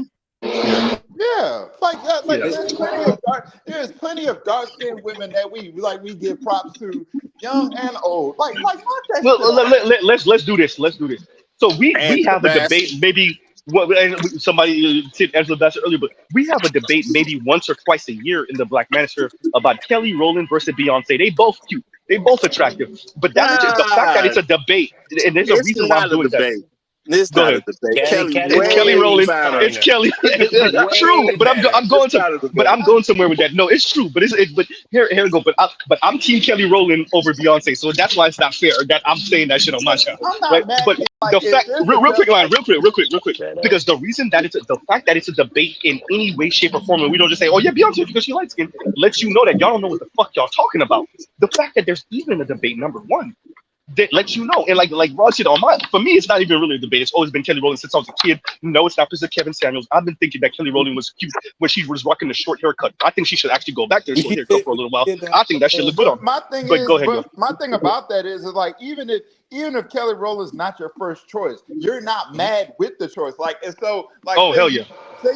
Say you out and about and you see Kelly Rowland and Beyonce together, and you might be interested in Beyonce, but Beyonce got a boyfriend. You ain't mad when you go with Kelly. And I think that's the main issue. Exactly. That's what it really comes down to. Damn. Christy want to be the first choice. So? You know what? I don't even believe that hype. I don't wait. Let Raj get that, and then you got that. Go ahead. I don't even believe that hype, man.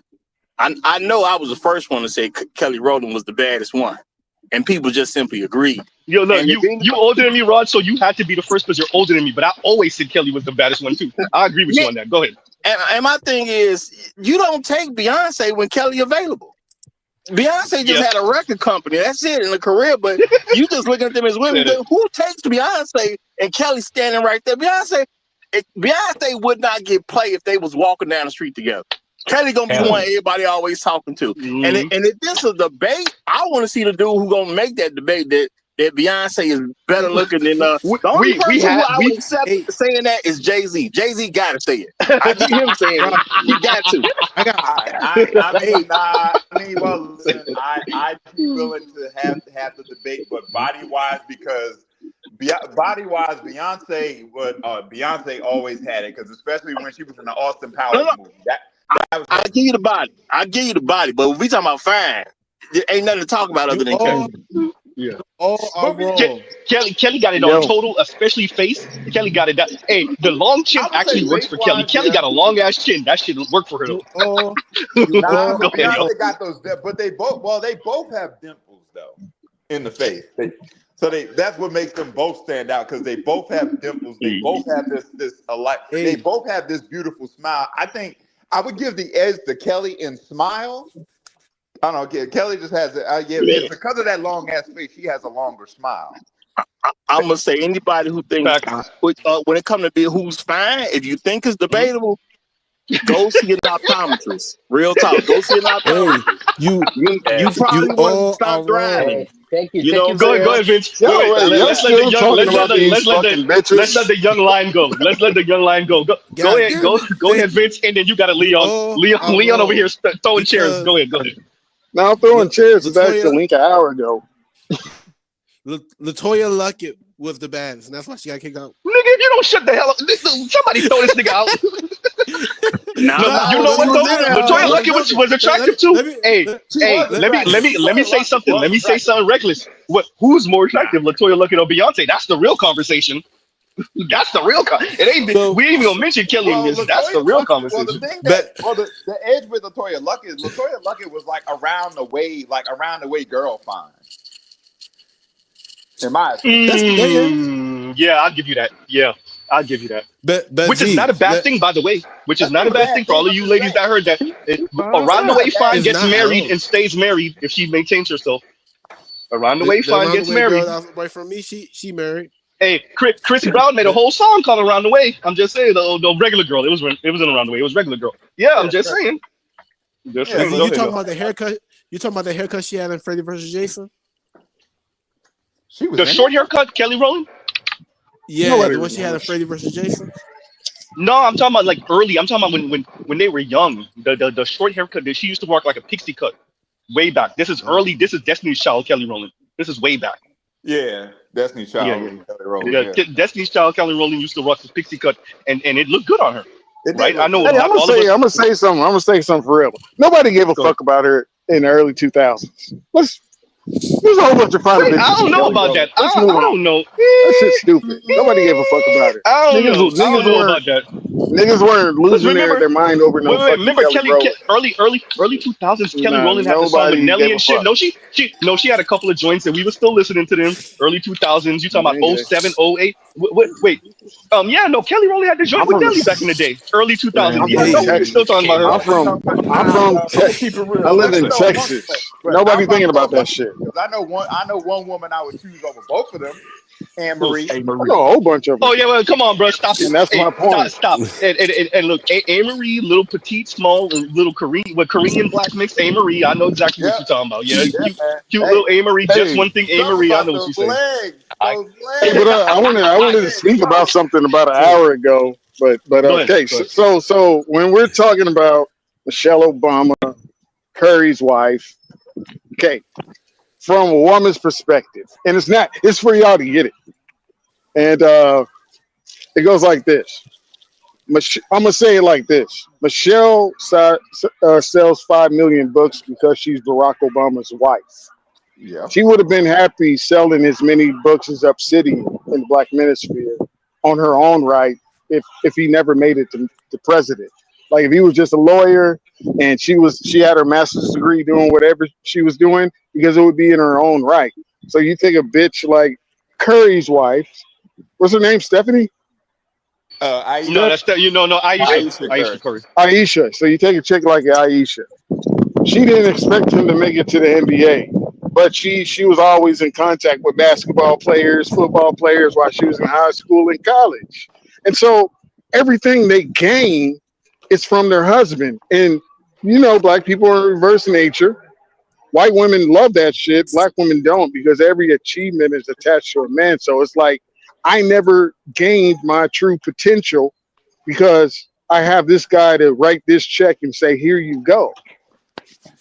That's what they fucking hate. They hate. They're not white women. They're black women. So if you take Jada Pinkett for example, Will Smith got the part in the Matrix. He declined it. So she could have been Trinity. So she's mad. And the thing is, he got his parts by sucking dick, and she got her parts by hard work. So it's like, yeah, you get a part in the Matrix, but you're not a major character, and your husband rejected it, and you could have been Trinity instead of just the black girl in the movie.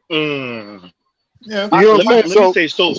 I'm this is a suspicious of them casting Jada as if Will is the. I'm suspicious of that.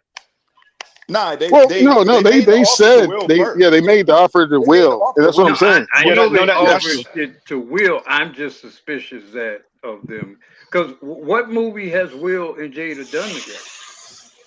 That's not the point, really. That's not the point. No, I'm saying what Will has done big blockbuster movies. Which of those movies has Jada appeared in? What you got to do is ask yourself, how come Will doesn't do that? That's a whole doesn't do that. He got enough weight to make it happen, but he don't. Yeah. Yeah, but that's the whole thing. So you take a chick that looks at her husband is the same goofy nigga that she was with in high school and college, around a whole bunch of other males, and now he's Steph fucking Curry with the world looking at him, and guys don't look at you. And it's like I had all this skill, and now everything I do is him. Every time I do something, he's mentioned. It's like they want their external. What are the black women? They want their independence outside of. They want their external validation, but they want their independence separate from their marriage. But like I said, Michelle Obama. They want. Yeah, I get it. But I'm on lunch break, and it's almost ended. I only got 20 minutes. I've been here 18. So Michelle Obama could have sold books, and like I said, she would have been happy within her circle of women to sell just as many books as Obsidian in the Black Manosphere, because it would be through her, and her husband would be a side note. But since she's Barack Obama's wife, everything she does has his name attached to it. Let me say this, Leon, because the same, and you correct me if I'm wrong. What I'm hearing from Leon is Michelle Obama doesn't like the price of the security. She would much rather have had the autonomy, quote unquote, / security if she would have had way more autonomy. So she would rather make less money, be less famous, if she could tell Barack to go fuck off when she wanted to tell Barack to go fuck off. Well, no, it's not about telling somebody. It's not about telling nobody to fuck off. That's what I'm saying. Y'all keep doing that shit. It's not about that. What it's about. If Barack Obama was just a regular fucking lawyer like he was, and she decided to be within her pro-black space, and she sold 500,000 books and 200,000 white women. Why I did what I did, Leon. I said that on purpose. I'm purposely being hyperbolic because in that environment that you're speaking on, she could tell him to fuck off, and he would just have to go fuck off. She has to maintain an image. But there's a piece So when you think about Curry, let's let Leon finish up with that, and then you got it on Black Woman. She said like she didn't actually like see being with him like that. Then it's like he gets so high up that it's like if he gives her something or she looks at her 2 million followers, she has the followers because she's his wife.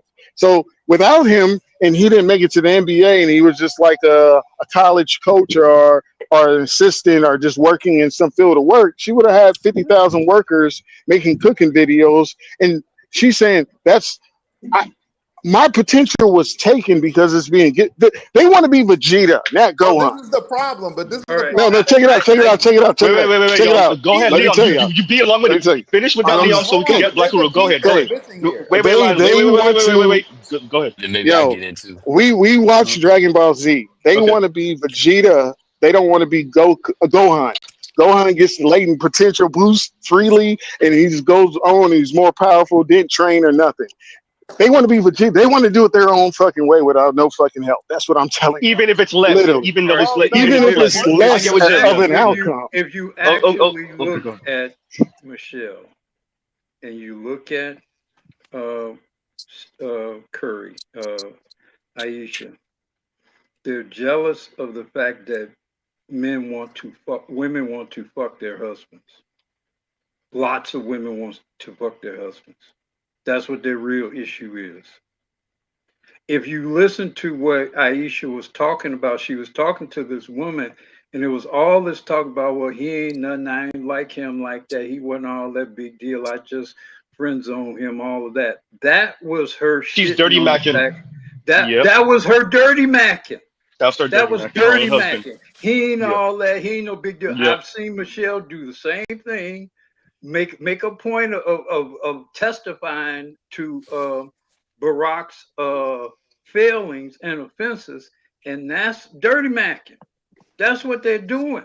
But the dirty macking is coming. But the dirty mac is coming from a bullshit place, because these are the same women that crave men with status until they get it. Yeah, So but you have to, right. But it's a whole other thing when you see a whole bunch of women want to fuck your husband. Well, I mean, and that's, a lot of them, and a lot of them are prettier than you. Yeah. And they movie stars, right? They athletes, right? They got status. They're prettier looking. They're younger, a lot of younger women. Well, it's a double. Would give it up, and it's a kind of jealousy. I mean, there would be moments where Barack would be having these exchanges with these white women, with the wives of this other head of this country or whatever, and they'd be these very friendly exchanges. And Michelle would be mean mugging the fuck out of them. Go look on the go look in social media. There's a lot of them. But there's enough. But here is two. But the problem. Wait. I'm sorry, I'm cutting you off because we got to get other people. I got it out in a minute because y'all know this is a reckless. But I wanted to say this. I'm gonna play this clip again to emphasize what Black Uru is saying. Take it out of simply just the dating realm or the matchmaking realm or they're looking at him realm. I'm gonna play this clip again, and y'all let me know what y'all see. Where the hell did it go? That should have walked away. Wait a minute, I'm over here trying to make a point, and it should have walked away from me. Where is it? There we go. All right, y'all. I'm gonna listen to what Black Uru just said, and then listen to what this lady is saying. Men in Germany are treated way differently than Black women in Germany. Black men are appreciated in Germany. Black men are put in a cultural sense, in a societal sense, you are seen as interesting, whereas Black women are seen as lesser. An experience, a novelty in which you can approach voyeuristically, and it's dehumanizing. I was a member at Soho House, and I remember seeing a Black man sitting there, and there was all these white women around him glorifying him, gawking at the fact that he was existing. And I think Black men need to acknowledge that their lived experience in Germany is disproportional to that of a Black woman in Germany. That's just because think of what she said. Think about, and then you got it after this inspired truth.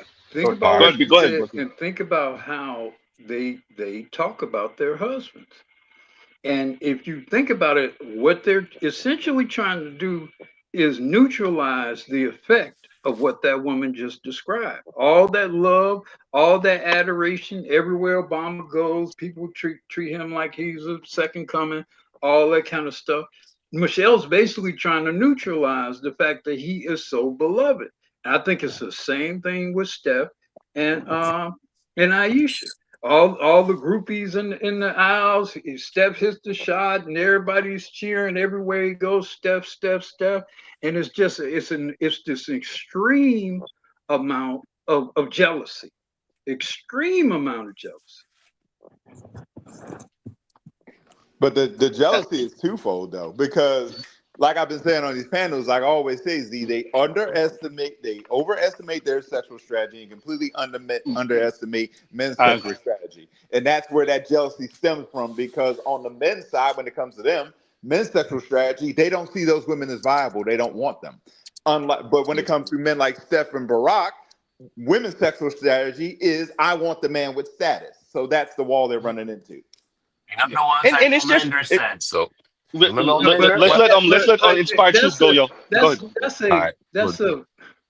That's not a relevant comparison when you look at it when they're already married and stuff. Of a woman who's next to a man and everybody's screaming for that man.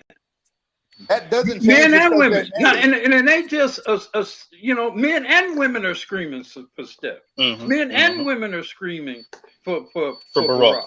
But that doesn't change just because they're married. Yeah. Well, no. Let me frame that a little bit different, line, because the sexual strategy statement is what kind of threw out. What they're running into is what that hypergamy actually produced.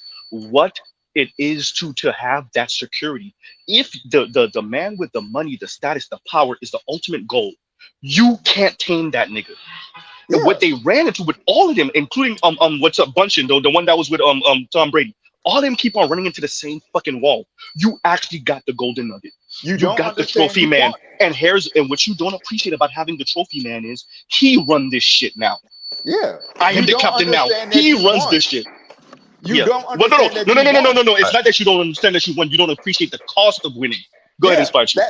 All right, we'll do so. Also, when you we gotta let Inspired Truth go, Black. We gotta let him go. I got you. I promise. Go ahead, Inspired Truth. All right. So first off, big shout out to you, Z, from all the brothers in the chat. Keep doing what you do. We appreciate you. Thank you, sir. Thank you. We want you to keep it on moving. This is a great public square. We love it. All right. So first off here, there's this thing that goes on with women where they're basically mimetic. Like whatever one woman is doing, another woman's trying to do. They're trying to trying to do all of these different things, and they're following each other like basically fish in a school of fish. You know, the other thing that happens is this kind of fiction, like these fairy tale stories that people will tell themselves. They'll tell themselves like ideas about what could have been if you would have taken a different path. Or like, I could have done all of these grand, ideose things by myself. I could have been even greater and even more spectacular if I wasn't attached to this spectacular man. You know, all these fictions. And the thing about it is, real quick, Inspired Truth, I gotta cut you off. You know what clip I needed to play? Shout out to Compassion and Callous. I'm smart. I know things. That's what you're saying right now. I'm smart. I know things. I'm capable. Go ahead. I want respect. Go ahead, Inspired Truth. Go ahead. And it's all about feelings. It's not anything about anything factual at all. And if the guy wasn't the man in the first place, she wouldn't value him like that. Like there's like so many like women in their 50s, damn near 60, thinking about stepping out on their husbands because they don't feel like that guy is valuable because he's not like doing anything that's particularly attracting other women to him. Like so they in this stuck in this dilemma where okay, you're gonna be jealous about other women wanting him, but if he wasn't the man that would make you jealous, you wouldn't want him anyway. You'd be ready to leave. True. Let me say this to what you're saying, Inspired Truth. Real quick. To go to what the lady was saying in the clip when she's like, black men need to appreciate this. Let me translate the B babble for y'all. Shout out to Edward Anderson. What she is saying is, you need to transfer that energy, that attention to me. When those white women are drooling over you, when they're looking at you laudatory, when they're looking up at you, there's a pun in there, right? When they're doing that, you need to say, no. Keep my dick out your mouth. Look, and then walk over to me as a black woman and say, this is who y'all should be looking up at. That like is Will what she's Smith. Saying by saying appreciation. Yeah, like when exactly that clip, that meme of Will Smith pointing at Jada with the two hands, right? That is exactly what, as a matter of fact, Inspired Truth, that was genius. Exactly. That's exactly what they want. Don't look at me, look at this black woman. And if you listen to say her name, if you listen to to the way BLM transferred, shout out to excuse me, my notes. Shout out to the Rogers Report. The BLM, when they transferred the blood, lives, and memories of black men to LGBTQ black folks. That is what you're supposed to do with black men.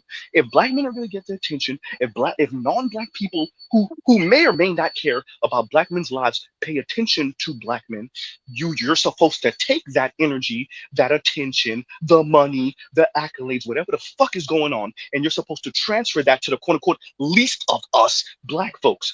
And the reason why so many of these people are enraged is because black straight men in particular aren't doing that shit in their minds.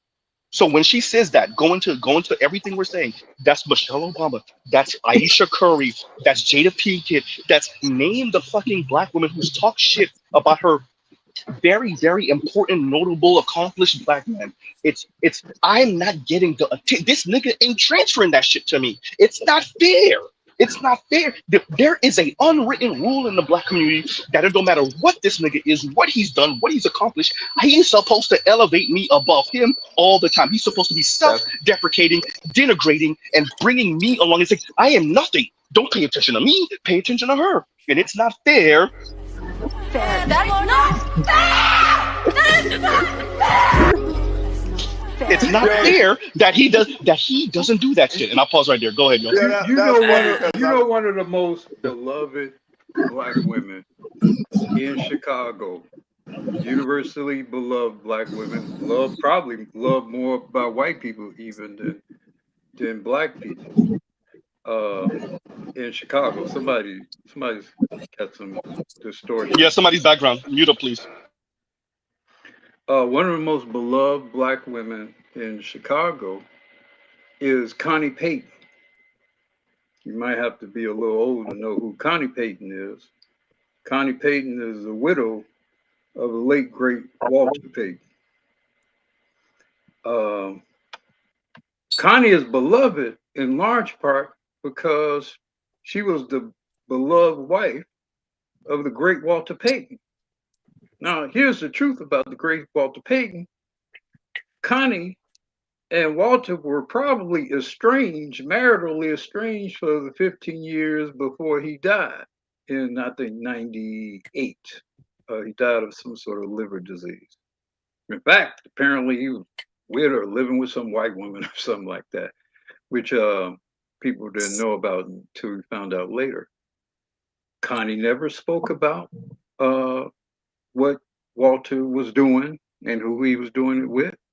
When he died, she got practically military honors around here when Walter Payton died. And she and her children have benefited. And like I say, Walter's been gone for 25 years now.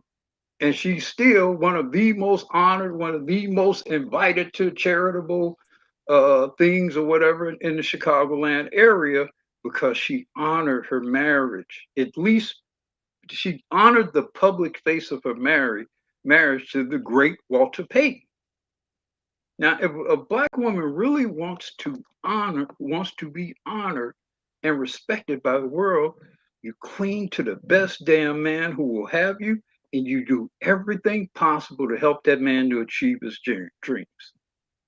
The world will love you. The world loved Coretta Scott King long, long, long after Martin was killed. You know? So if they want to really elevate the situation, you be a good wife, you be a good mother, you shut your fucking mouth like Savannah, you know, and you stand by your man. That's how you become beloved by the world. I will emphasize this.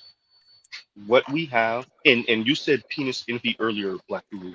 Fundamentally, black women took a fucking Faustian bargain decades ago, and it's kicking them in the ass now. It's kicking their daughters in the ass. It's kicking their granddaughters in the ass. And they don't. And I kind of agree with BGS. I don't think they know any other way. I used to disagree with BGS. Listening to them, I think they're going to continue down this road. And the masses, are we going to have women who are going to get on the black man's program and stay there? Yes, black women. But the masses of them, I don't think they know. I think they'll get married and get divorced, if not married ever. And the birth rate is going to the shitter also. You're going to have, I say, and I got to find a better analogy for this. But when I say They're going to be the Roma class or the gypsy class of women, just roaming, just out here for the taking for any man that want to do whatever he want to do with them, including other women that want to do anything they want to do with them. That is truly what the masses of black women and a lot of non-black women, if we're going to be honest, what they relegated themselves to. I don't know if they know another way. Well, Recently I started. Go ahead. I mean, you say, it's not even just about knowing another way. It's about what are you compelled to do.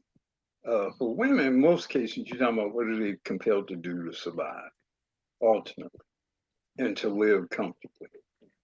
And so it is going to. We are. I mean, I guess one of the good things about the Trump presidency is that. I do think as things are removed, of these false elevations of status and resources and whatever are removed, I do think some are going to for survival purposes catch a hint and figure some things out. But I don't put much stock in people coming to any sort of epiphany or whatever, absent some survival circumstances. Yeah, they Yeah. won't. Let Not me as let me long as read the this from environment. Leon, and then you got it line real quick. And Leon says the lady is saying the same thing as Curry and Obama. Yeah, that's how we see this in the black community refute. This is, I think, a thing that it's not just a black thing, and I'm actually going to expand this out. Excuse me. What Western civilization currently, what America is struggling with, is with equality, quote unquote equality, and feminism. Excuse me, this was a thing in the past, but the society just still struggles to acknowledge this. Women can now, and I'm using these words in specific, everyone. Women can now be jealous of men. The framing is that men are jealous of accomplished women, we're intimidated by them. But when you open up the society for free competition, which y'all really didn't do, y'all put their thumb on the scale for the ladies, but okay, fine. What you're now allowing is for women and men to compete for jobs, promotions, for cars, for money, for all of that shit. And women can now also be jealous of men. And what our society is just refusing to acknowledge, because the elites know, is that women are jealous of men. Women can and are often jealous of men, including especially in the black community. There's a And they term for will that. say that shit in only so many words. Y'all are waiting for them to say, I'm jealous of this nigga. They're never gonna say it that way.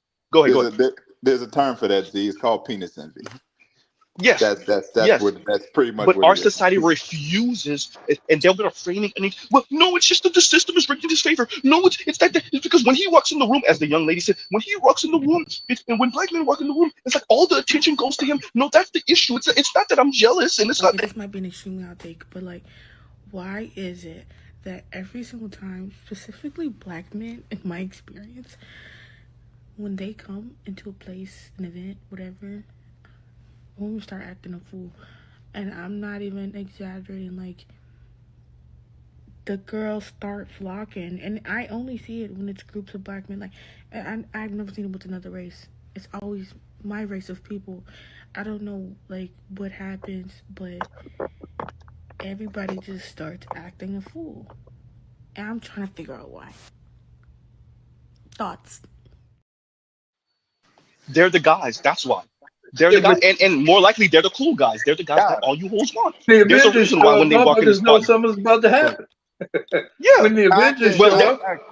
God, I can't stand women who talk like that. Why does she sound like she got Down syndrome? Damn, women who talk like that. That way she talking. I'm like, oh my God, just say it. It's an era. No, it's the era of the way they speak in the very. Because I don't know when's the last time you was on a college campus online. There's different era. If y'all notice, there was an era where you would listen to someone directing the news, and they had this very project. The way they speak, they project, right? It's almost like if they were in an auditorium, they wouldn't even need a mic because the way they speak. We're in the era now with the softest language. You're supposed to speak in the therapist tone, and you're supposed to kind of enunciate your words like this in this tone, and you don't get to the point bluntly because you know that might be jarring and offensive, and it's a little scary for some of those. So it's going to take you about maybe 5 or 10 minutes to get to the point because you want to kind of walk and coax the person to what you're saying, But they'll right? talk. And you're But they'll right, talk with like, that. But they'll talk with that damn yeah, vernacular and then be using words like like yeah. I'm saying, like, oh my god, just spit You it mean out. imitating the white women they wish they were?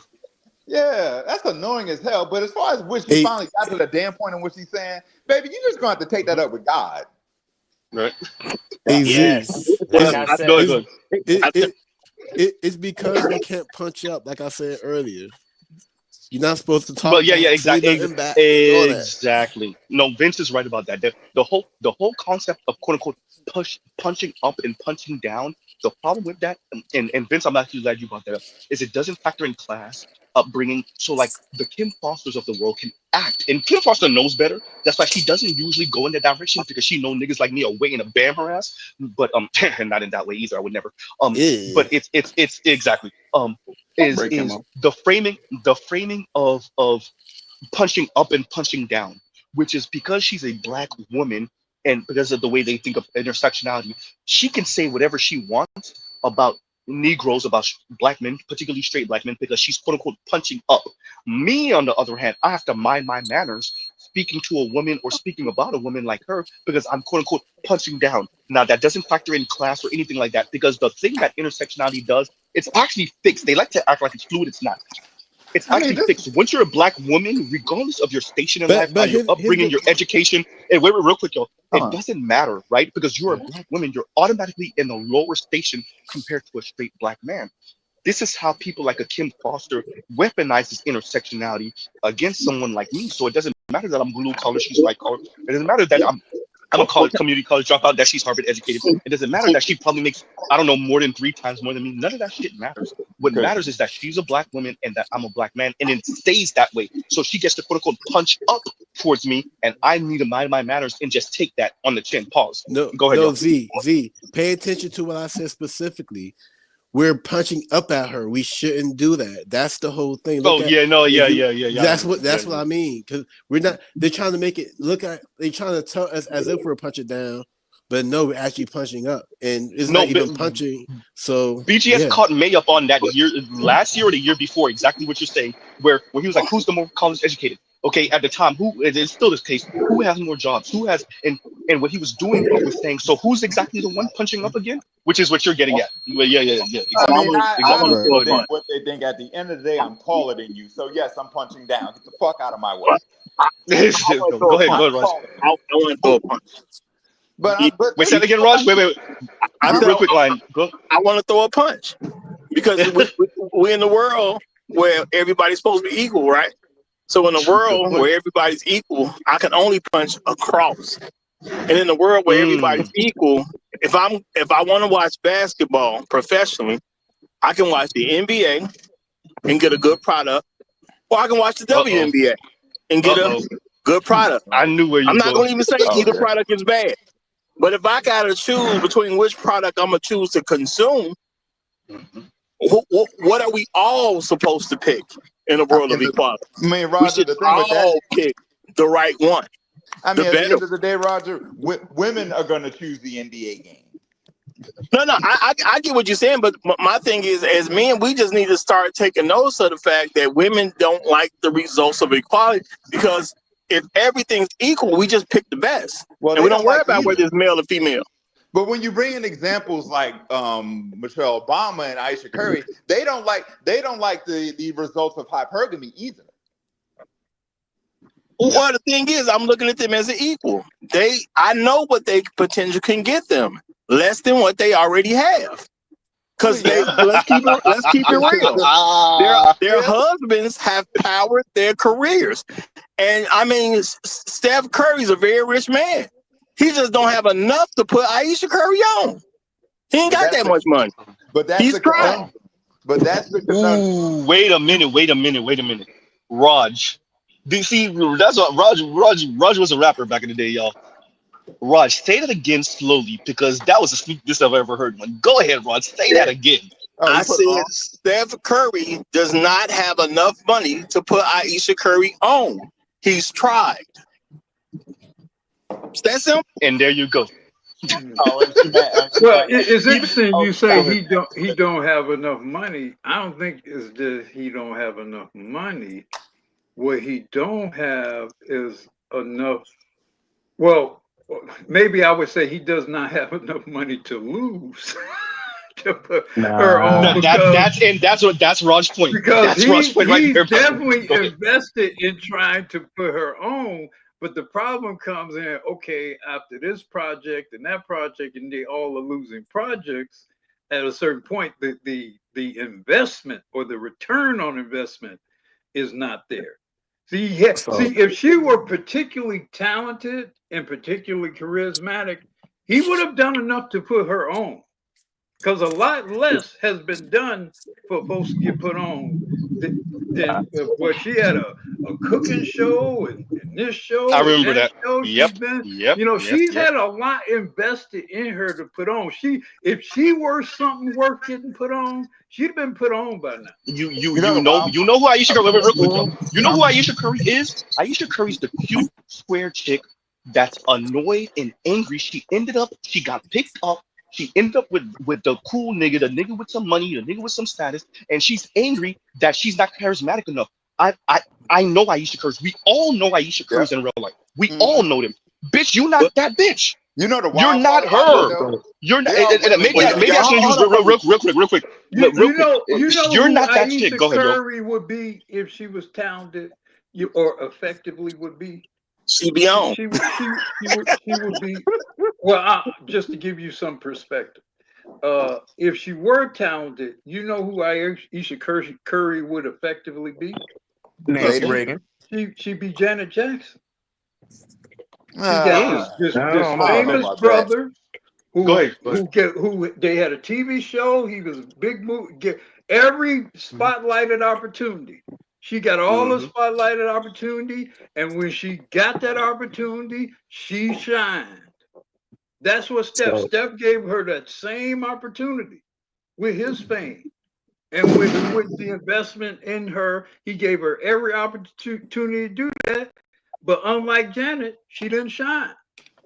So I would think of her. Wait, real quick, y'all. Go. So I'm gonna read this. Then you got to Raj. I heard you Inspired Truth, and Inspired Truth got it. And Jay Moore says, "Happy birthday, Mr." Not the Mr. President, not the Marilyn Monroe. Okay, he says, happy birthday, Mr. President, Dave Chappelle. And Dave Chappelle. Okay, and thank you for the super chat. And thank you for the super chat. And this is the one I think is hysterical. And Starman says, happy birthday, Playboy. And he's saying Playboy like Birdman says Playboy. And that's hysterical. B-O-I, everyone. And Playboy is PLEIGHOBOI. Did you like to use that Playboy term too? So watch yourself. Yeah, look, both of them is kissing niggas. I get what you're saying, Black. I just wasn't gonna go there. Thank you. I get where you going. I wasn't trying to go there. But for all of you Gen Z, y'all may not know this, but yes, there is a picture floating around somewhere of Baby and Wayne locking lips. Yes, they was locking lips out here. Right? So Inspired Truth, I guess it's time for wait, y'all, because I'm sorry, Raj, I gotta skip over you for a second to let Inspired Truth speak because he's from Louisiana. And go ahead after I done threw your boy under the bus. Go ahead. And then you got Raj.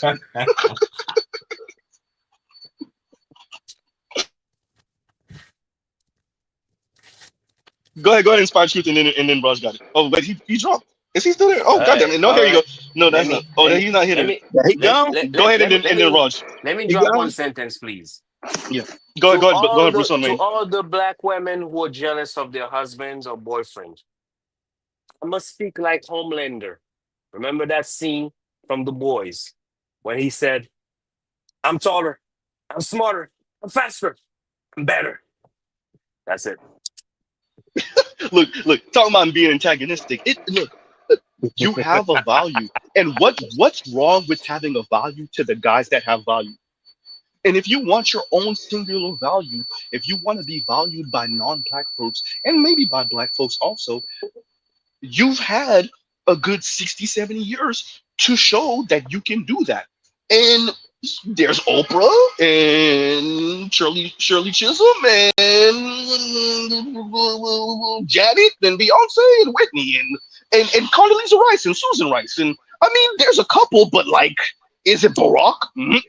Is it Jordan? Is it like, you see what I'm saying? Like like y'all got beat out by niggas that died in their 20s, like Big and Pac. I mean, like, is it I them? mean, No. the only thing we can say, I mean, at the end of the day, the only thing that's shout out to Lauryn Hill. Go ahead. I mean, the only thing that's left to say is black women suck at hypergamy. Yeah.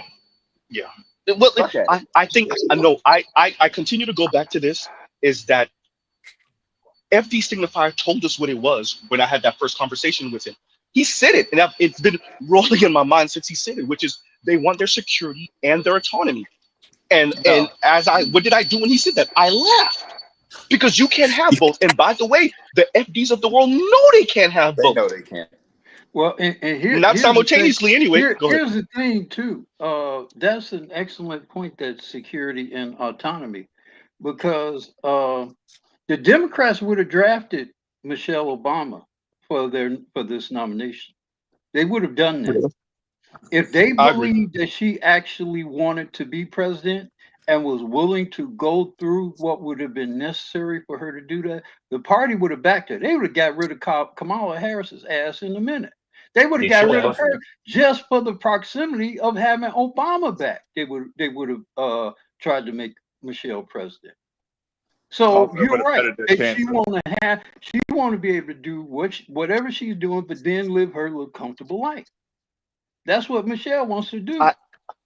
I think Michelle represents the ideal woman in not just black women's minds, where you talk shit about men, you talk shit about your husband while you're under the umbrella of your husband. Mm-hmm. And I've known not single, married white women. Personally married white women, stay-at-home white women talking shit about their husbands, and you know that bitch ain't going nowhere. And still to this day, these are people, not even just a person, people I've known for 20 years, and they're still married to their husband, still talking shit, but you ain't going nowhere though.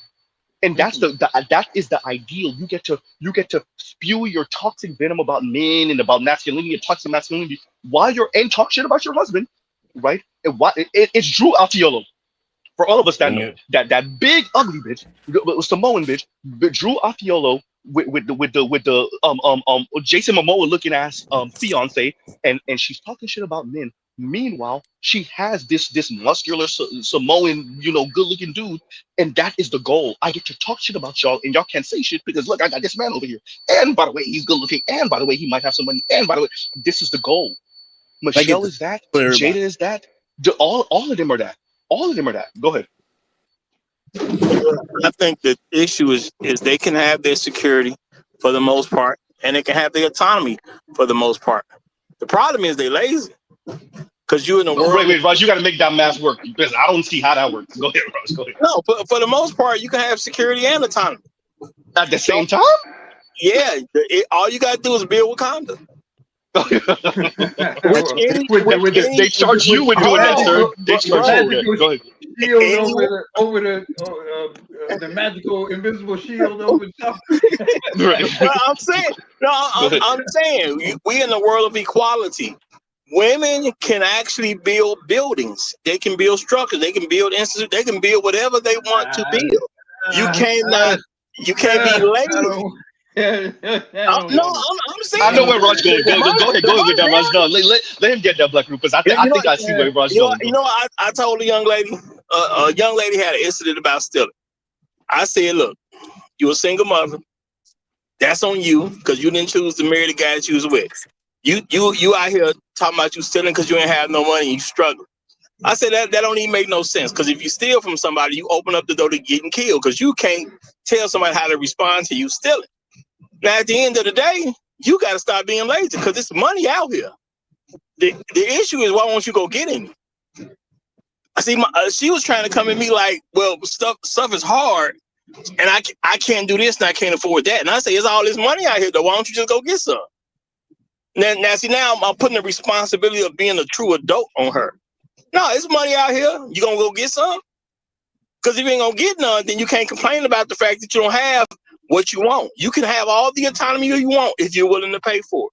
You can get all the security you want if you're willing to pay for it. Are you willing to stop being so lazy and get out here and make something happen for yourself and other women? So women And could, Raj, for the most part, have it in this kind of society. Raj, if you don't mind reading this, because this is Reese super chat, so I think you would be the best because I met Reese through you on your channel. If you don't mind reading this for me. Hey, shout out to Reese. Real talk. Shout out to Reese.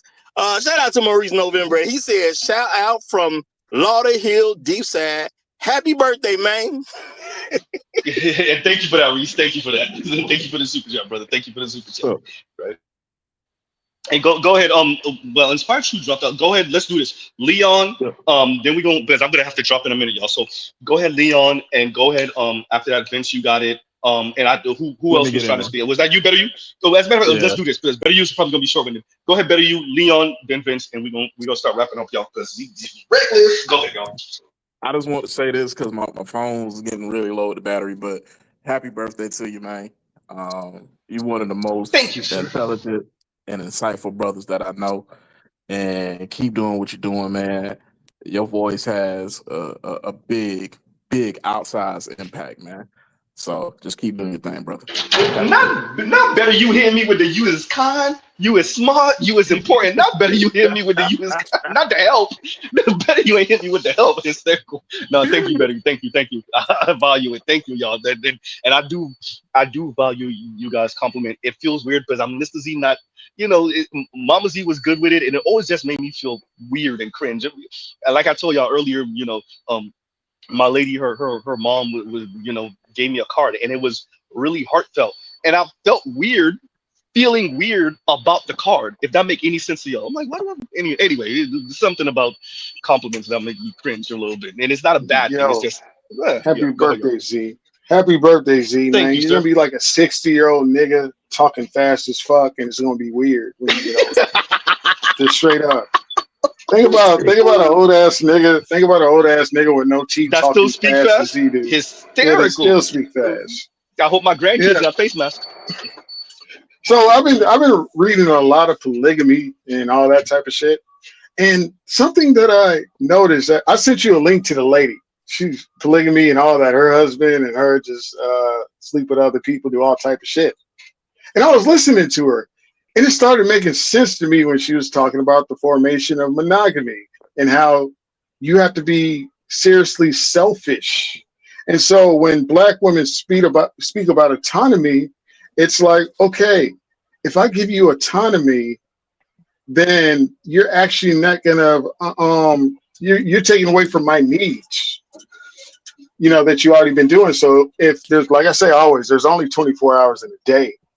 So if you have autonomy to do something else, you're actually taking away from the home. So just like that guy's talking about Black men being selfish and not being married and not wanting to do the things to maintain their marriage, basically you're saying by giving you more freedom, it takes away from me and makes me not a human. So where's my humanity? So what the polygamous lady said was, people do need their own autonomy outside of their marriage. You know what I'm saying? Where their marriage is not involved in what they're doing. So my wife runs 5Ks. I don't run 5Ks. I'm not attached. I don't take any accolade of saying, hey, I train her. I did all. I don't do none of that shit. I might get on my bicycle, but that's all her when she runs her 5K or whatever the fuck she do when she paint. That's her. That's her autonomy. You know what I'm saying? So women can have it, but they don't have no understanding of dehumanizing the person they're with to try to get it. Just straight up. My apologies, y'all. And all right, Leon. So okay, let's do Vince, and then we'll start wrapping up, y'all.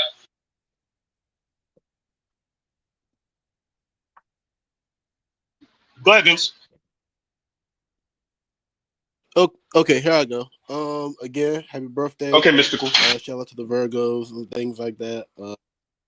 I appreciate the space to be here. Shout out to the First Amendment. Hopefully none of this hysterical, is ill-founded on any behalf, and because anything you say they can use against blah blah blah blah blah, all that bullshit. But being here and learning as much and being able to grow from the space is worth the hassle of people and their adversarial, points of views and shit. But thank you personally for being helping me make a difference in my life. So yeah, and you too, Raj. You was there too. But it's Mr. Z's birthday, so thank you, Z.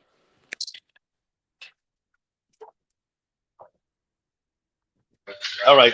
So anybody want to, as a matter of fact, let me read this from MS Delta God. And he says, I met a black woman from Kenya. I never saw a shape like that in my life. Hourglass. And yeah, there's a Pegasus looking. That's what that's what Black Uru called her.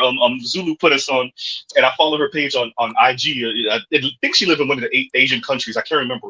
Dark skinned sister with glasses and all, and that shape. You know who I'm talking about, I've right? seen her. God I've seen her. damn. Yeah. But I Yeah. think you got to think for Asian dudes or white dudes or whatever the hell. But yeah, her shape, Of Jesus course, Christ. of course. Right? Yeah, no. So yeah, they're definitely MS Delta. Yeah, some of them got these shapes. It's just goddamn. Right. So yeah, and thank you for that MS Delta guy, and thank you for the super chat. And let me make sure, because I want to make sure I didn't miss anybody. Oh yeah, Jules, I missed you earlier. And Jules says, and thank you, Jules. And yeah, I didn't know that Jules be listening, and me might be just listening right now. But shout out to Jules of Tech. It says, "Happy B-Day, happy birthday, Mr. Z. Keep Aventura fun, hysterical." And so Jules said he know about Aventura. So Aventura, for all of you that don't know, is a small hat section of South Florida, and Aventura Mall is well known in South Florida. It has really nice shops. It's kind of an upscale mall, and it's kind of the attraction of the area. But yeah, Aventura got big money. It has small shops that make a big money. Yeah, it's just a really nice area in South Florida, mainly shopping, but they have nice condos in the back around the mall, and it's just really nice. It's just really, really nice. And Jules, thank you for that super chat. Thank you for that super chat. And there's one more. I think if I'm forgetting you, hurry up and say something before we end this all out. All right, let me say it to you. Go ahead. From a zoo to another zoo. Hey.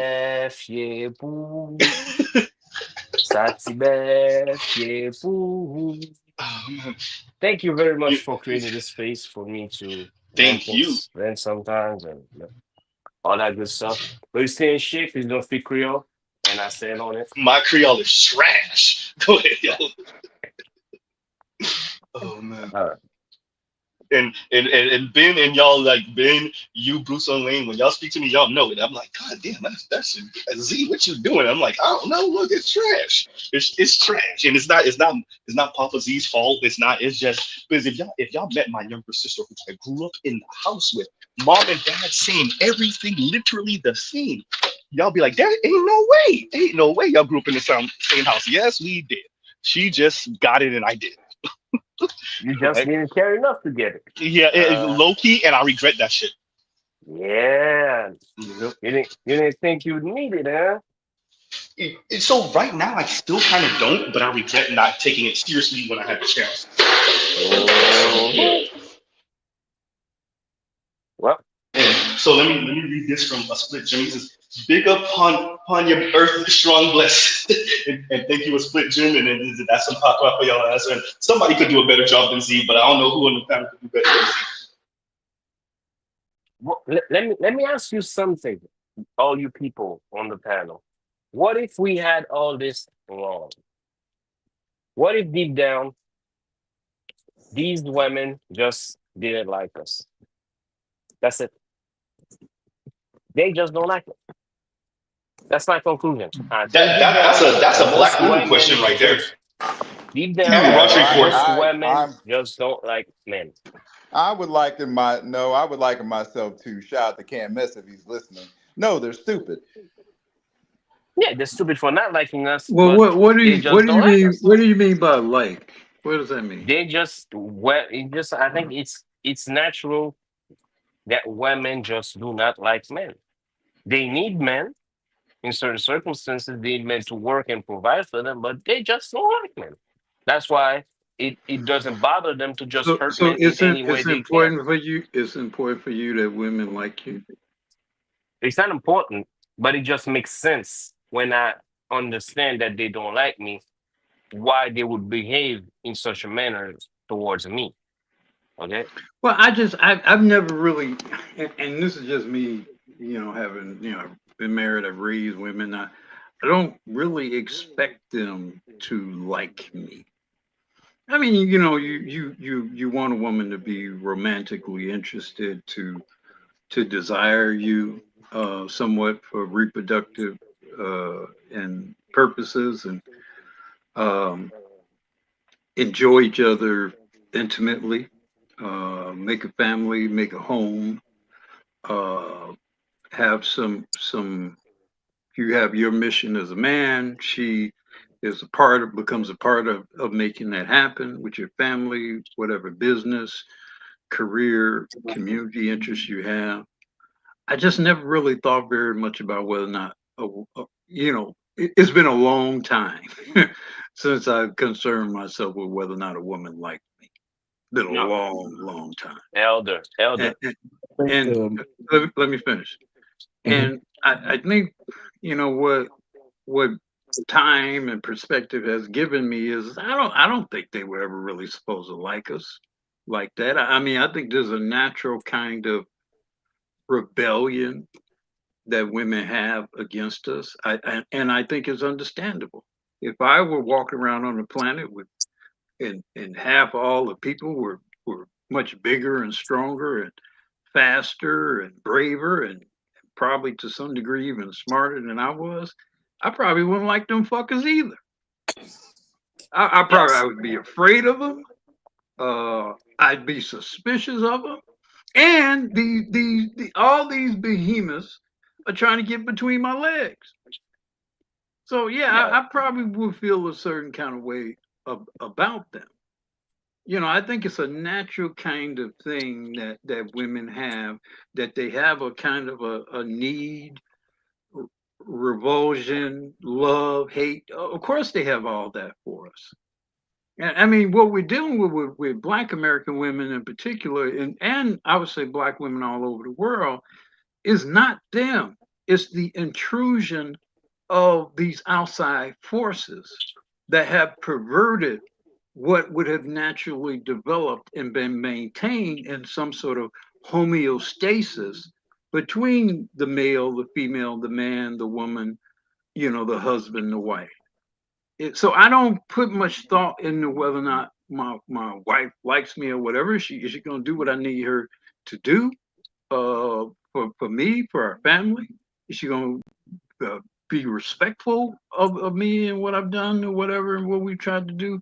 That I put much more stock in it than versus whether or not some woman likes me, because my wife probably go from liking me to not liking me 5, 10 times a damn day. I I hear you, elder.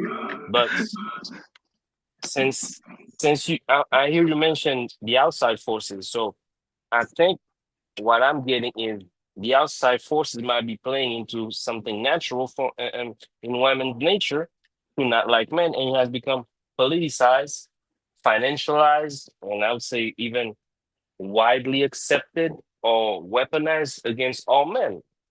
Mhm.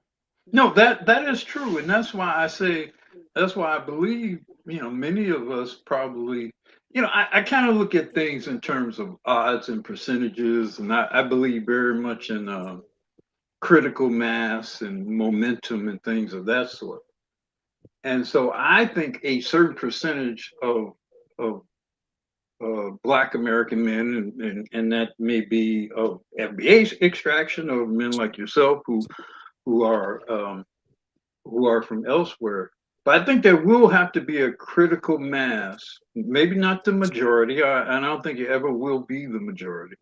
But I do think a certain number percentage of us will have to take flight, will have to be a flight risk or an actual flight departure, if you will, from the environment in order to spark some sort of course correction amongst the females who are here. I think that has to be a part. That's definitely got to be a part of the formula. I think there's had to be some real fear about being abandoned, and in some cases be outright abandoned to provoke any sort of possible change, any sort of possible salvation. The talk is great, and the understanding, greater understanding we get is fabulous. But let a million brothers go over to Africa or South America or wherever else on the planet. That's going to change things. But they can't afford it. Yeah, that's going to change things. I don't think they care enough. I've listened to them. Even I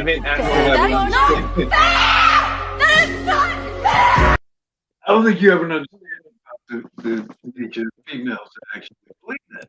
Because it ain't about alike, brother. Bottom line is survival. At a certain point, it's about survival. How am I going to survive?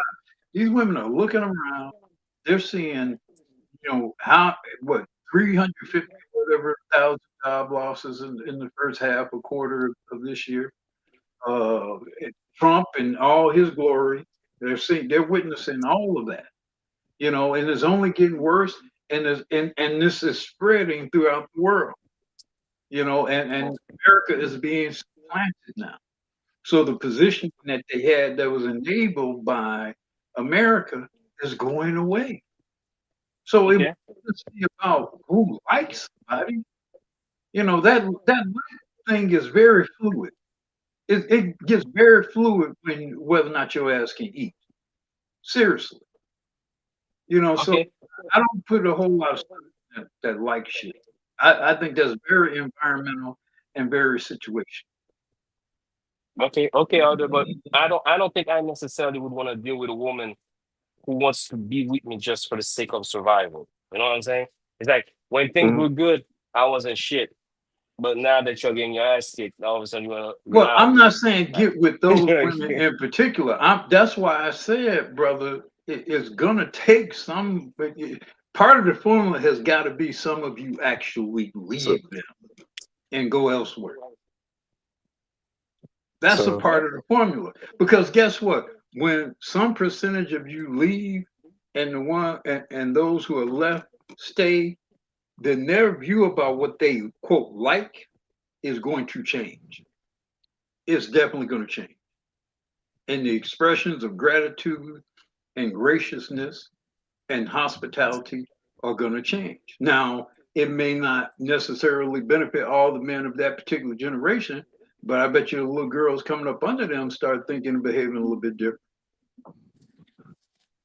I agree with you on that one. I agree with that. But still, these hoes are trash. That's why some of you got to leave. I knew you was gonna say something like that. But let's do that. I want to let Black Rule get the last word, so that's the last word, and we're gonna pause right there. Love, peace, and chicken grease. Y'all go check out other Black Manosphere content, other non-Manosphere content for the love of God. All right, y'all, and Mr. Z out. All right, y'all, and thank you, and happy birthday to me. All right, y'all.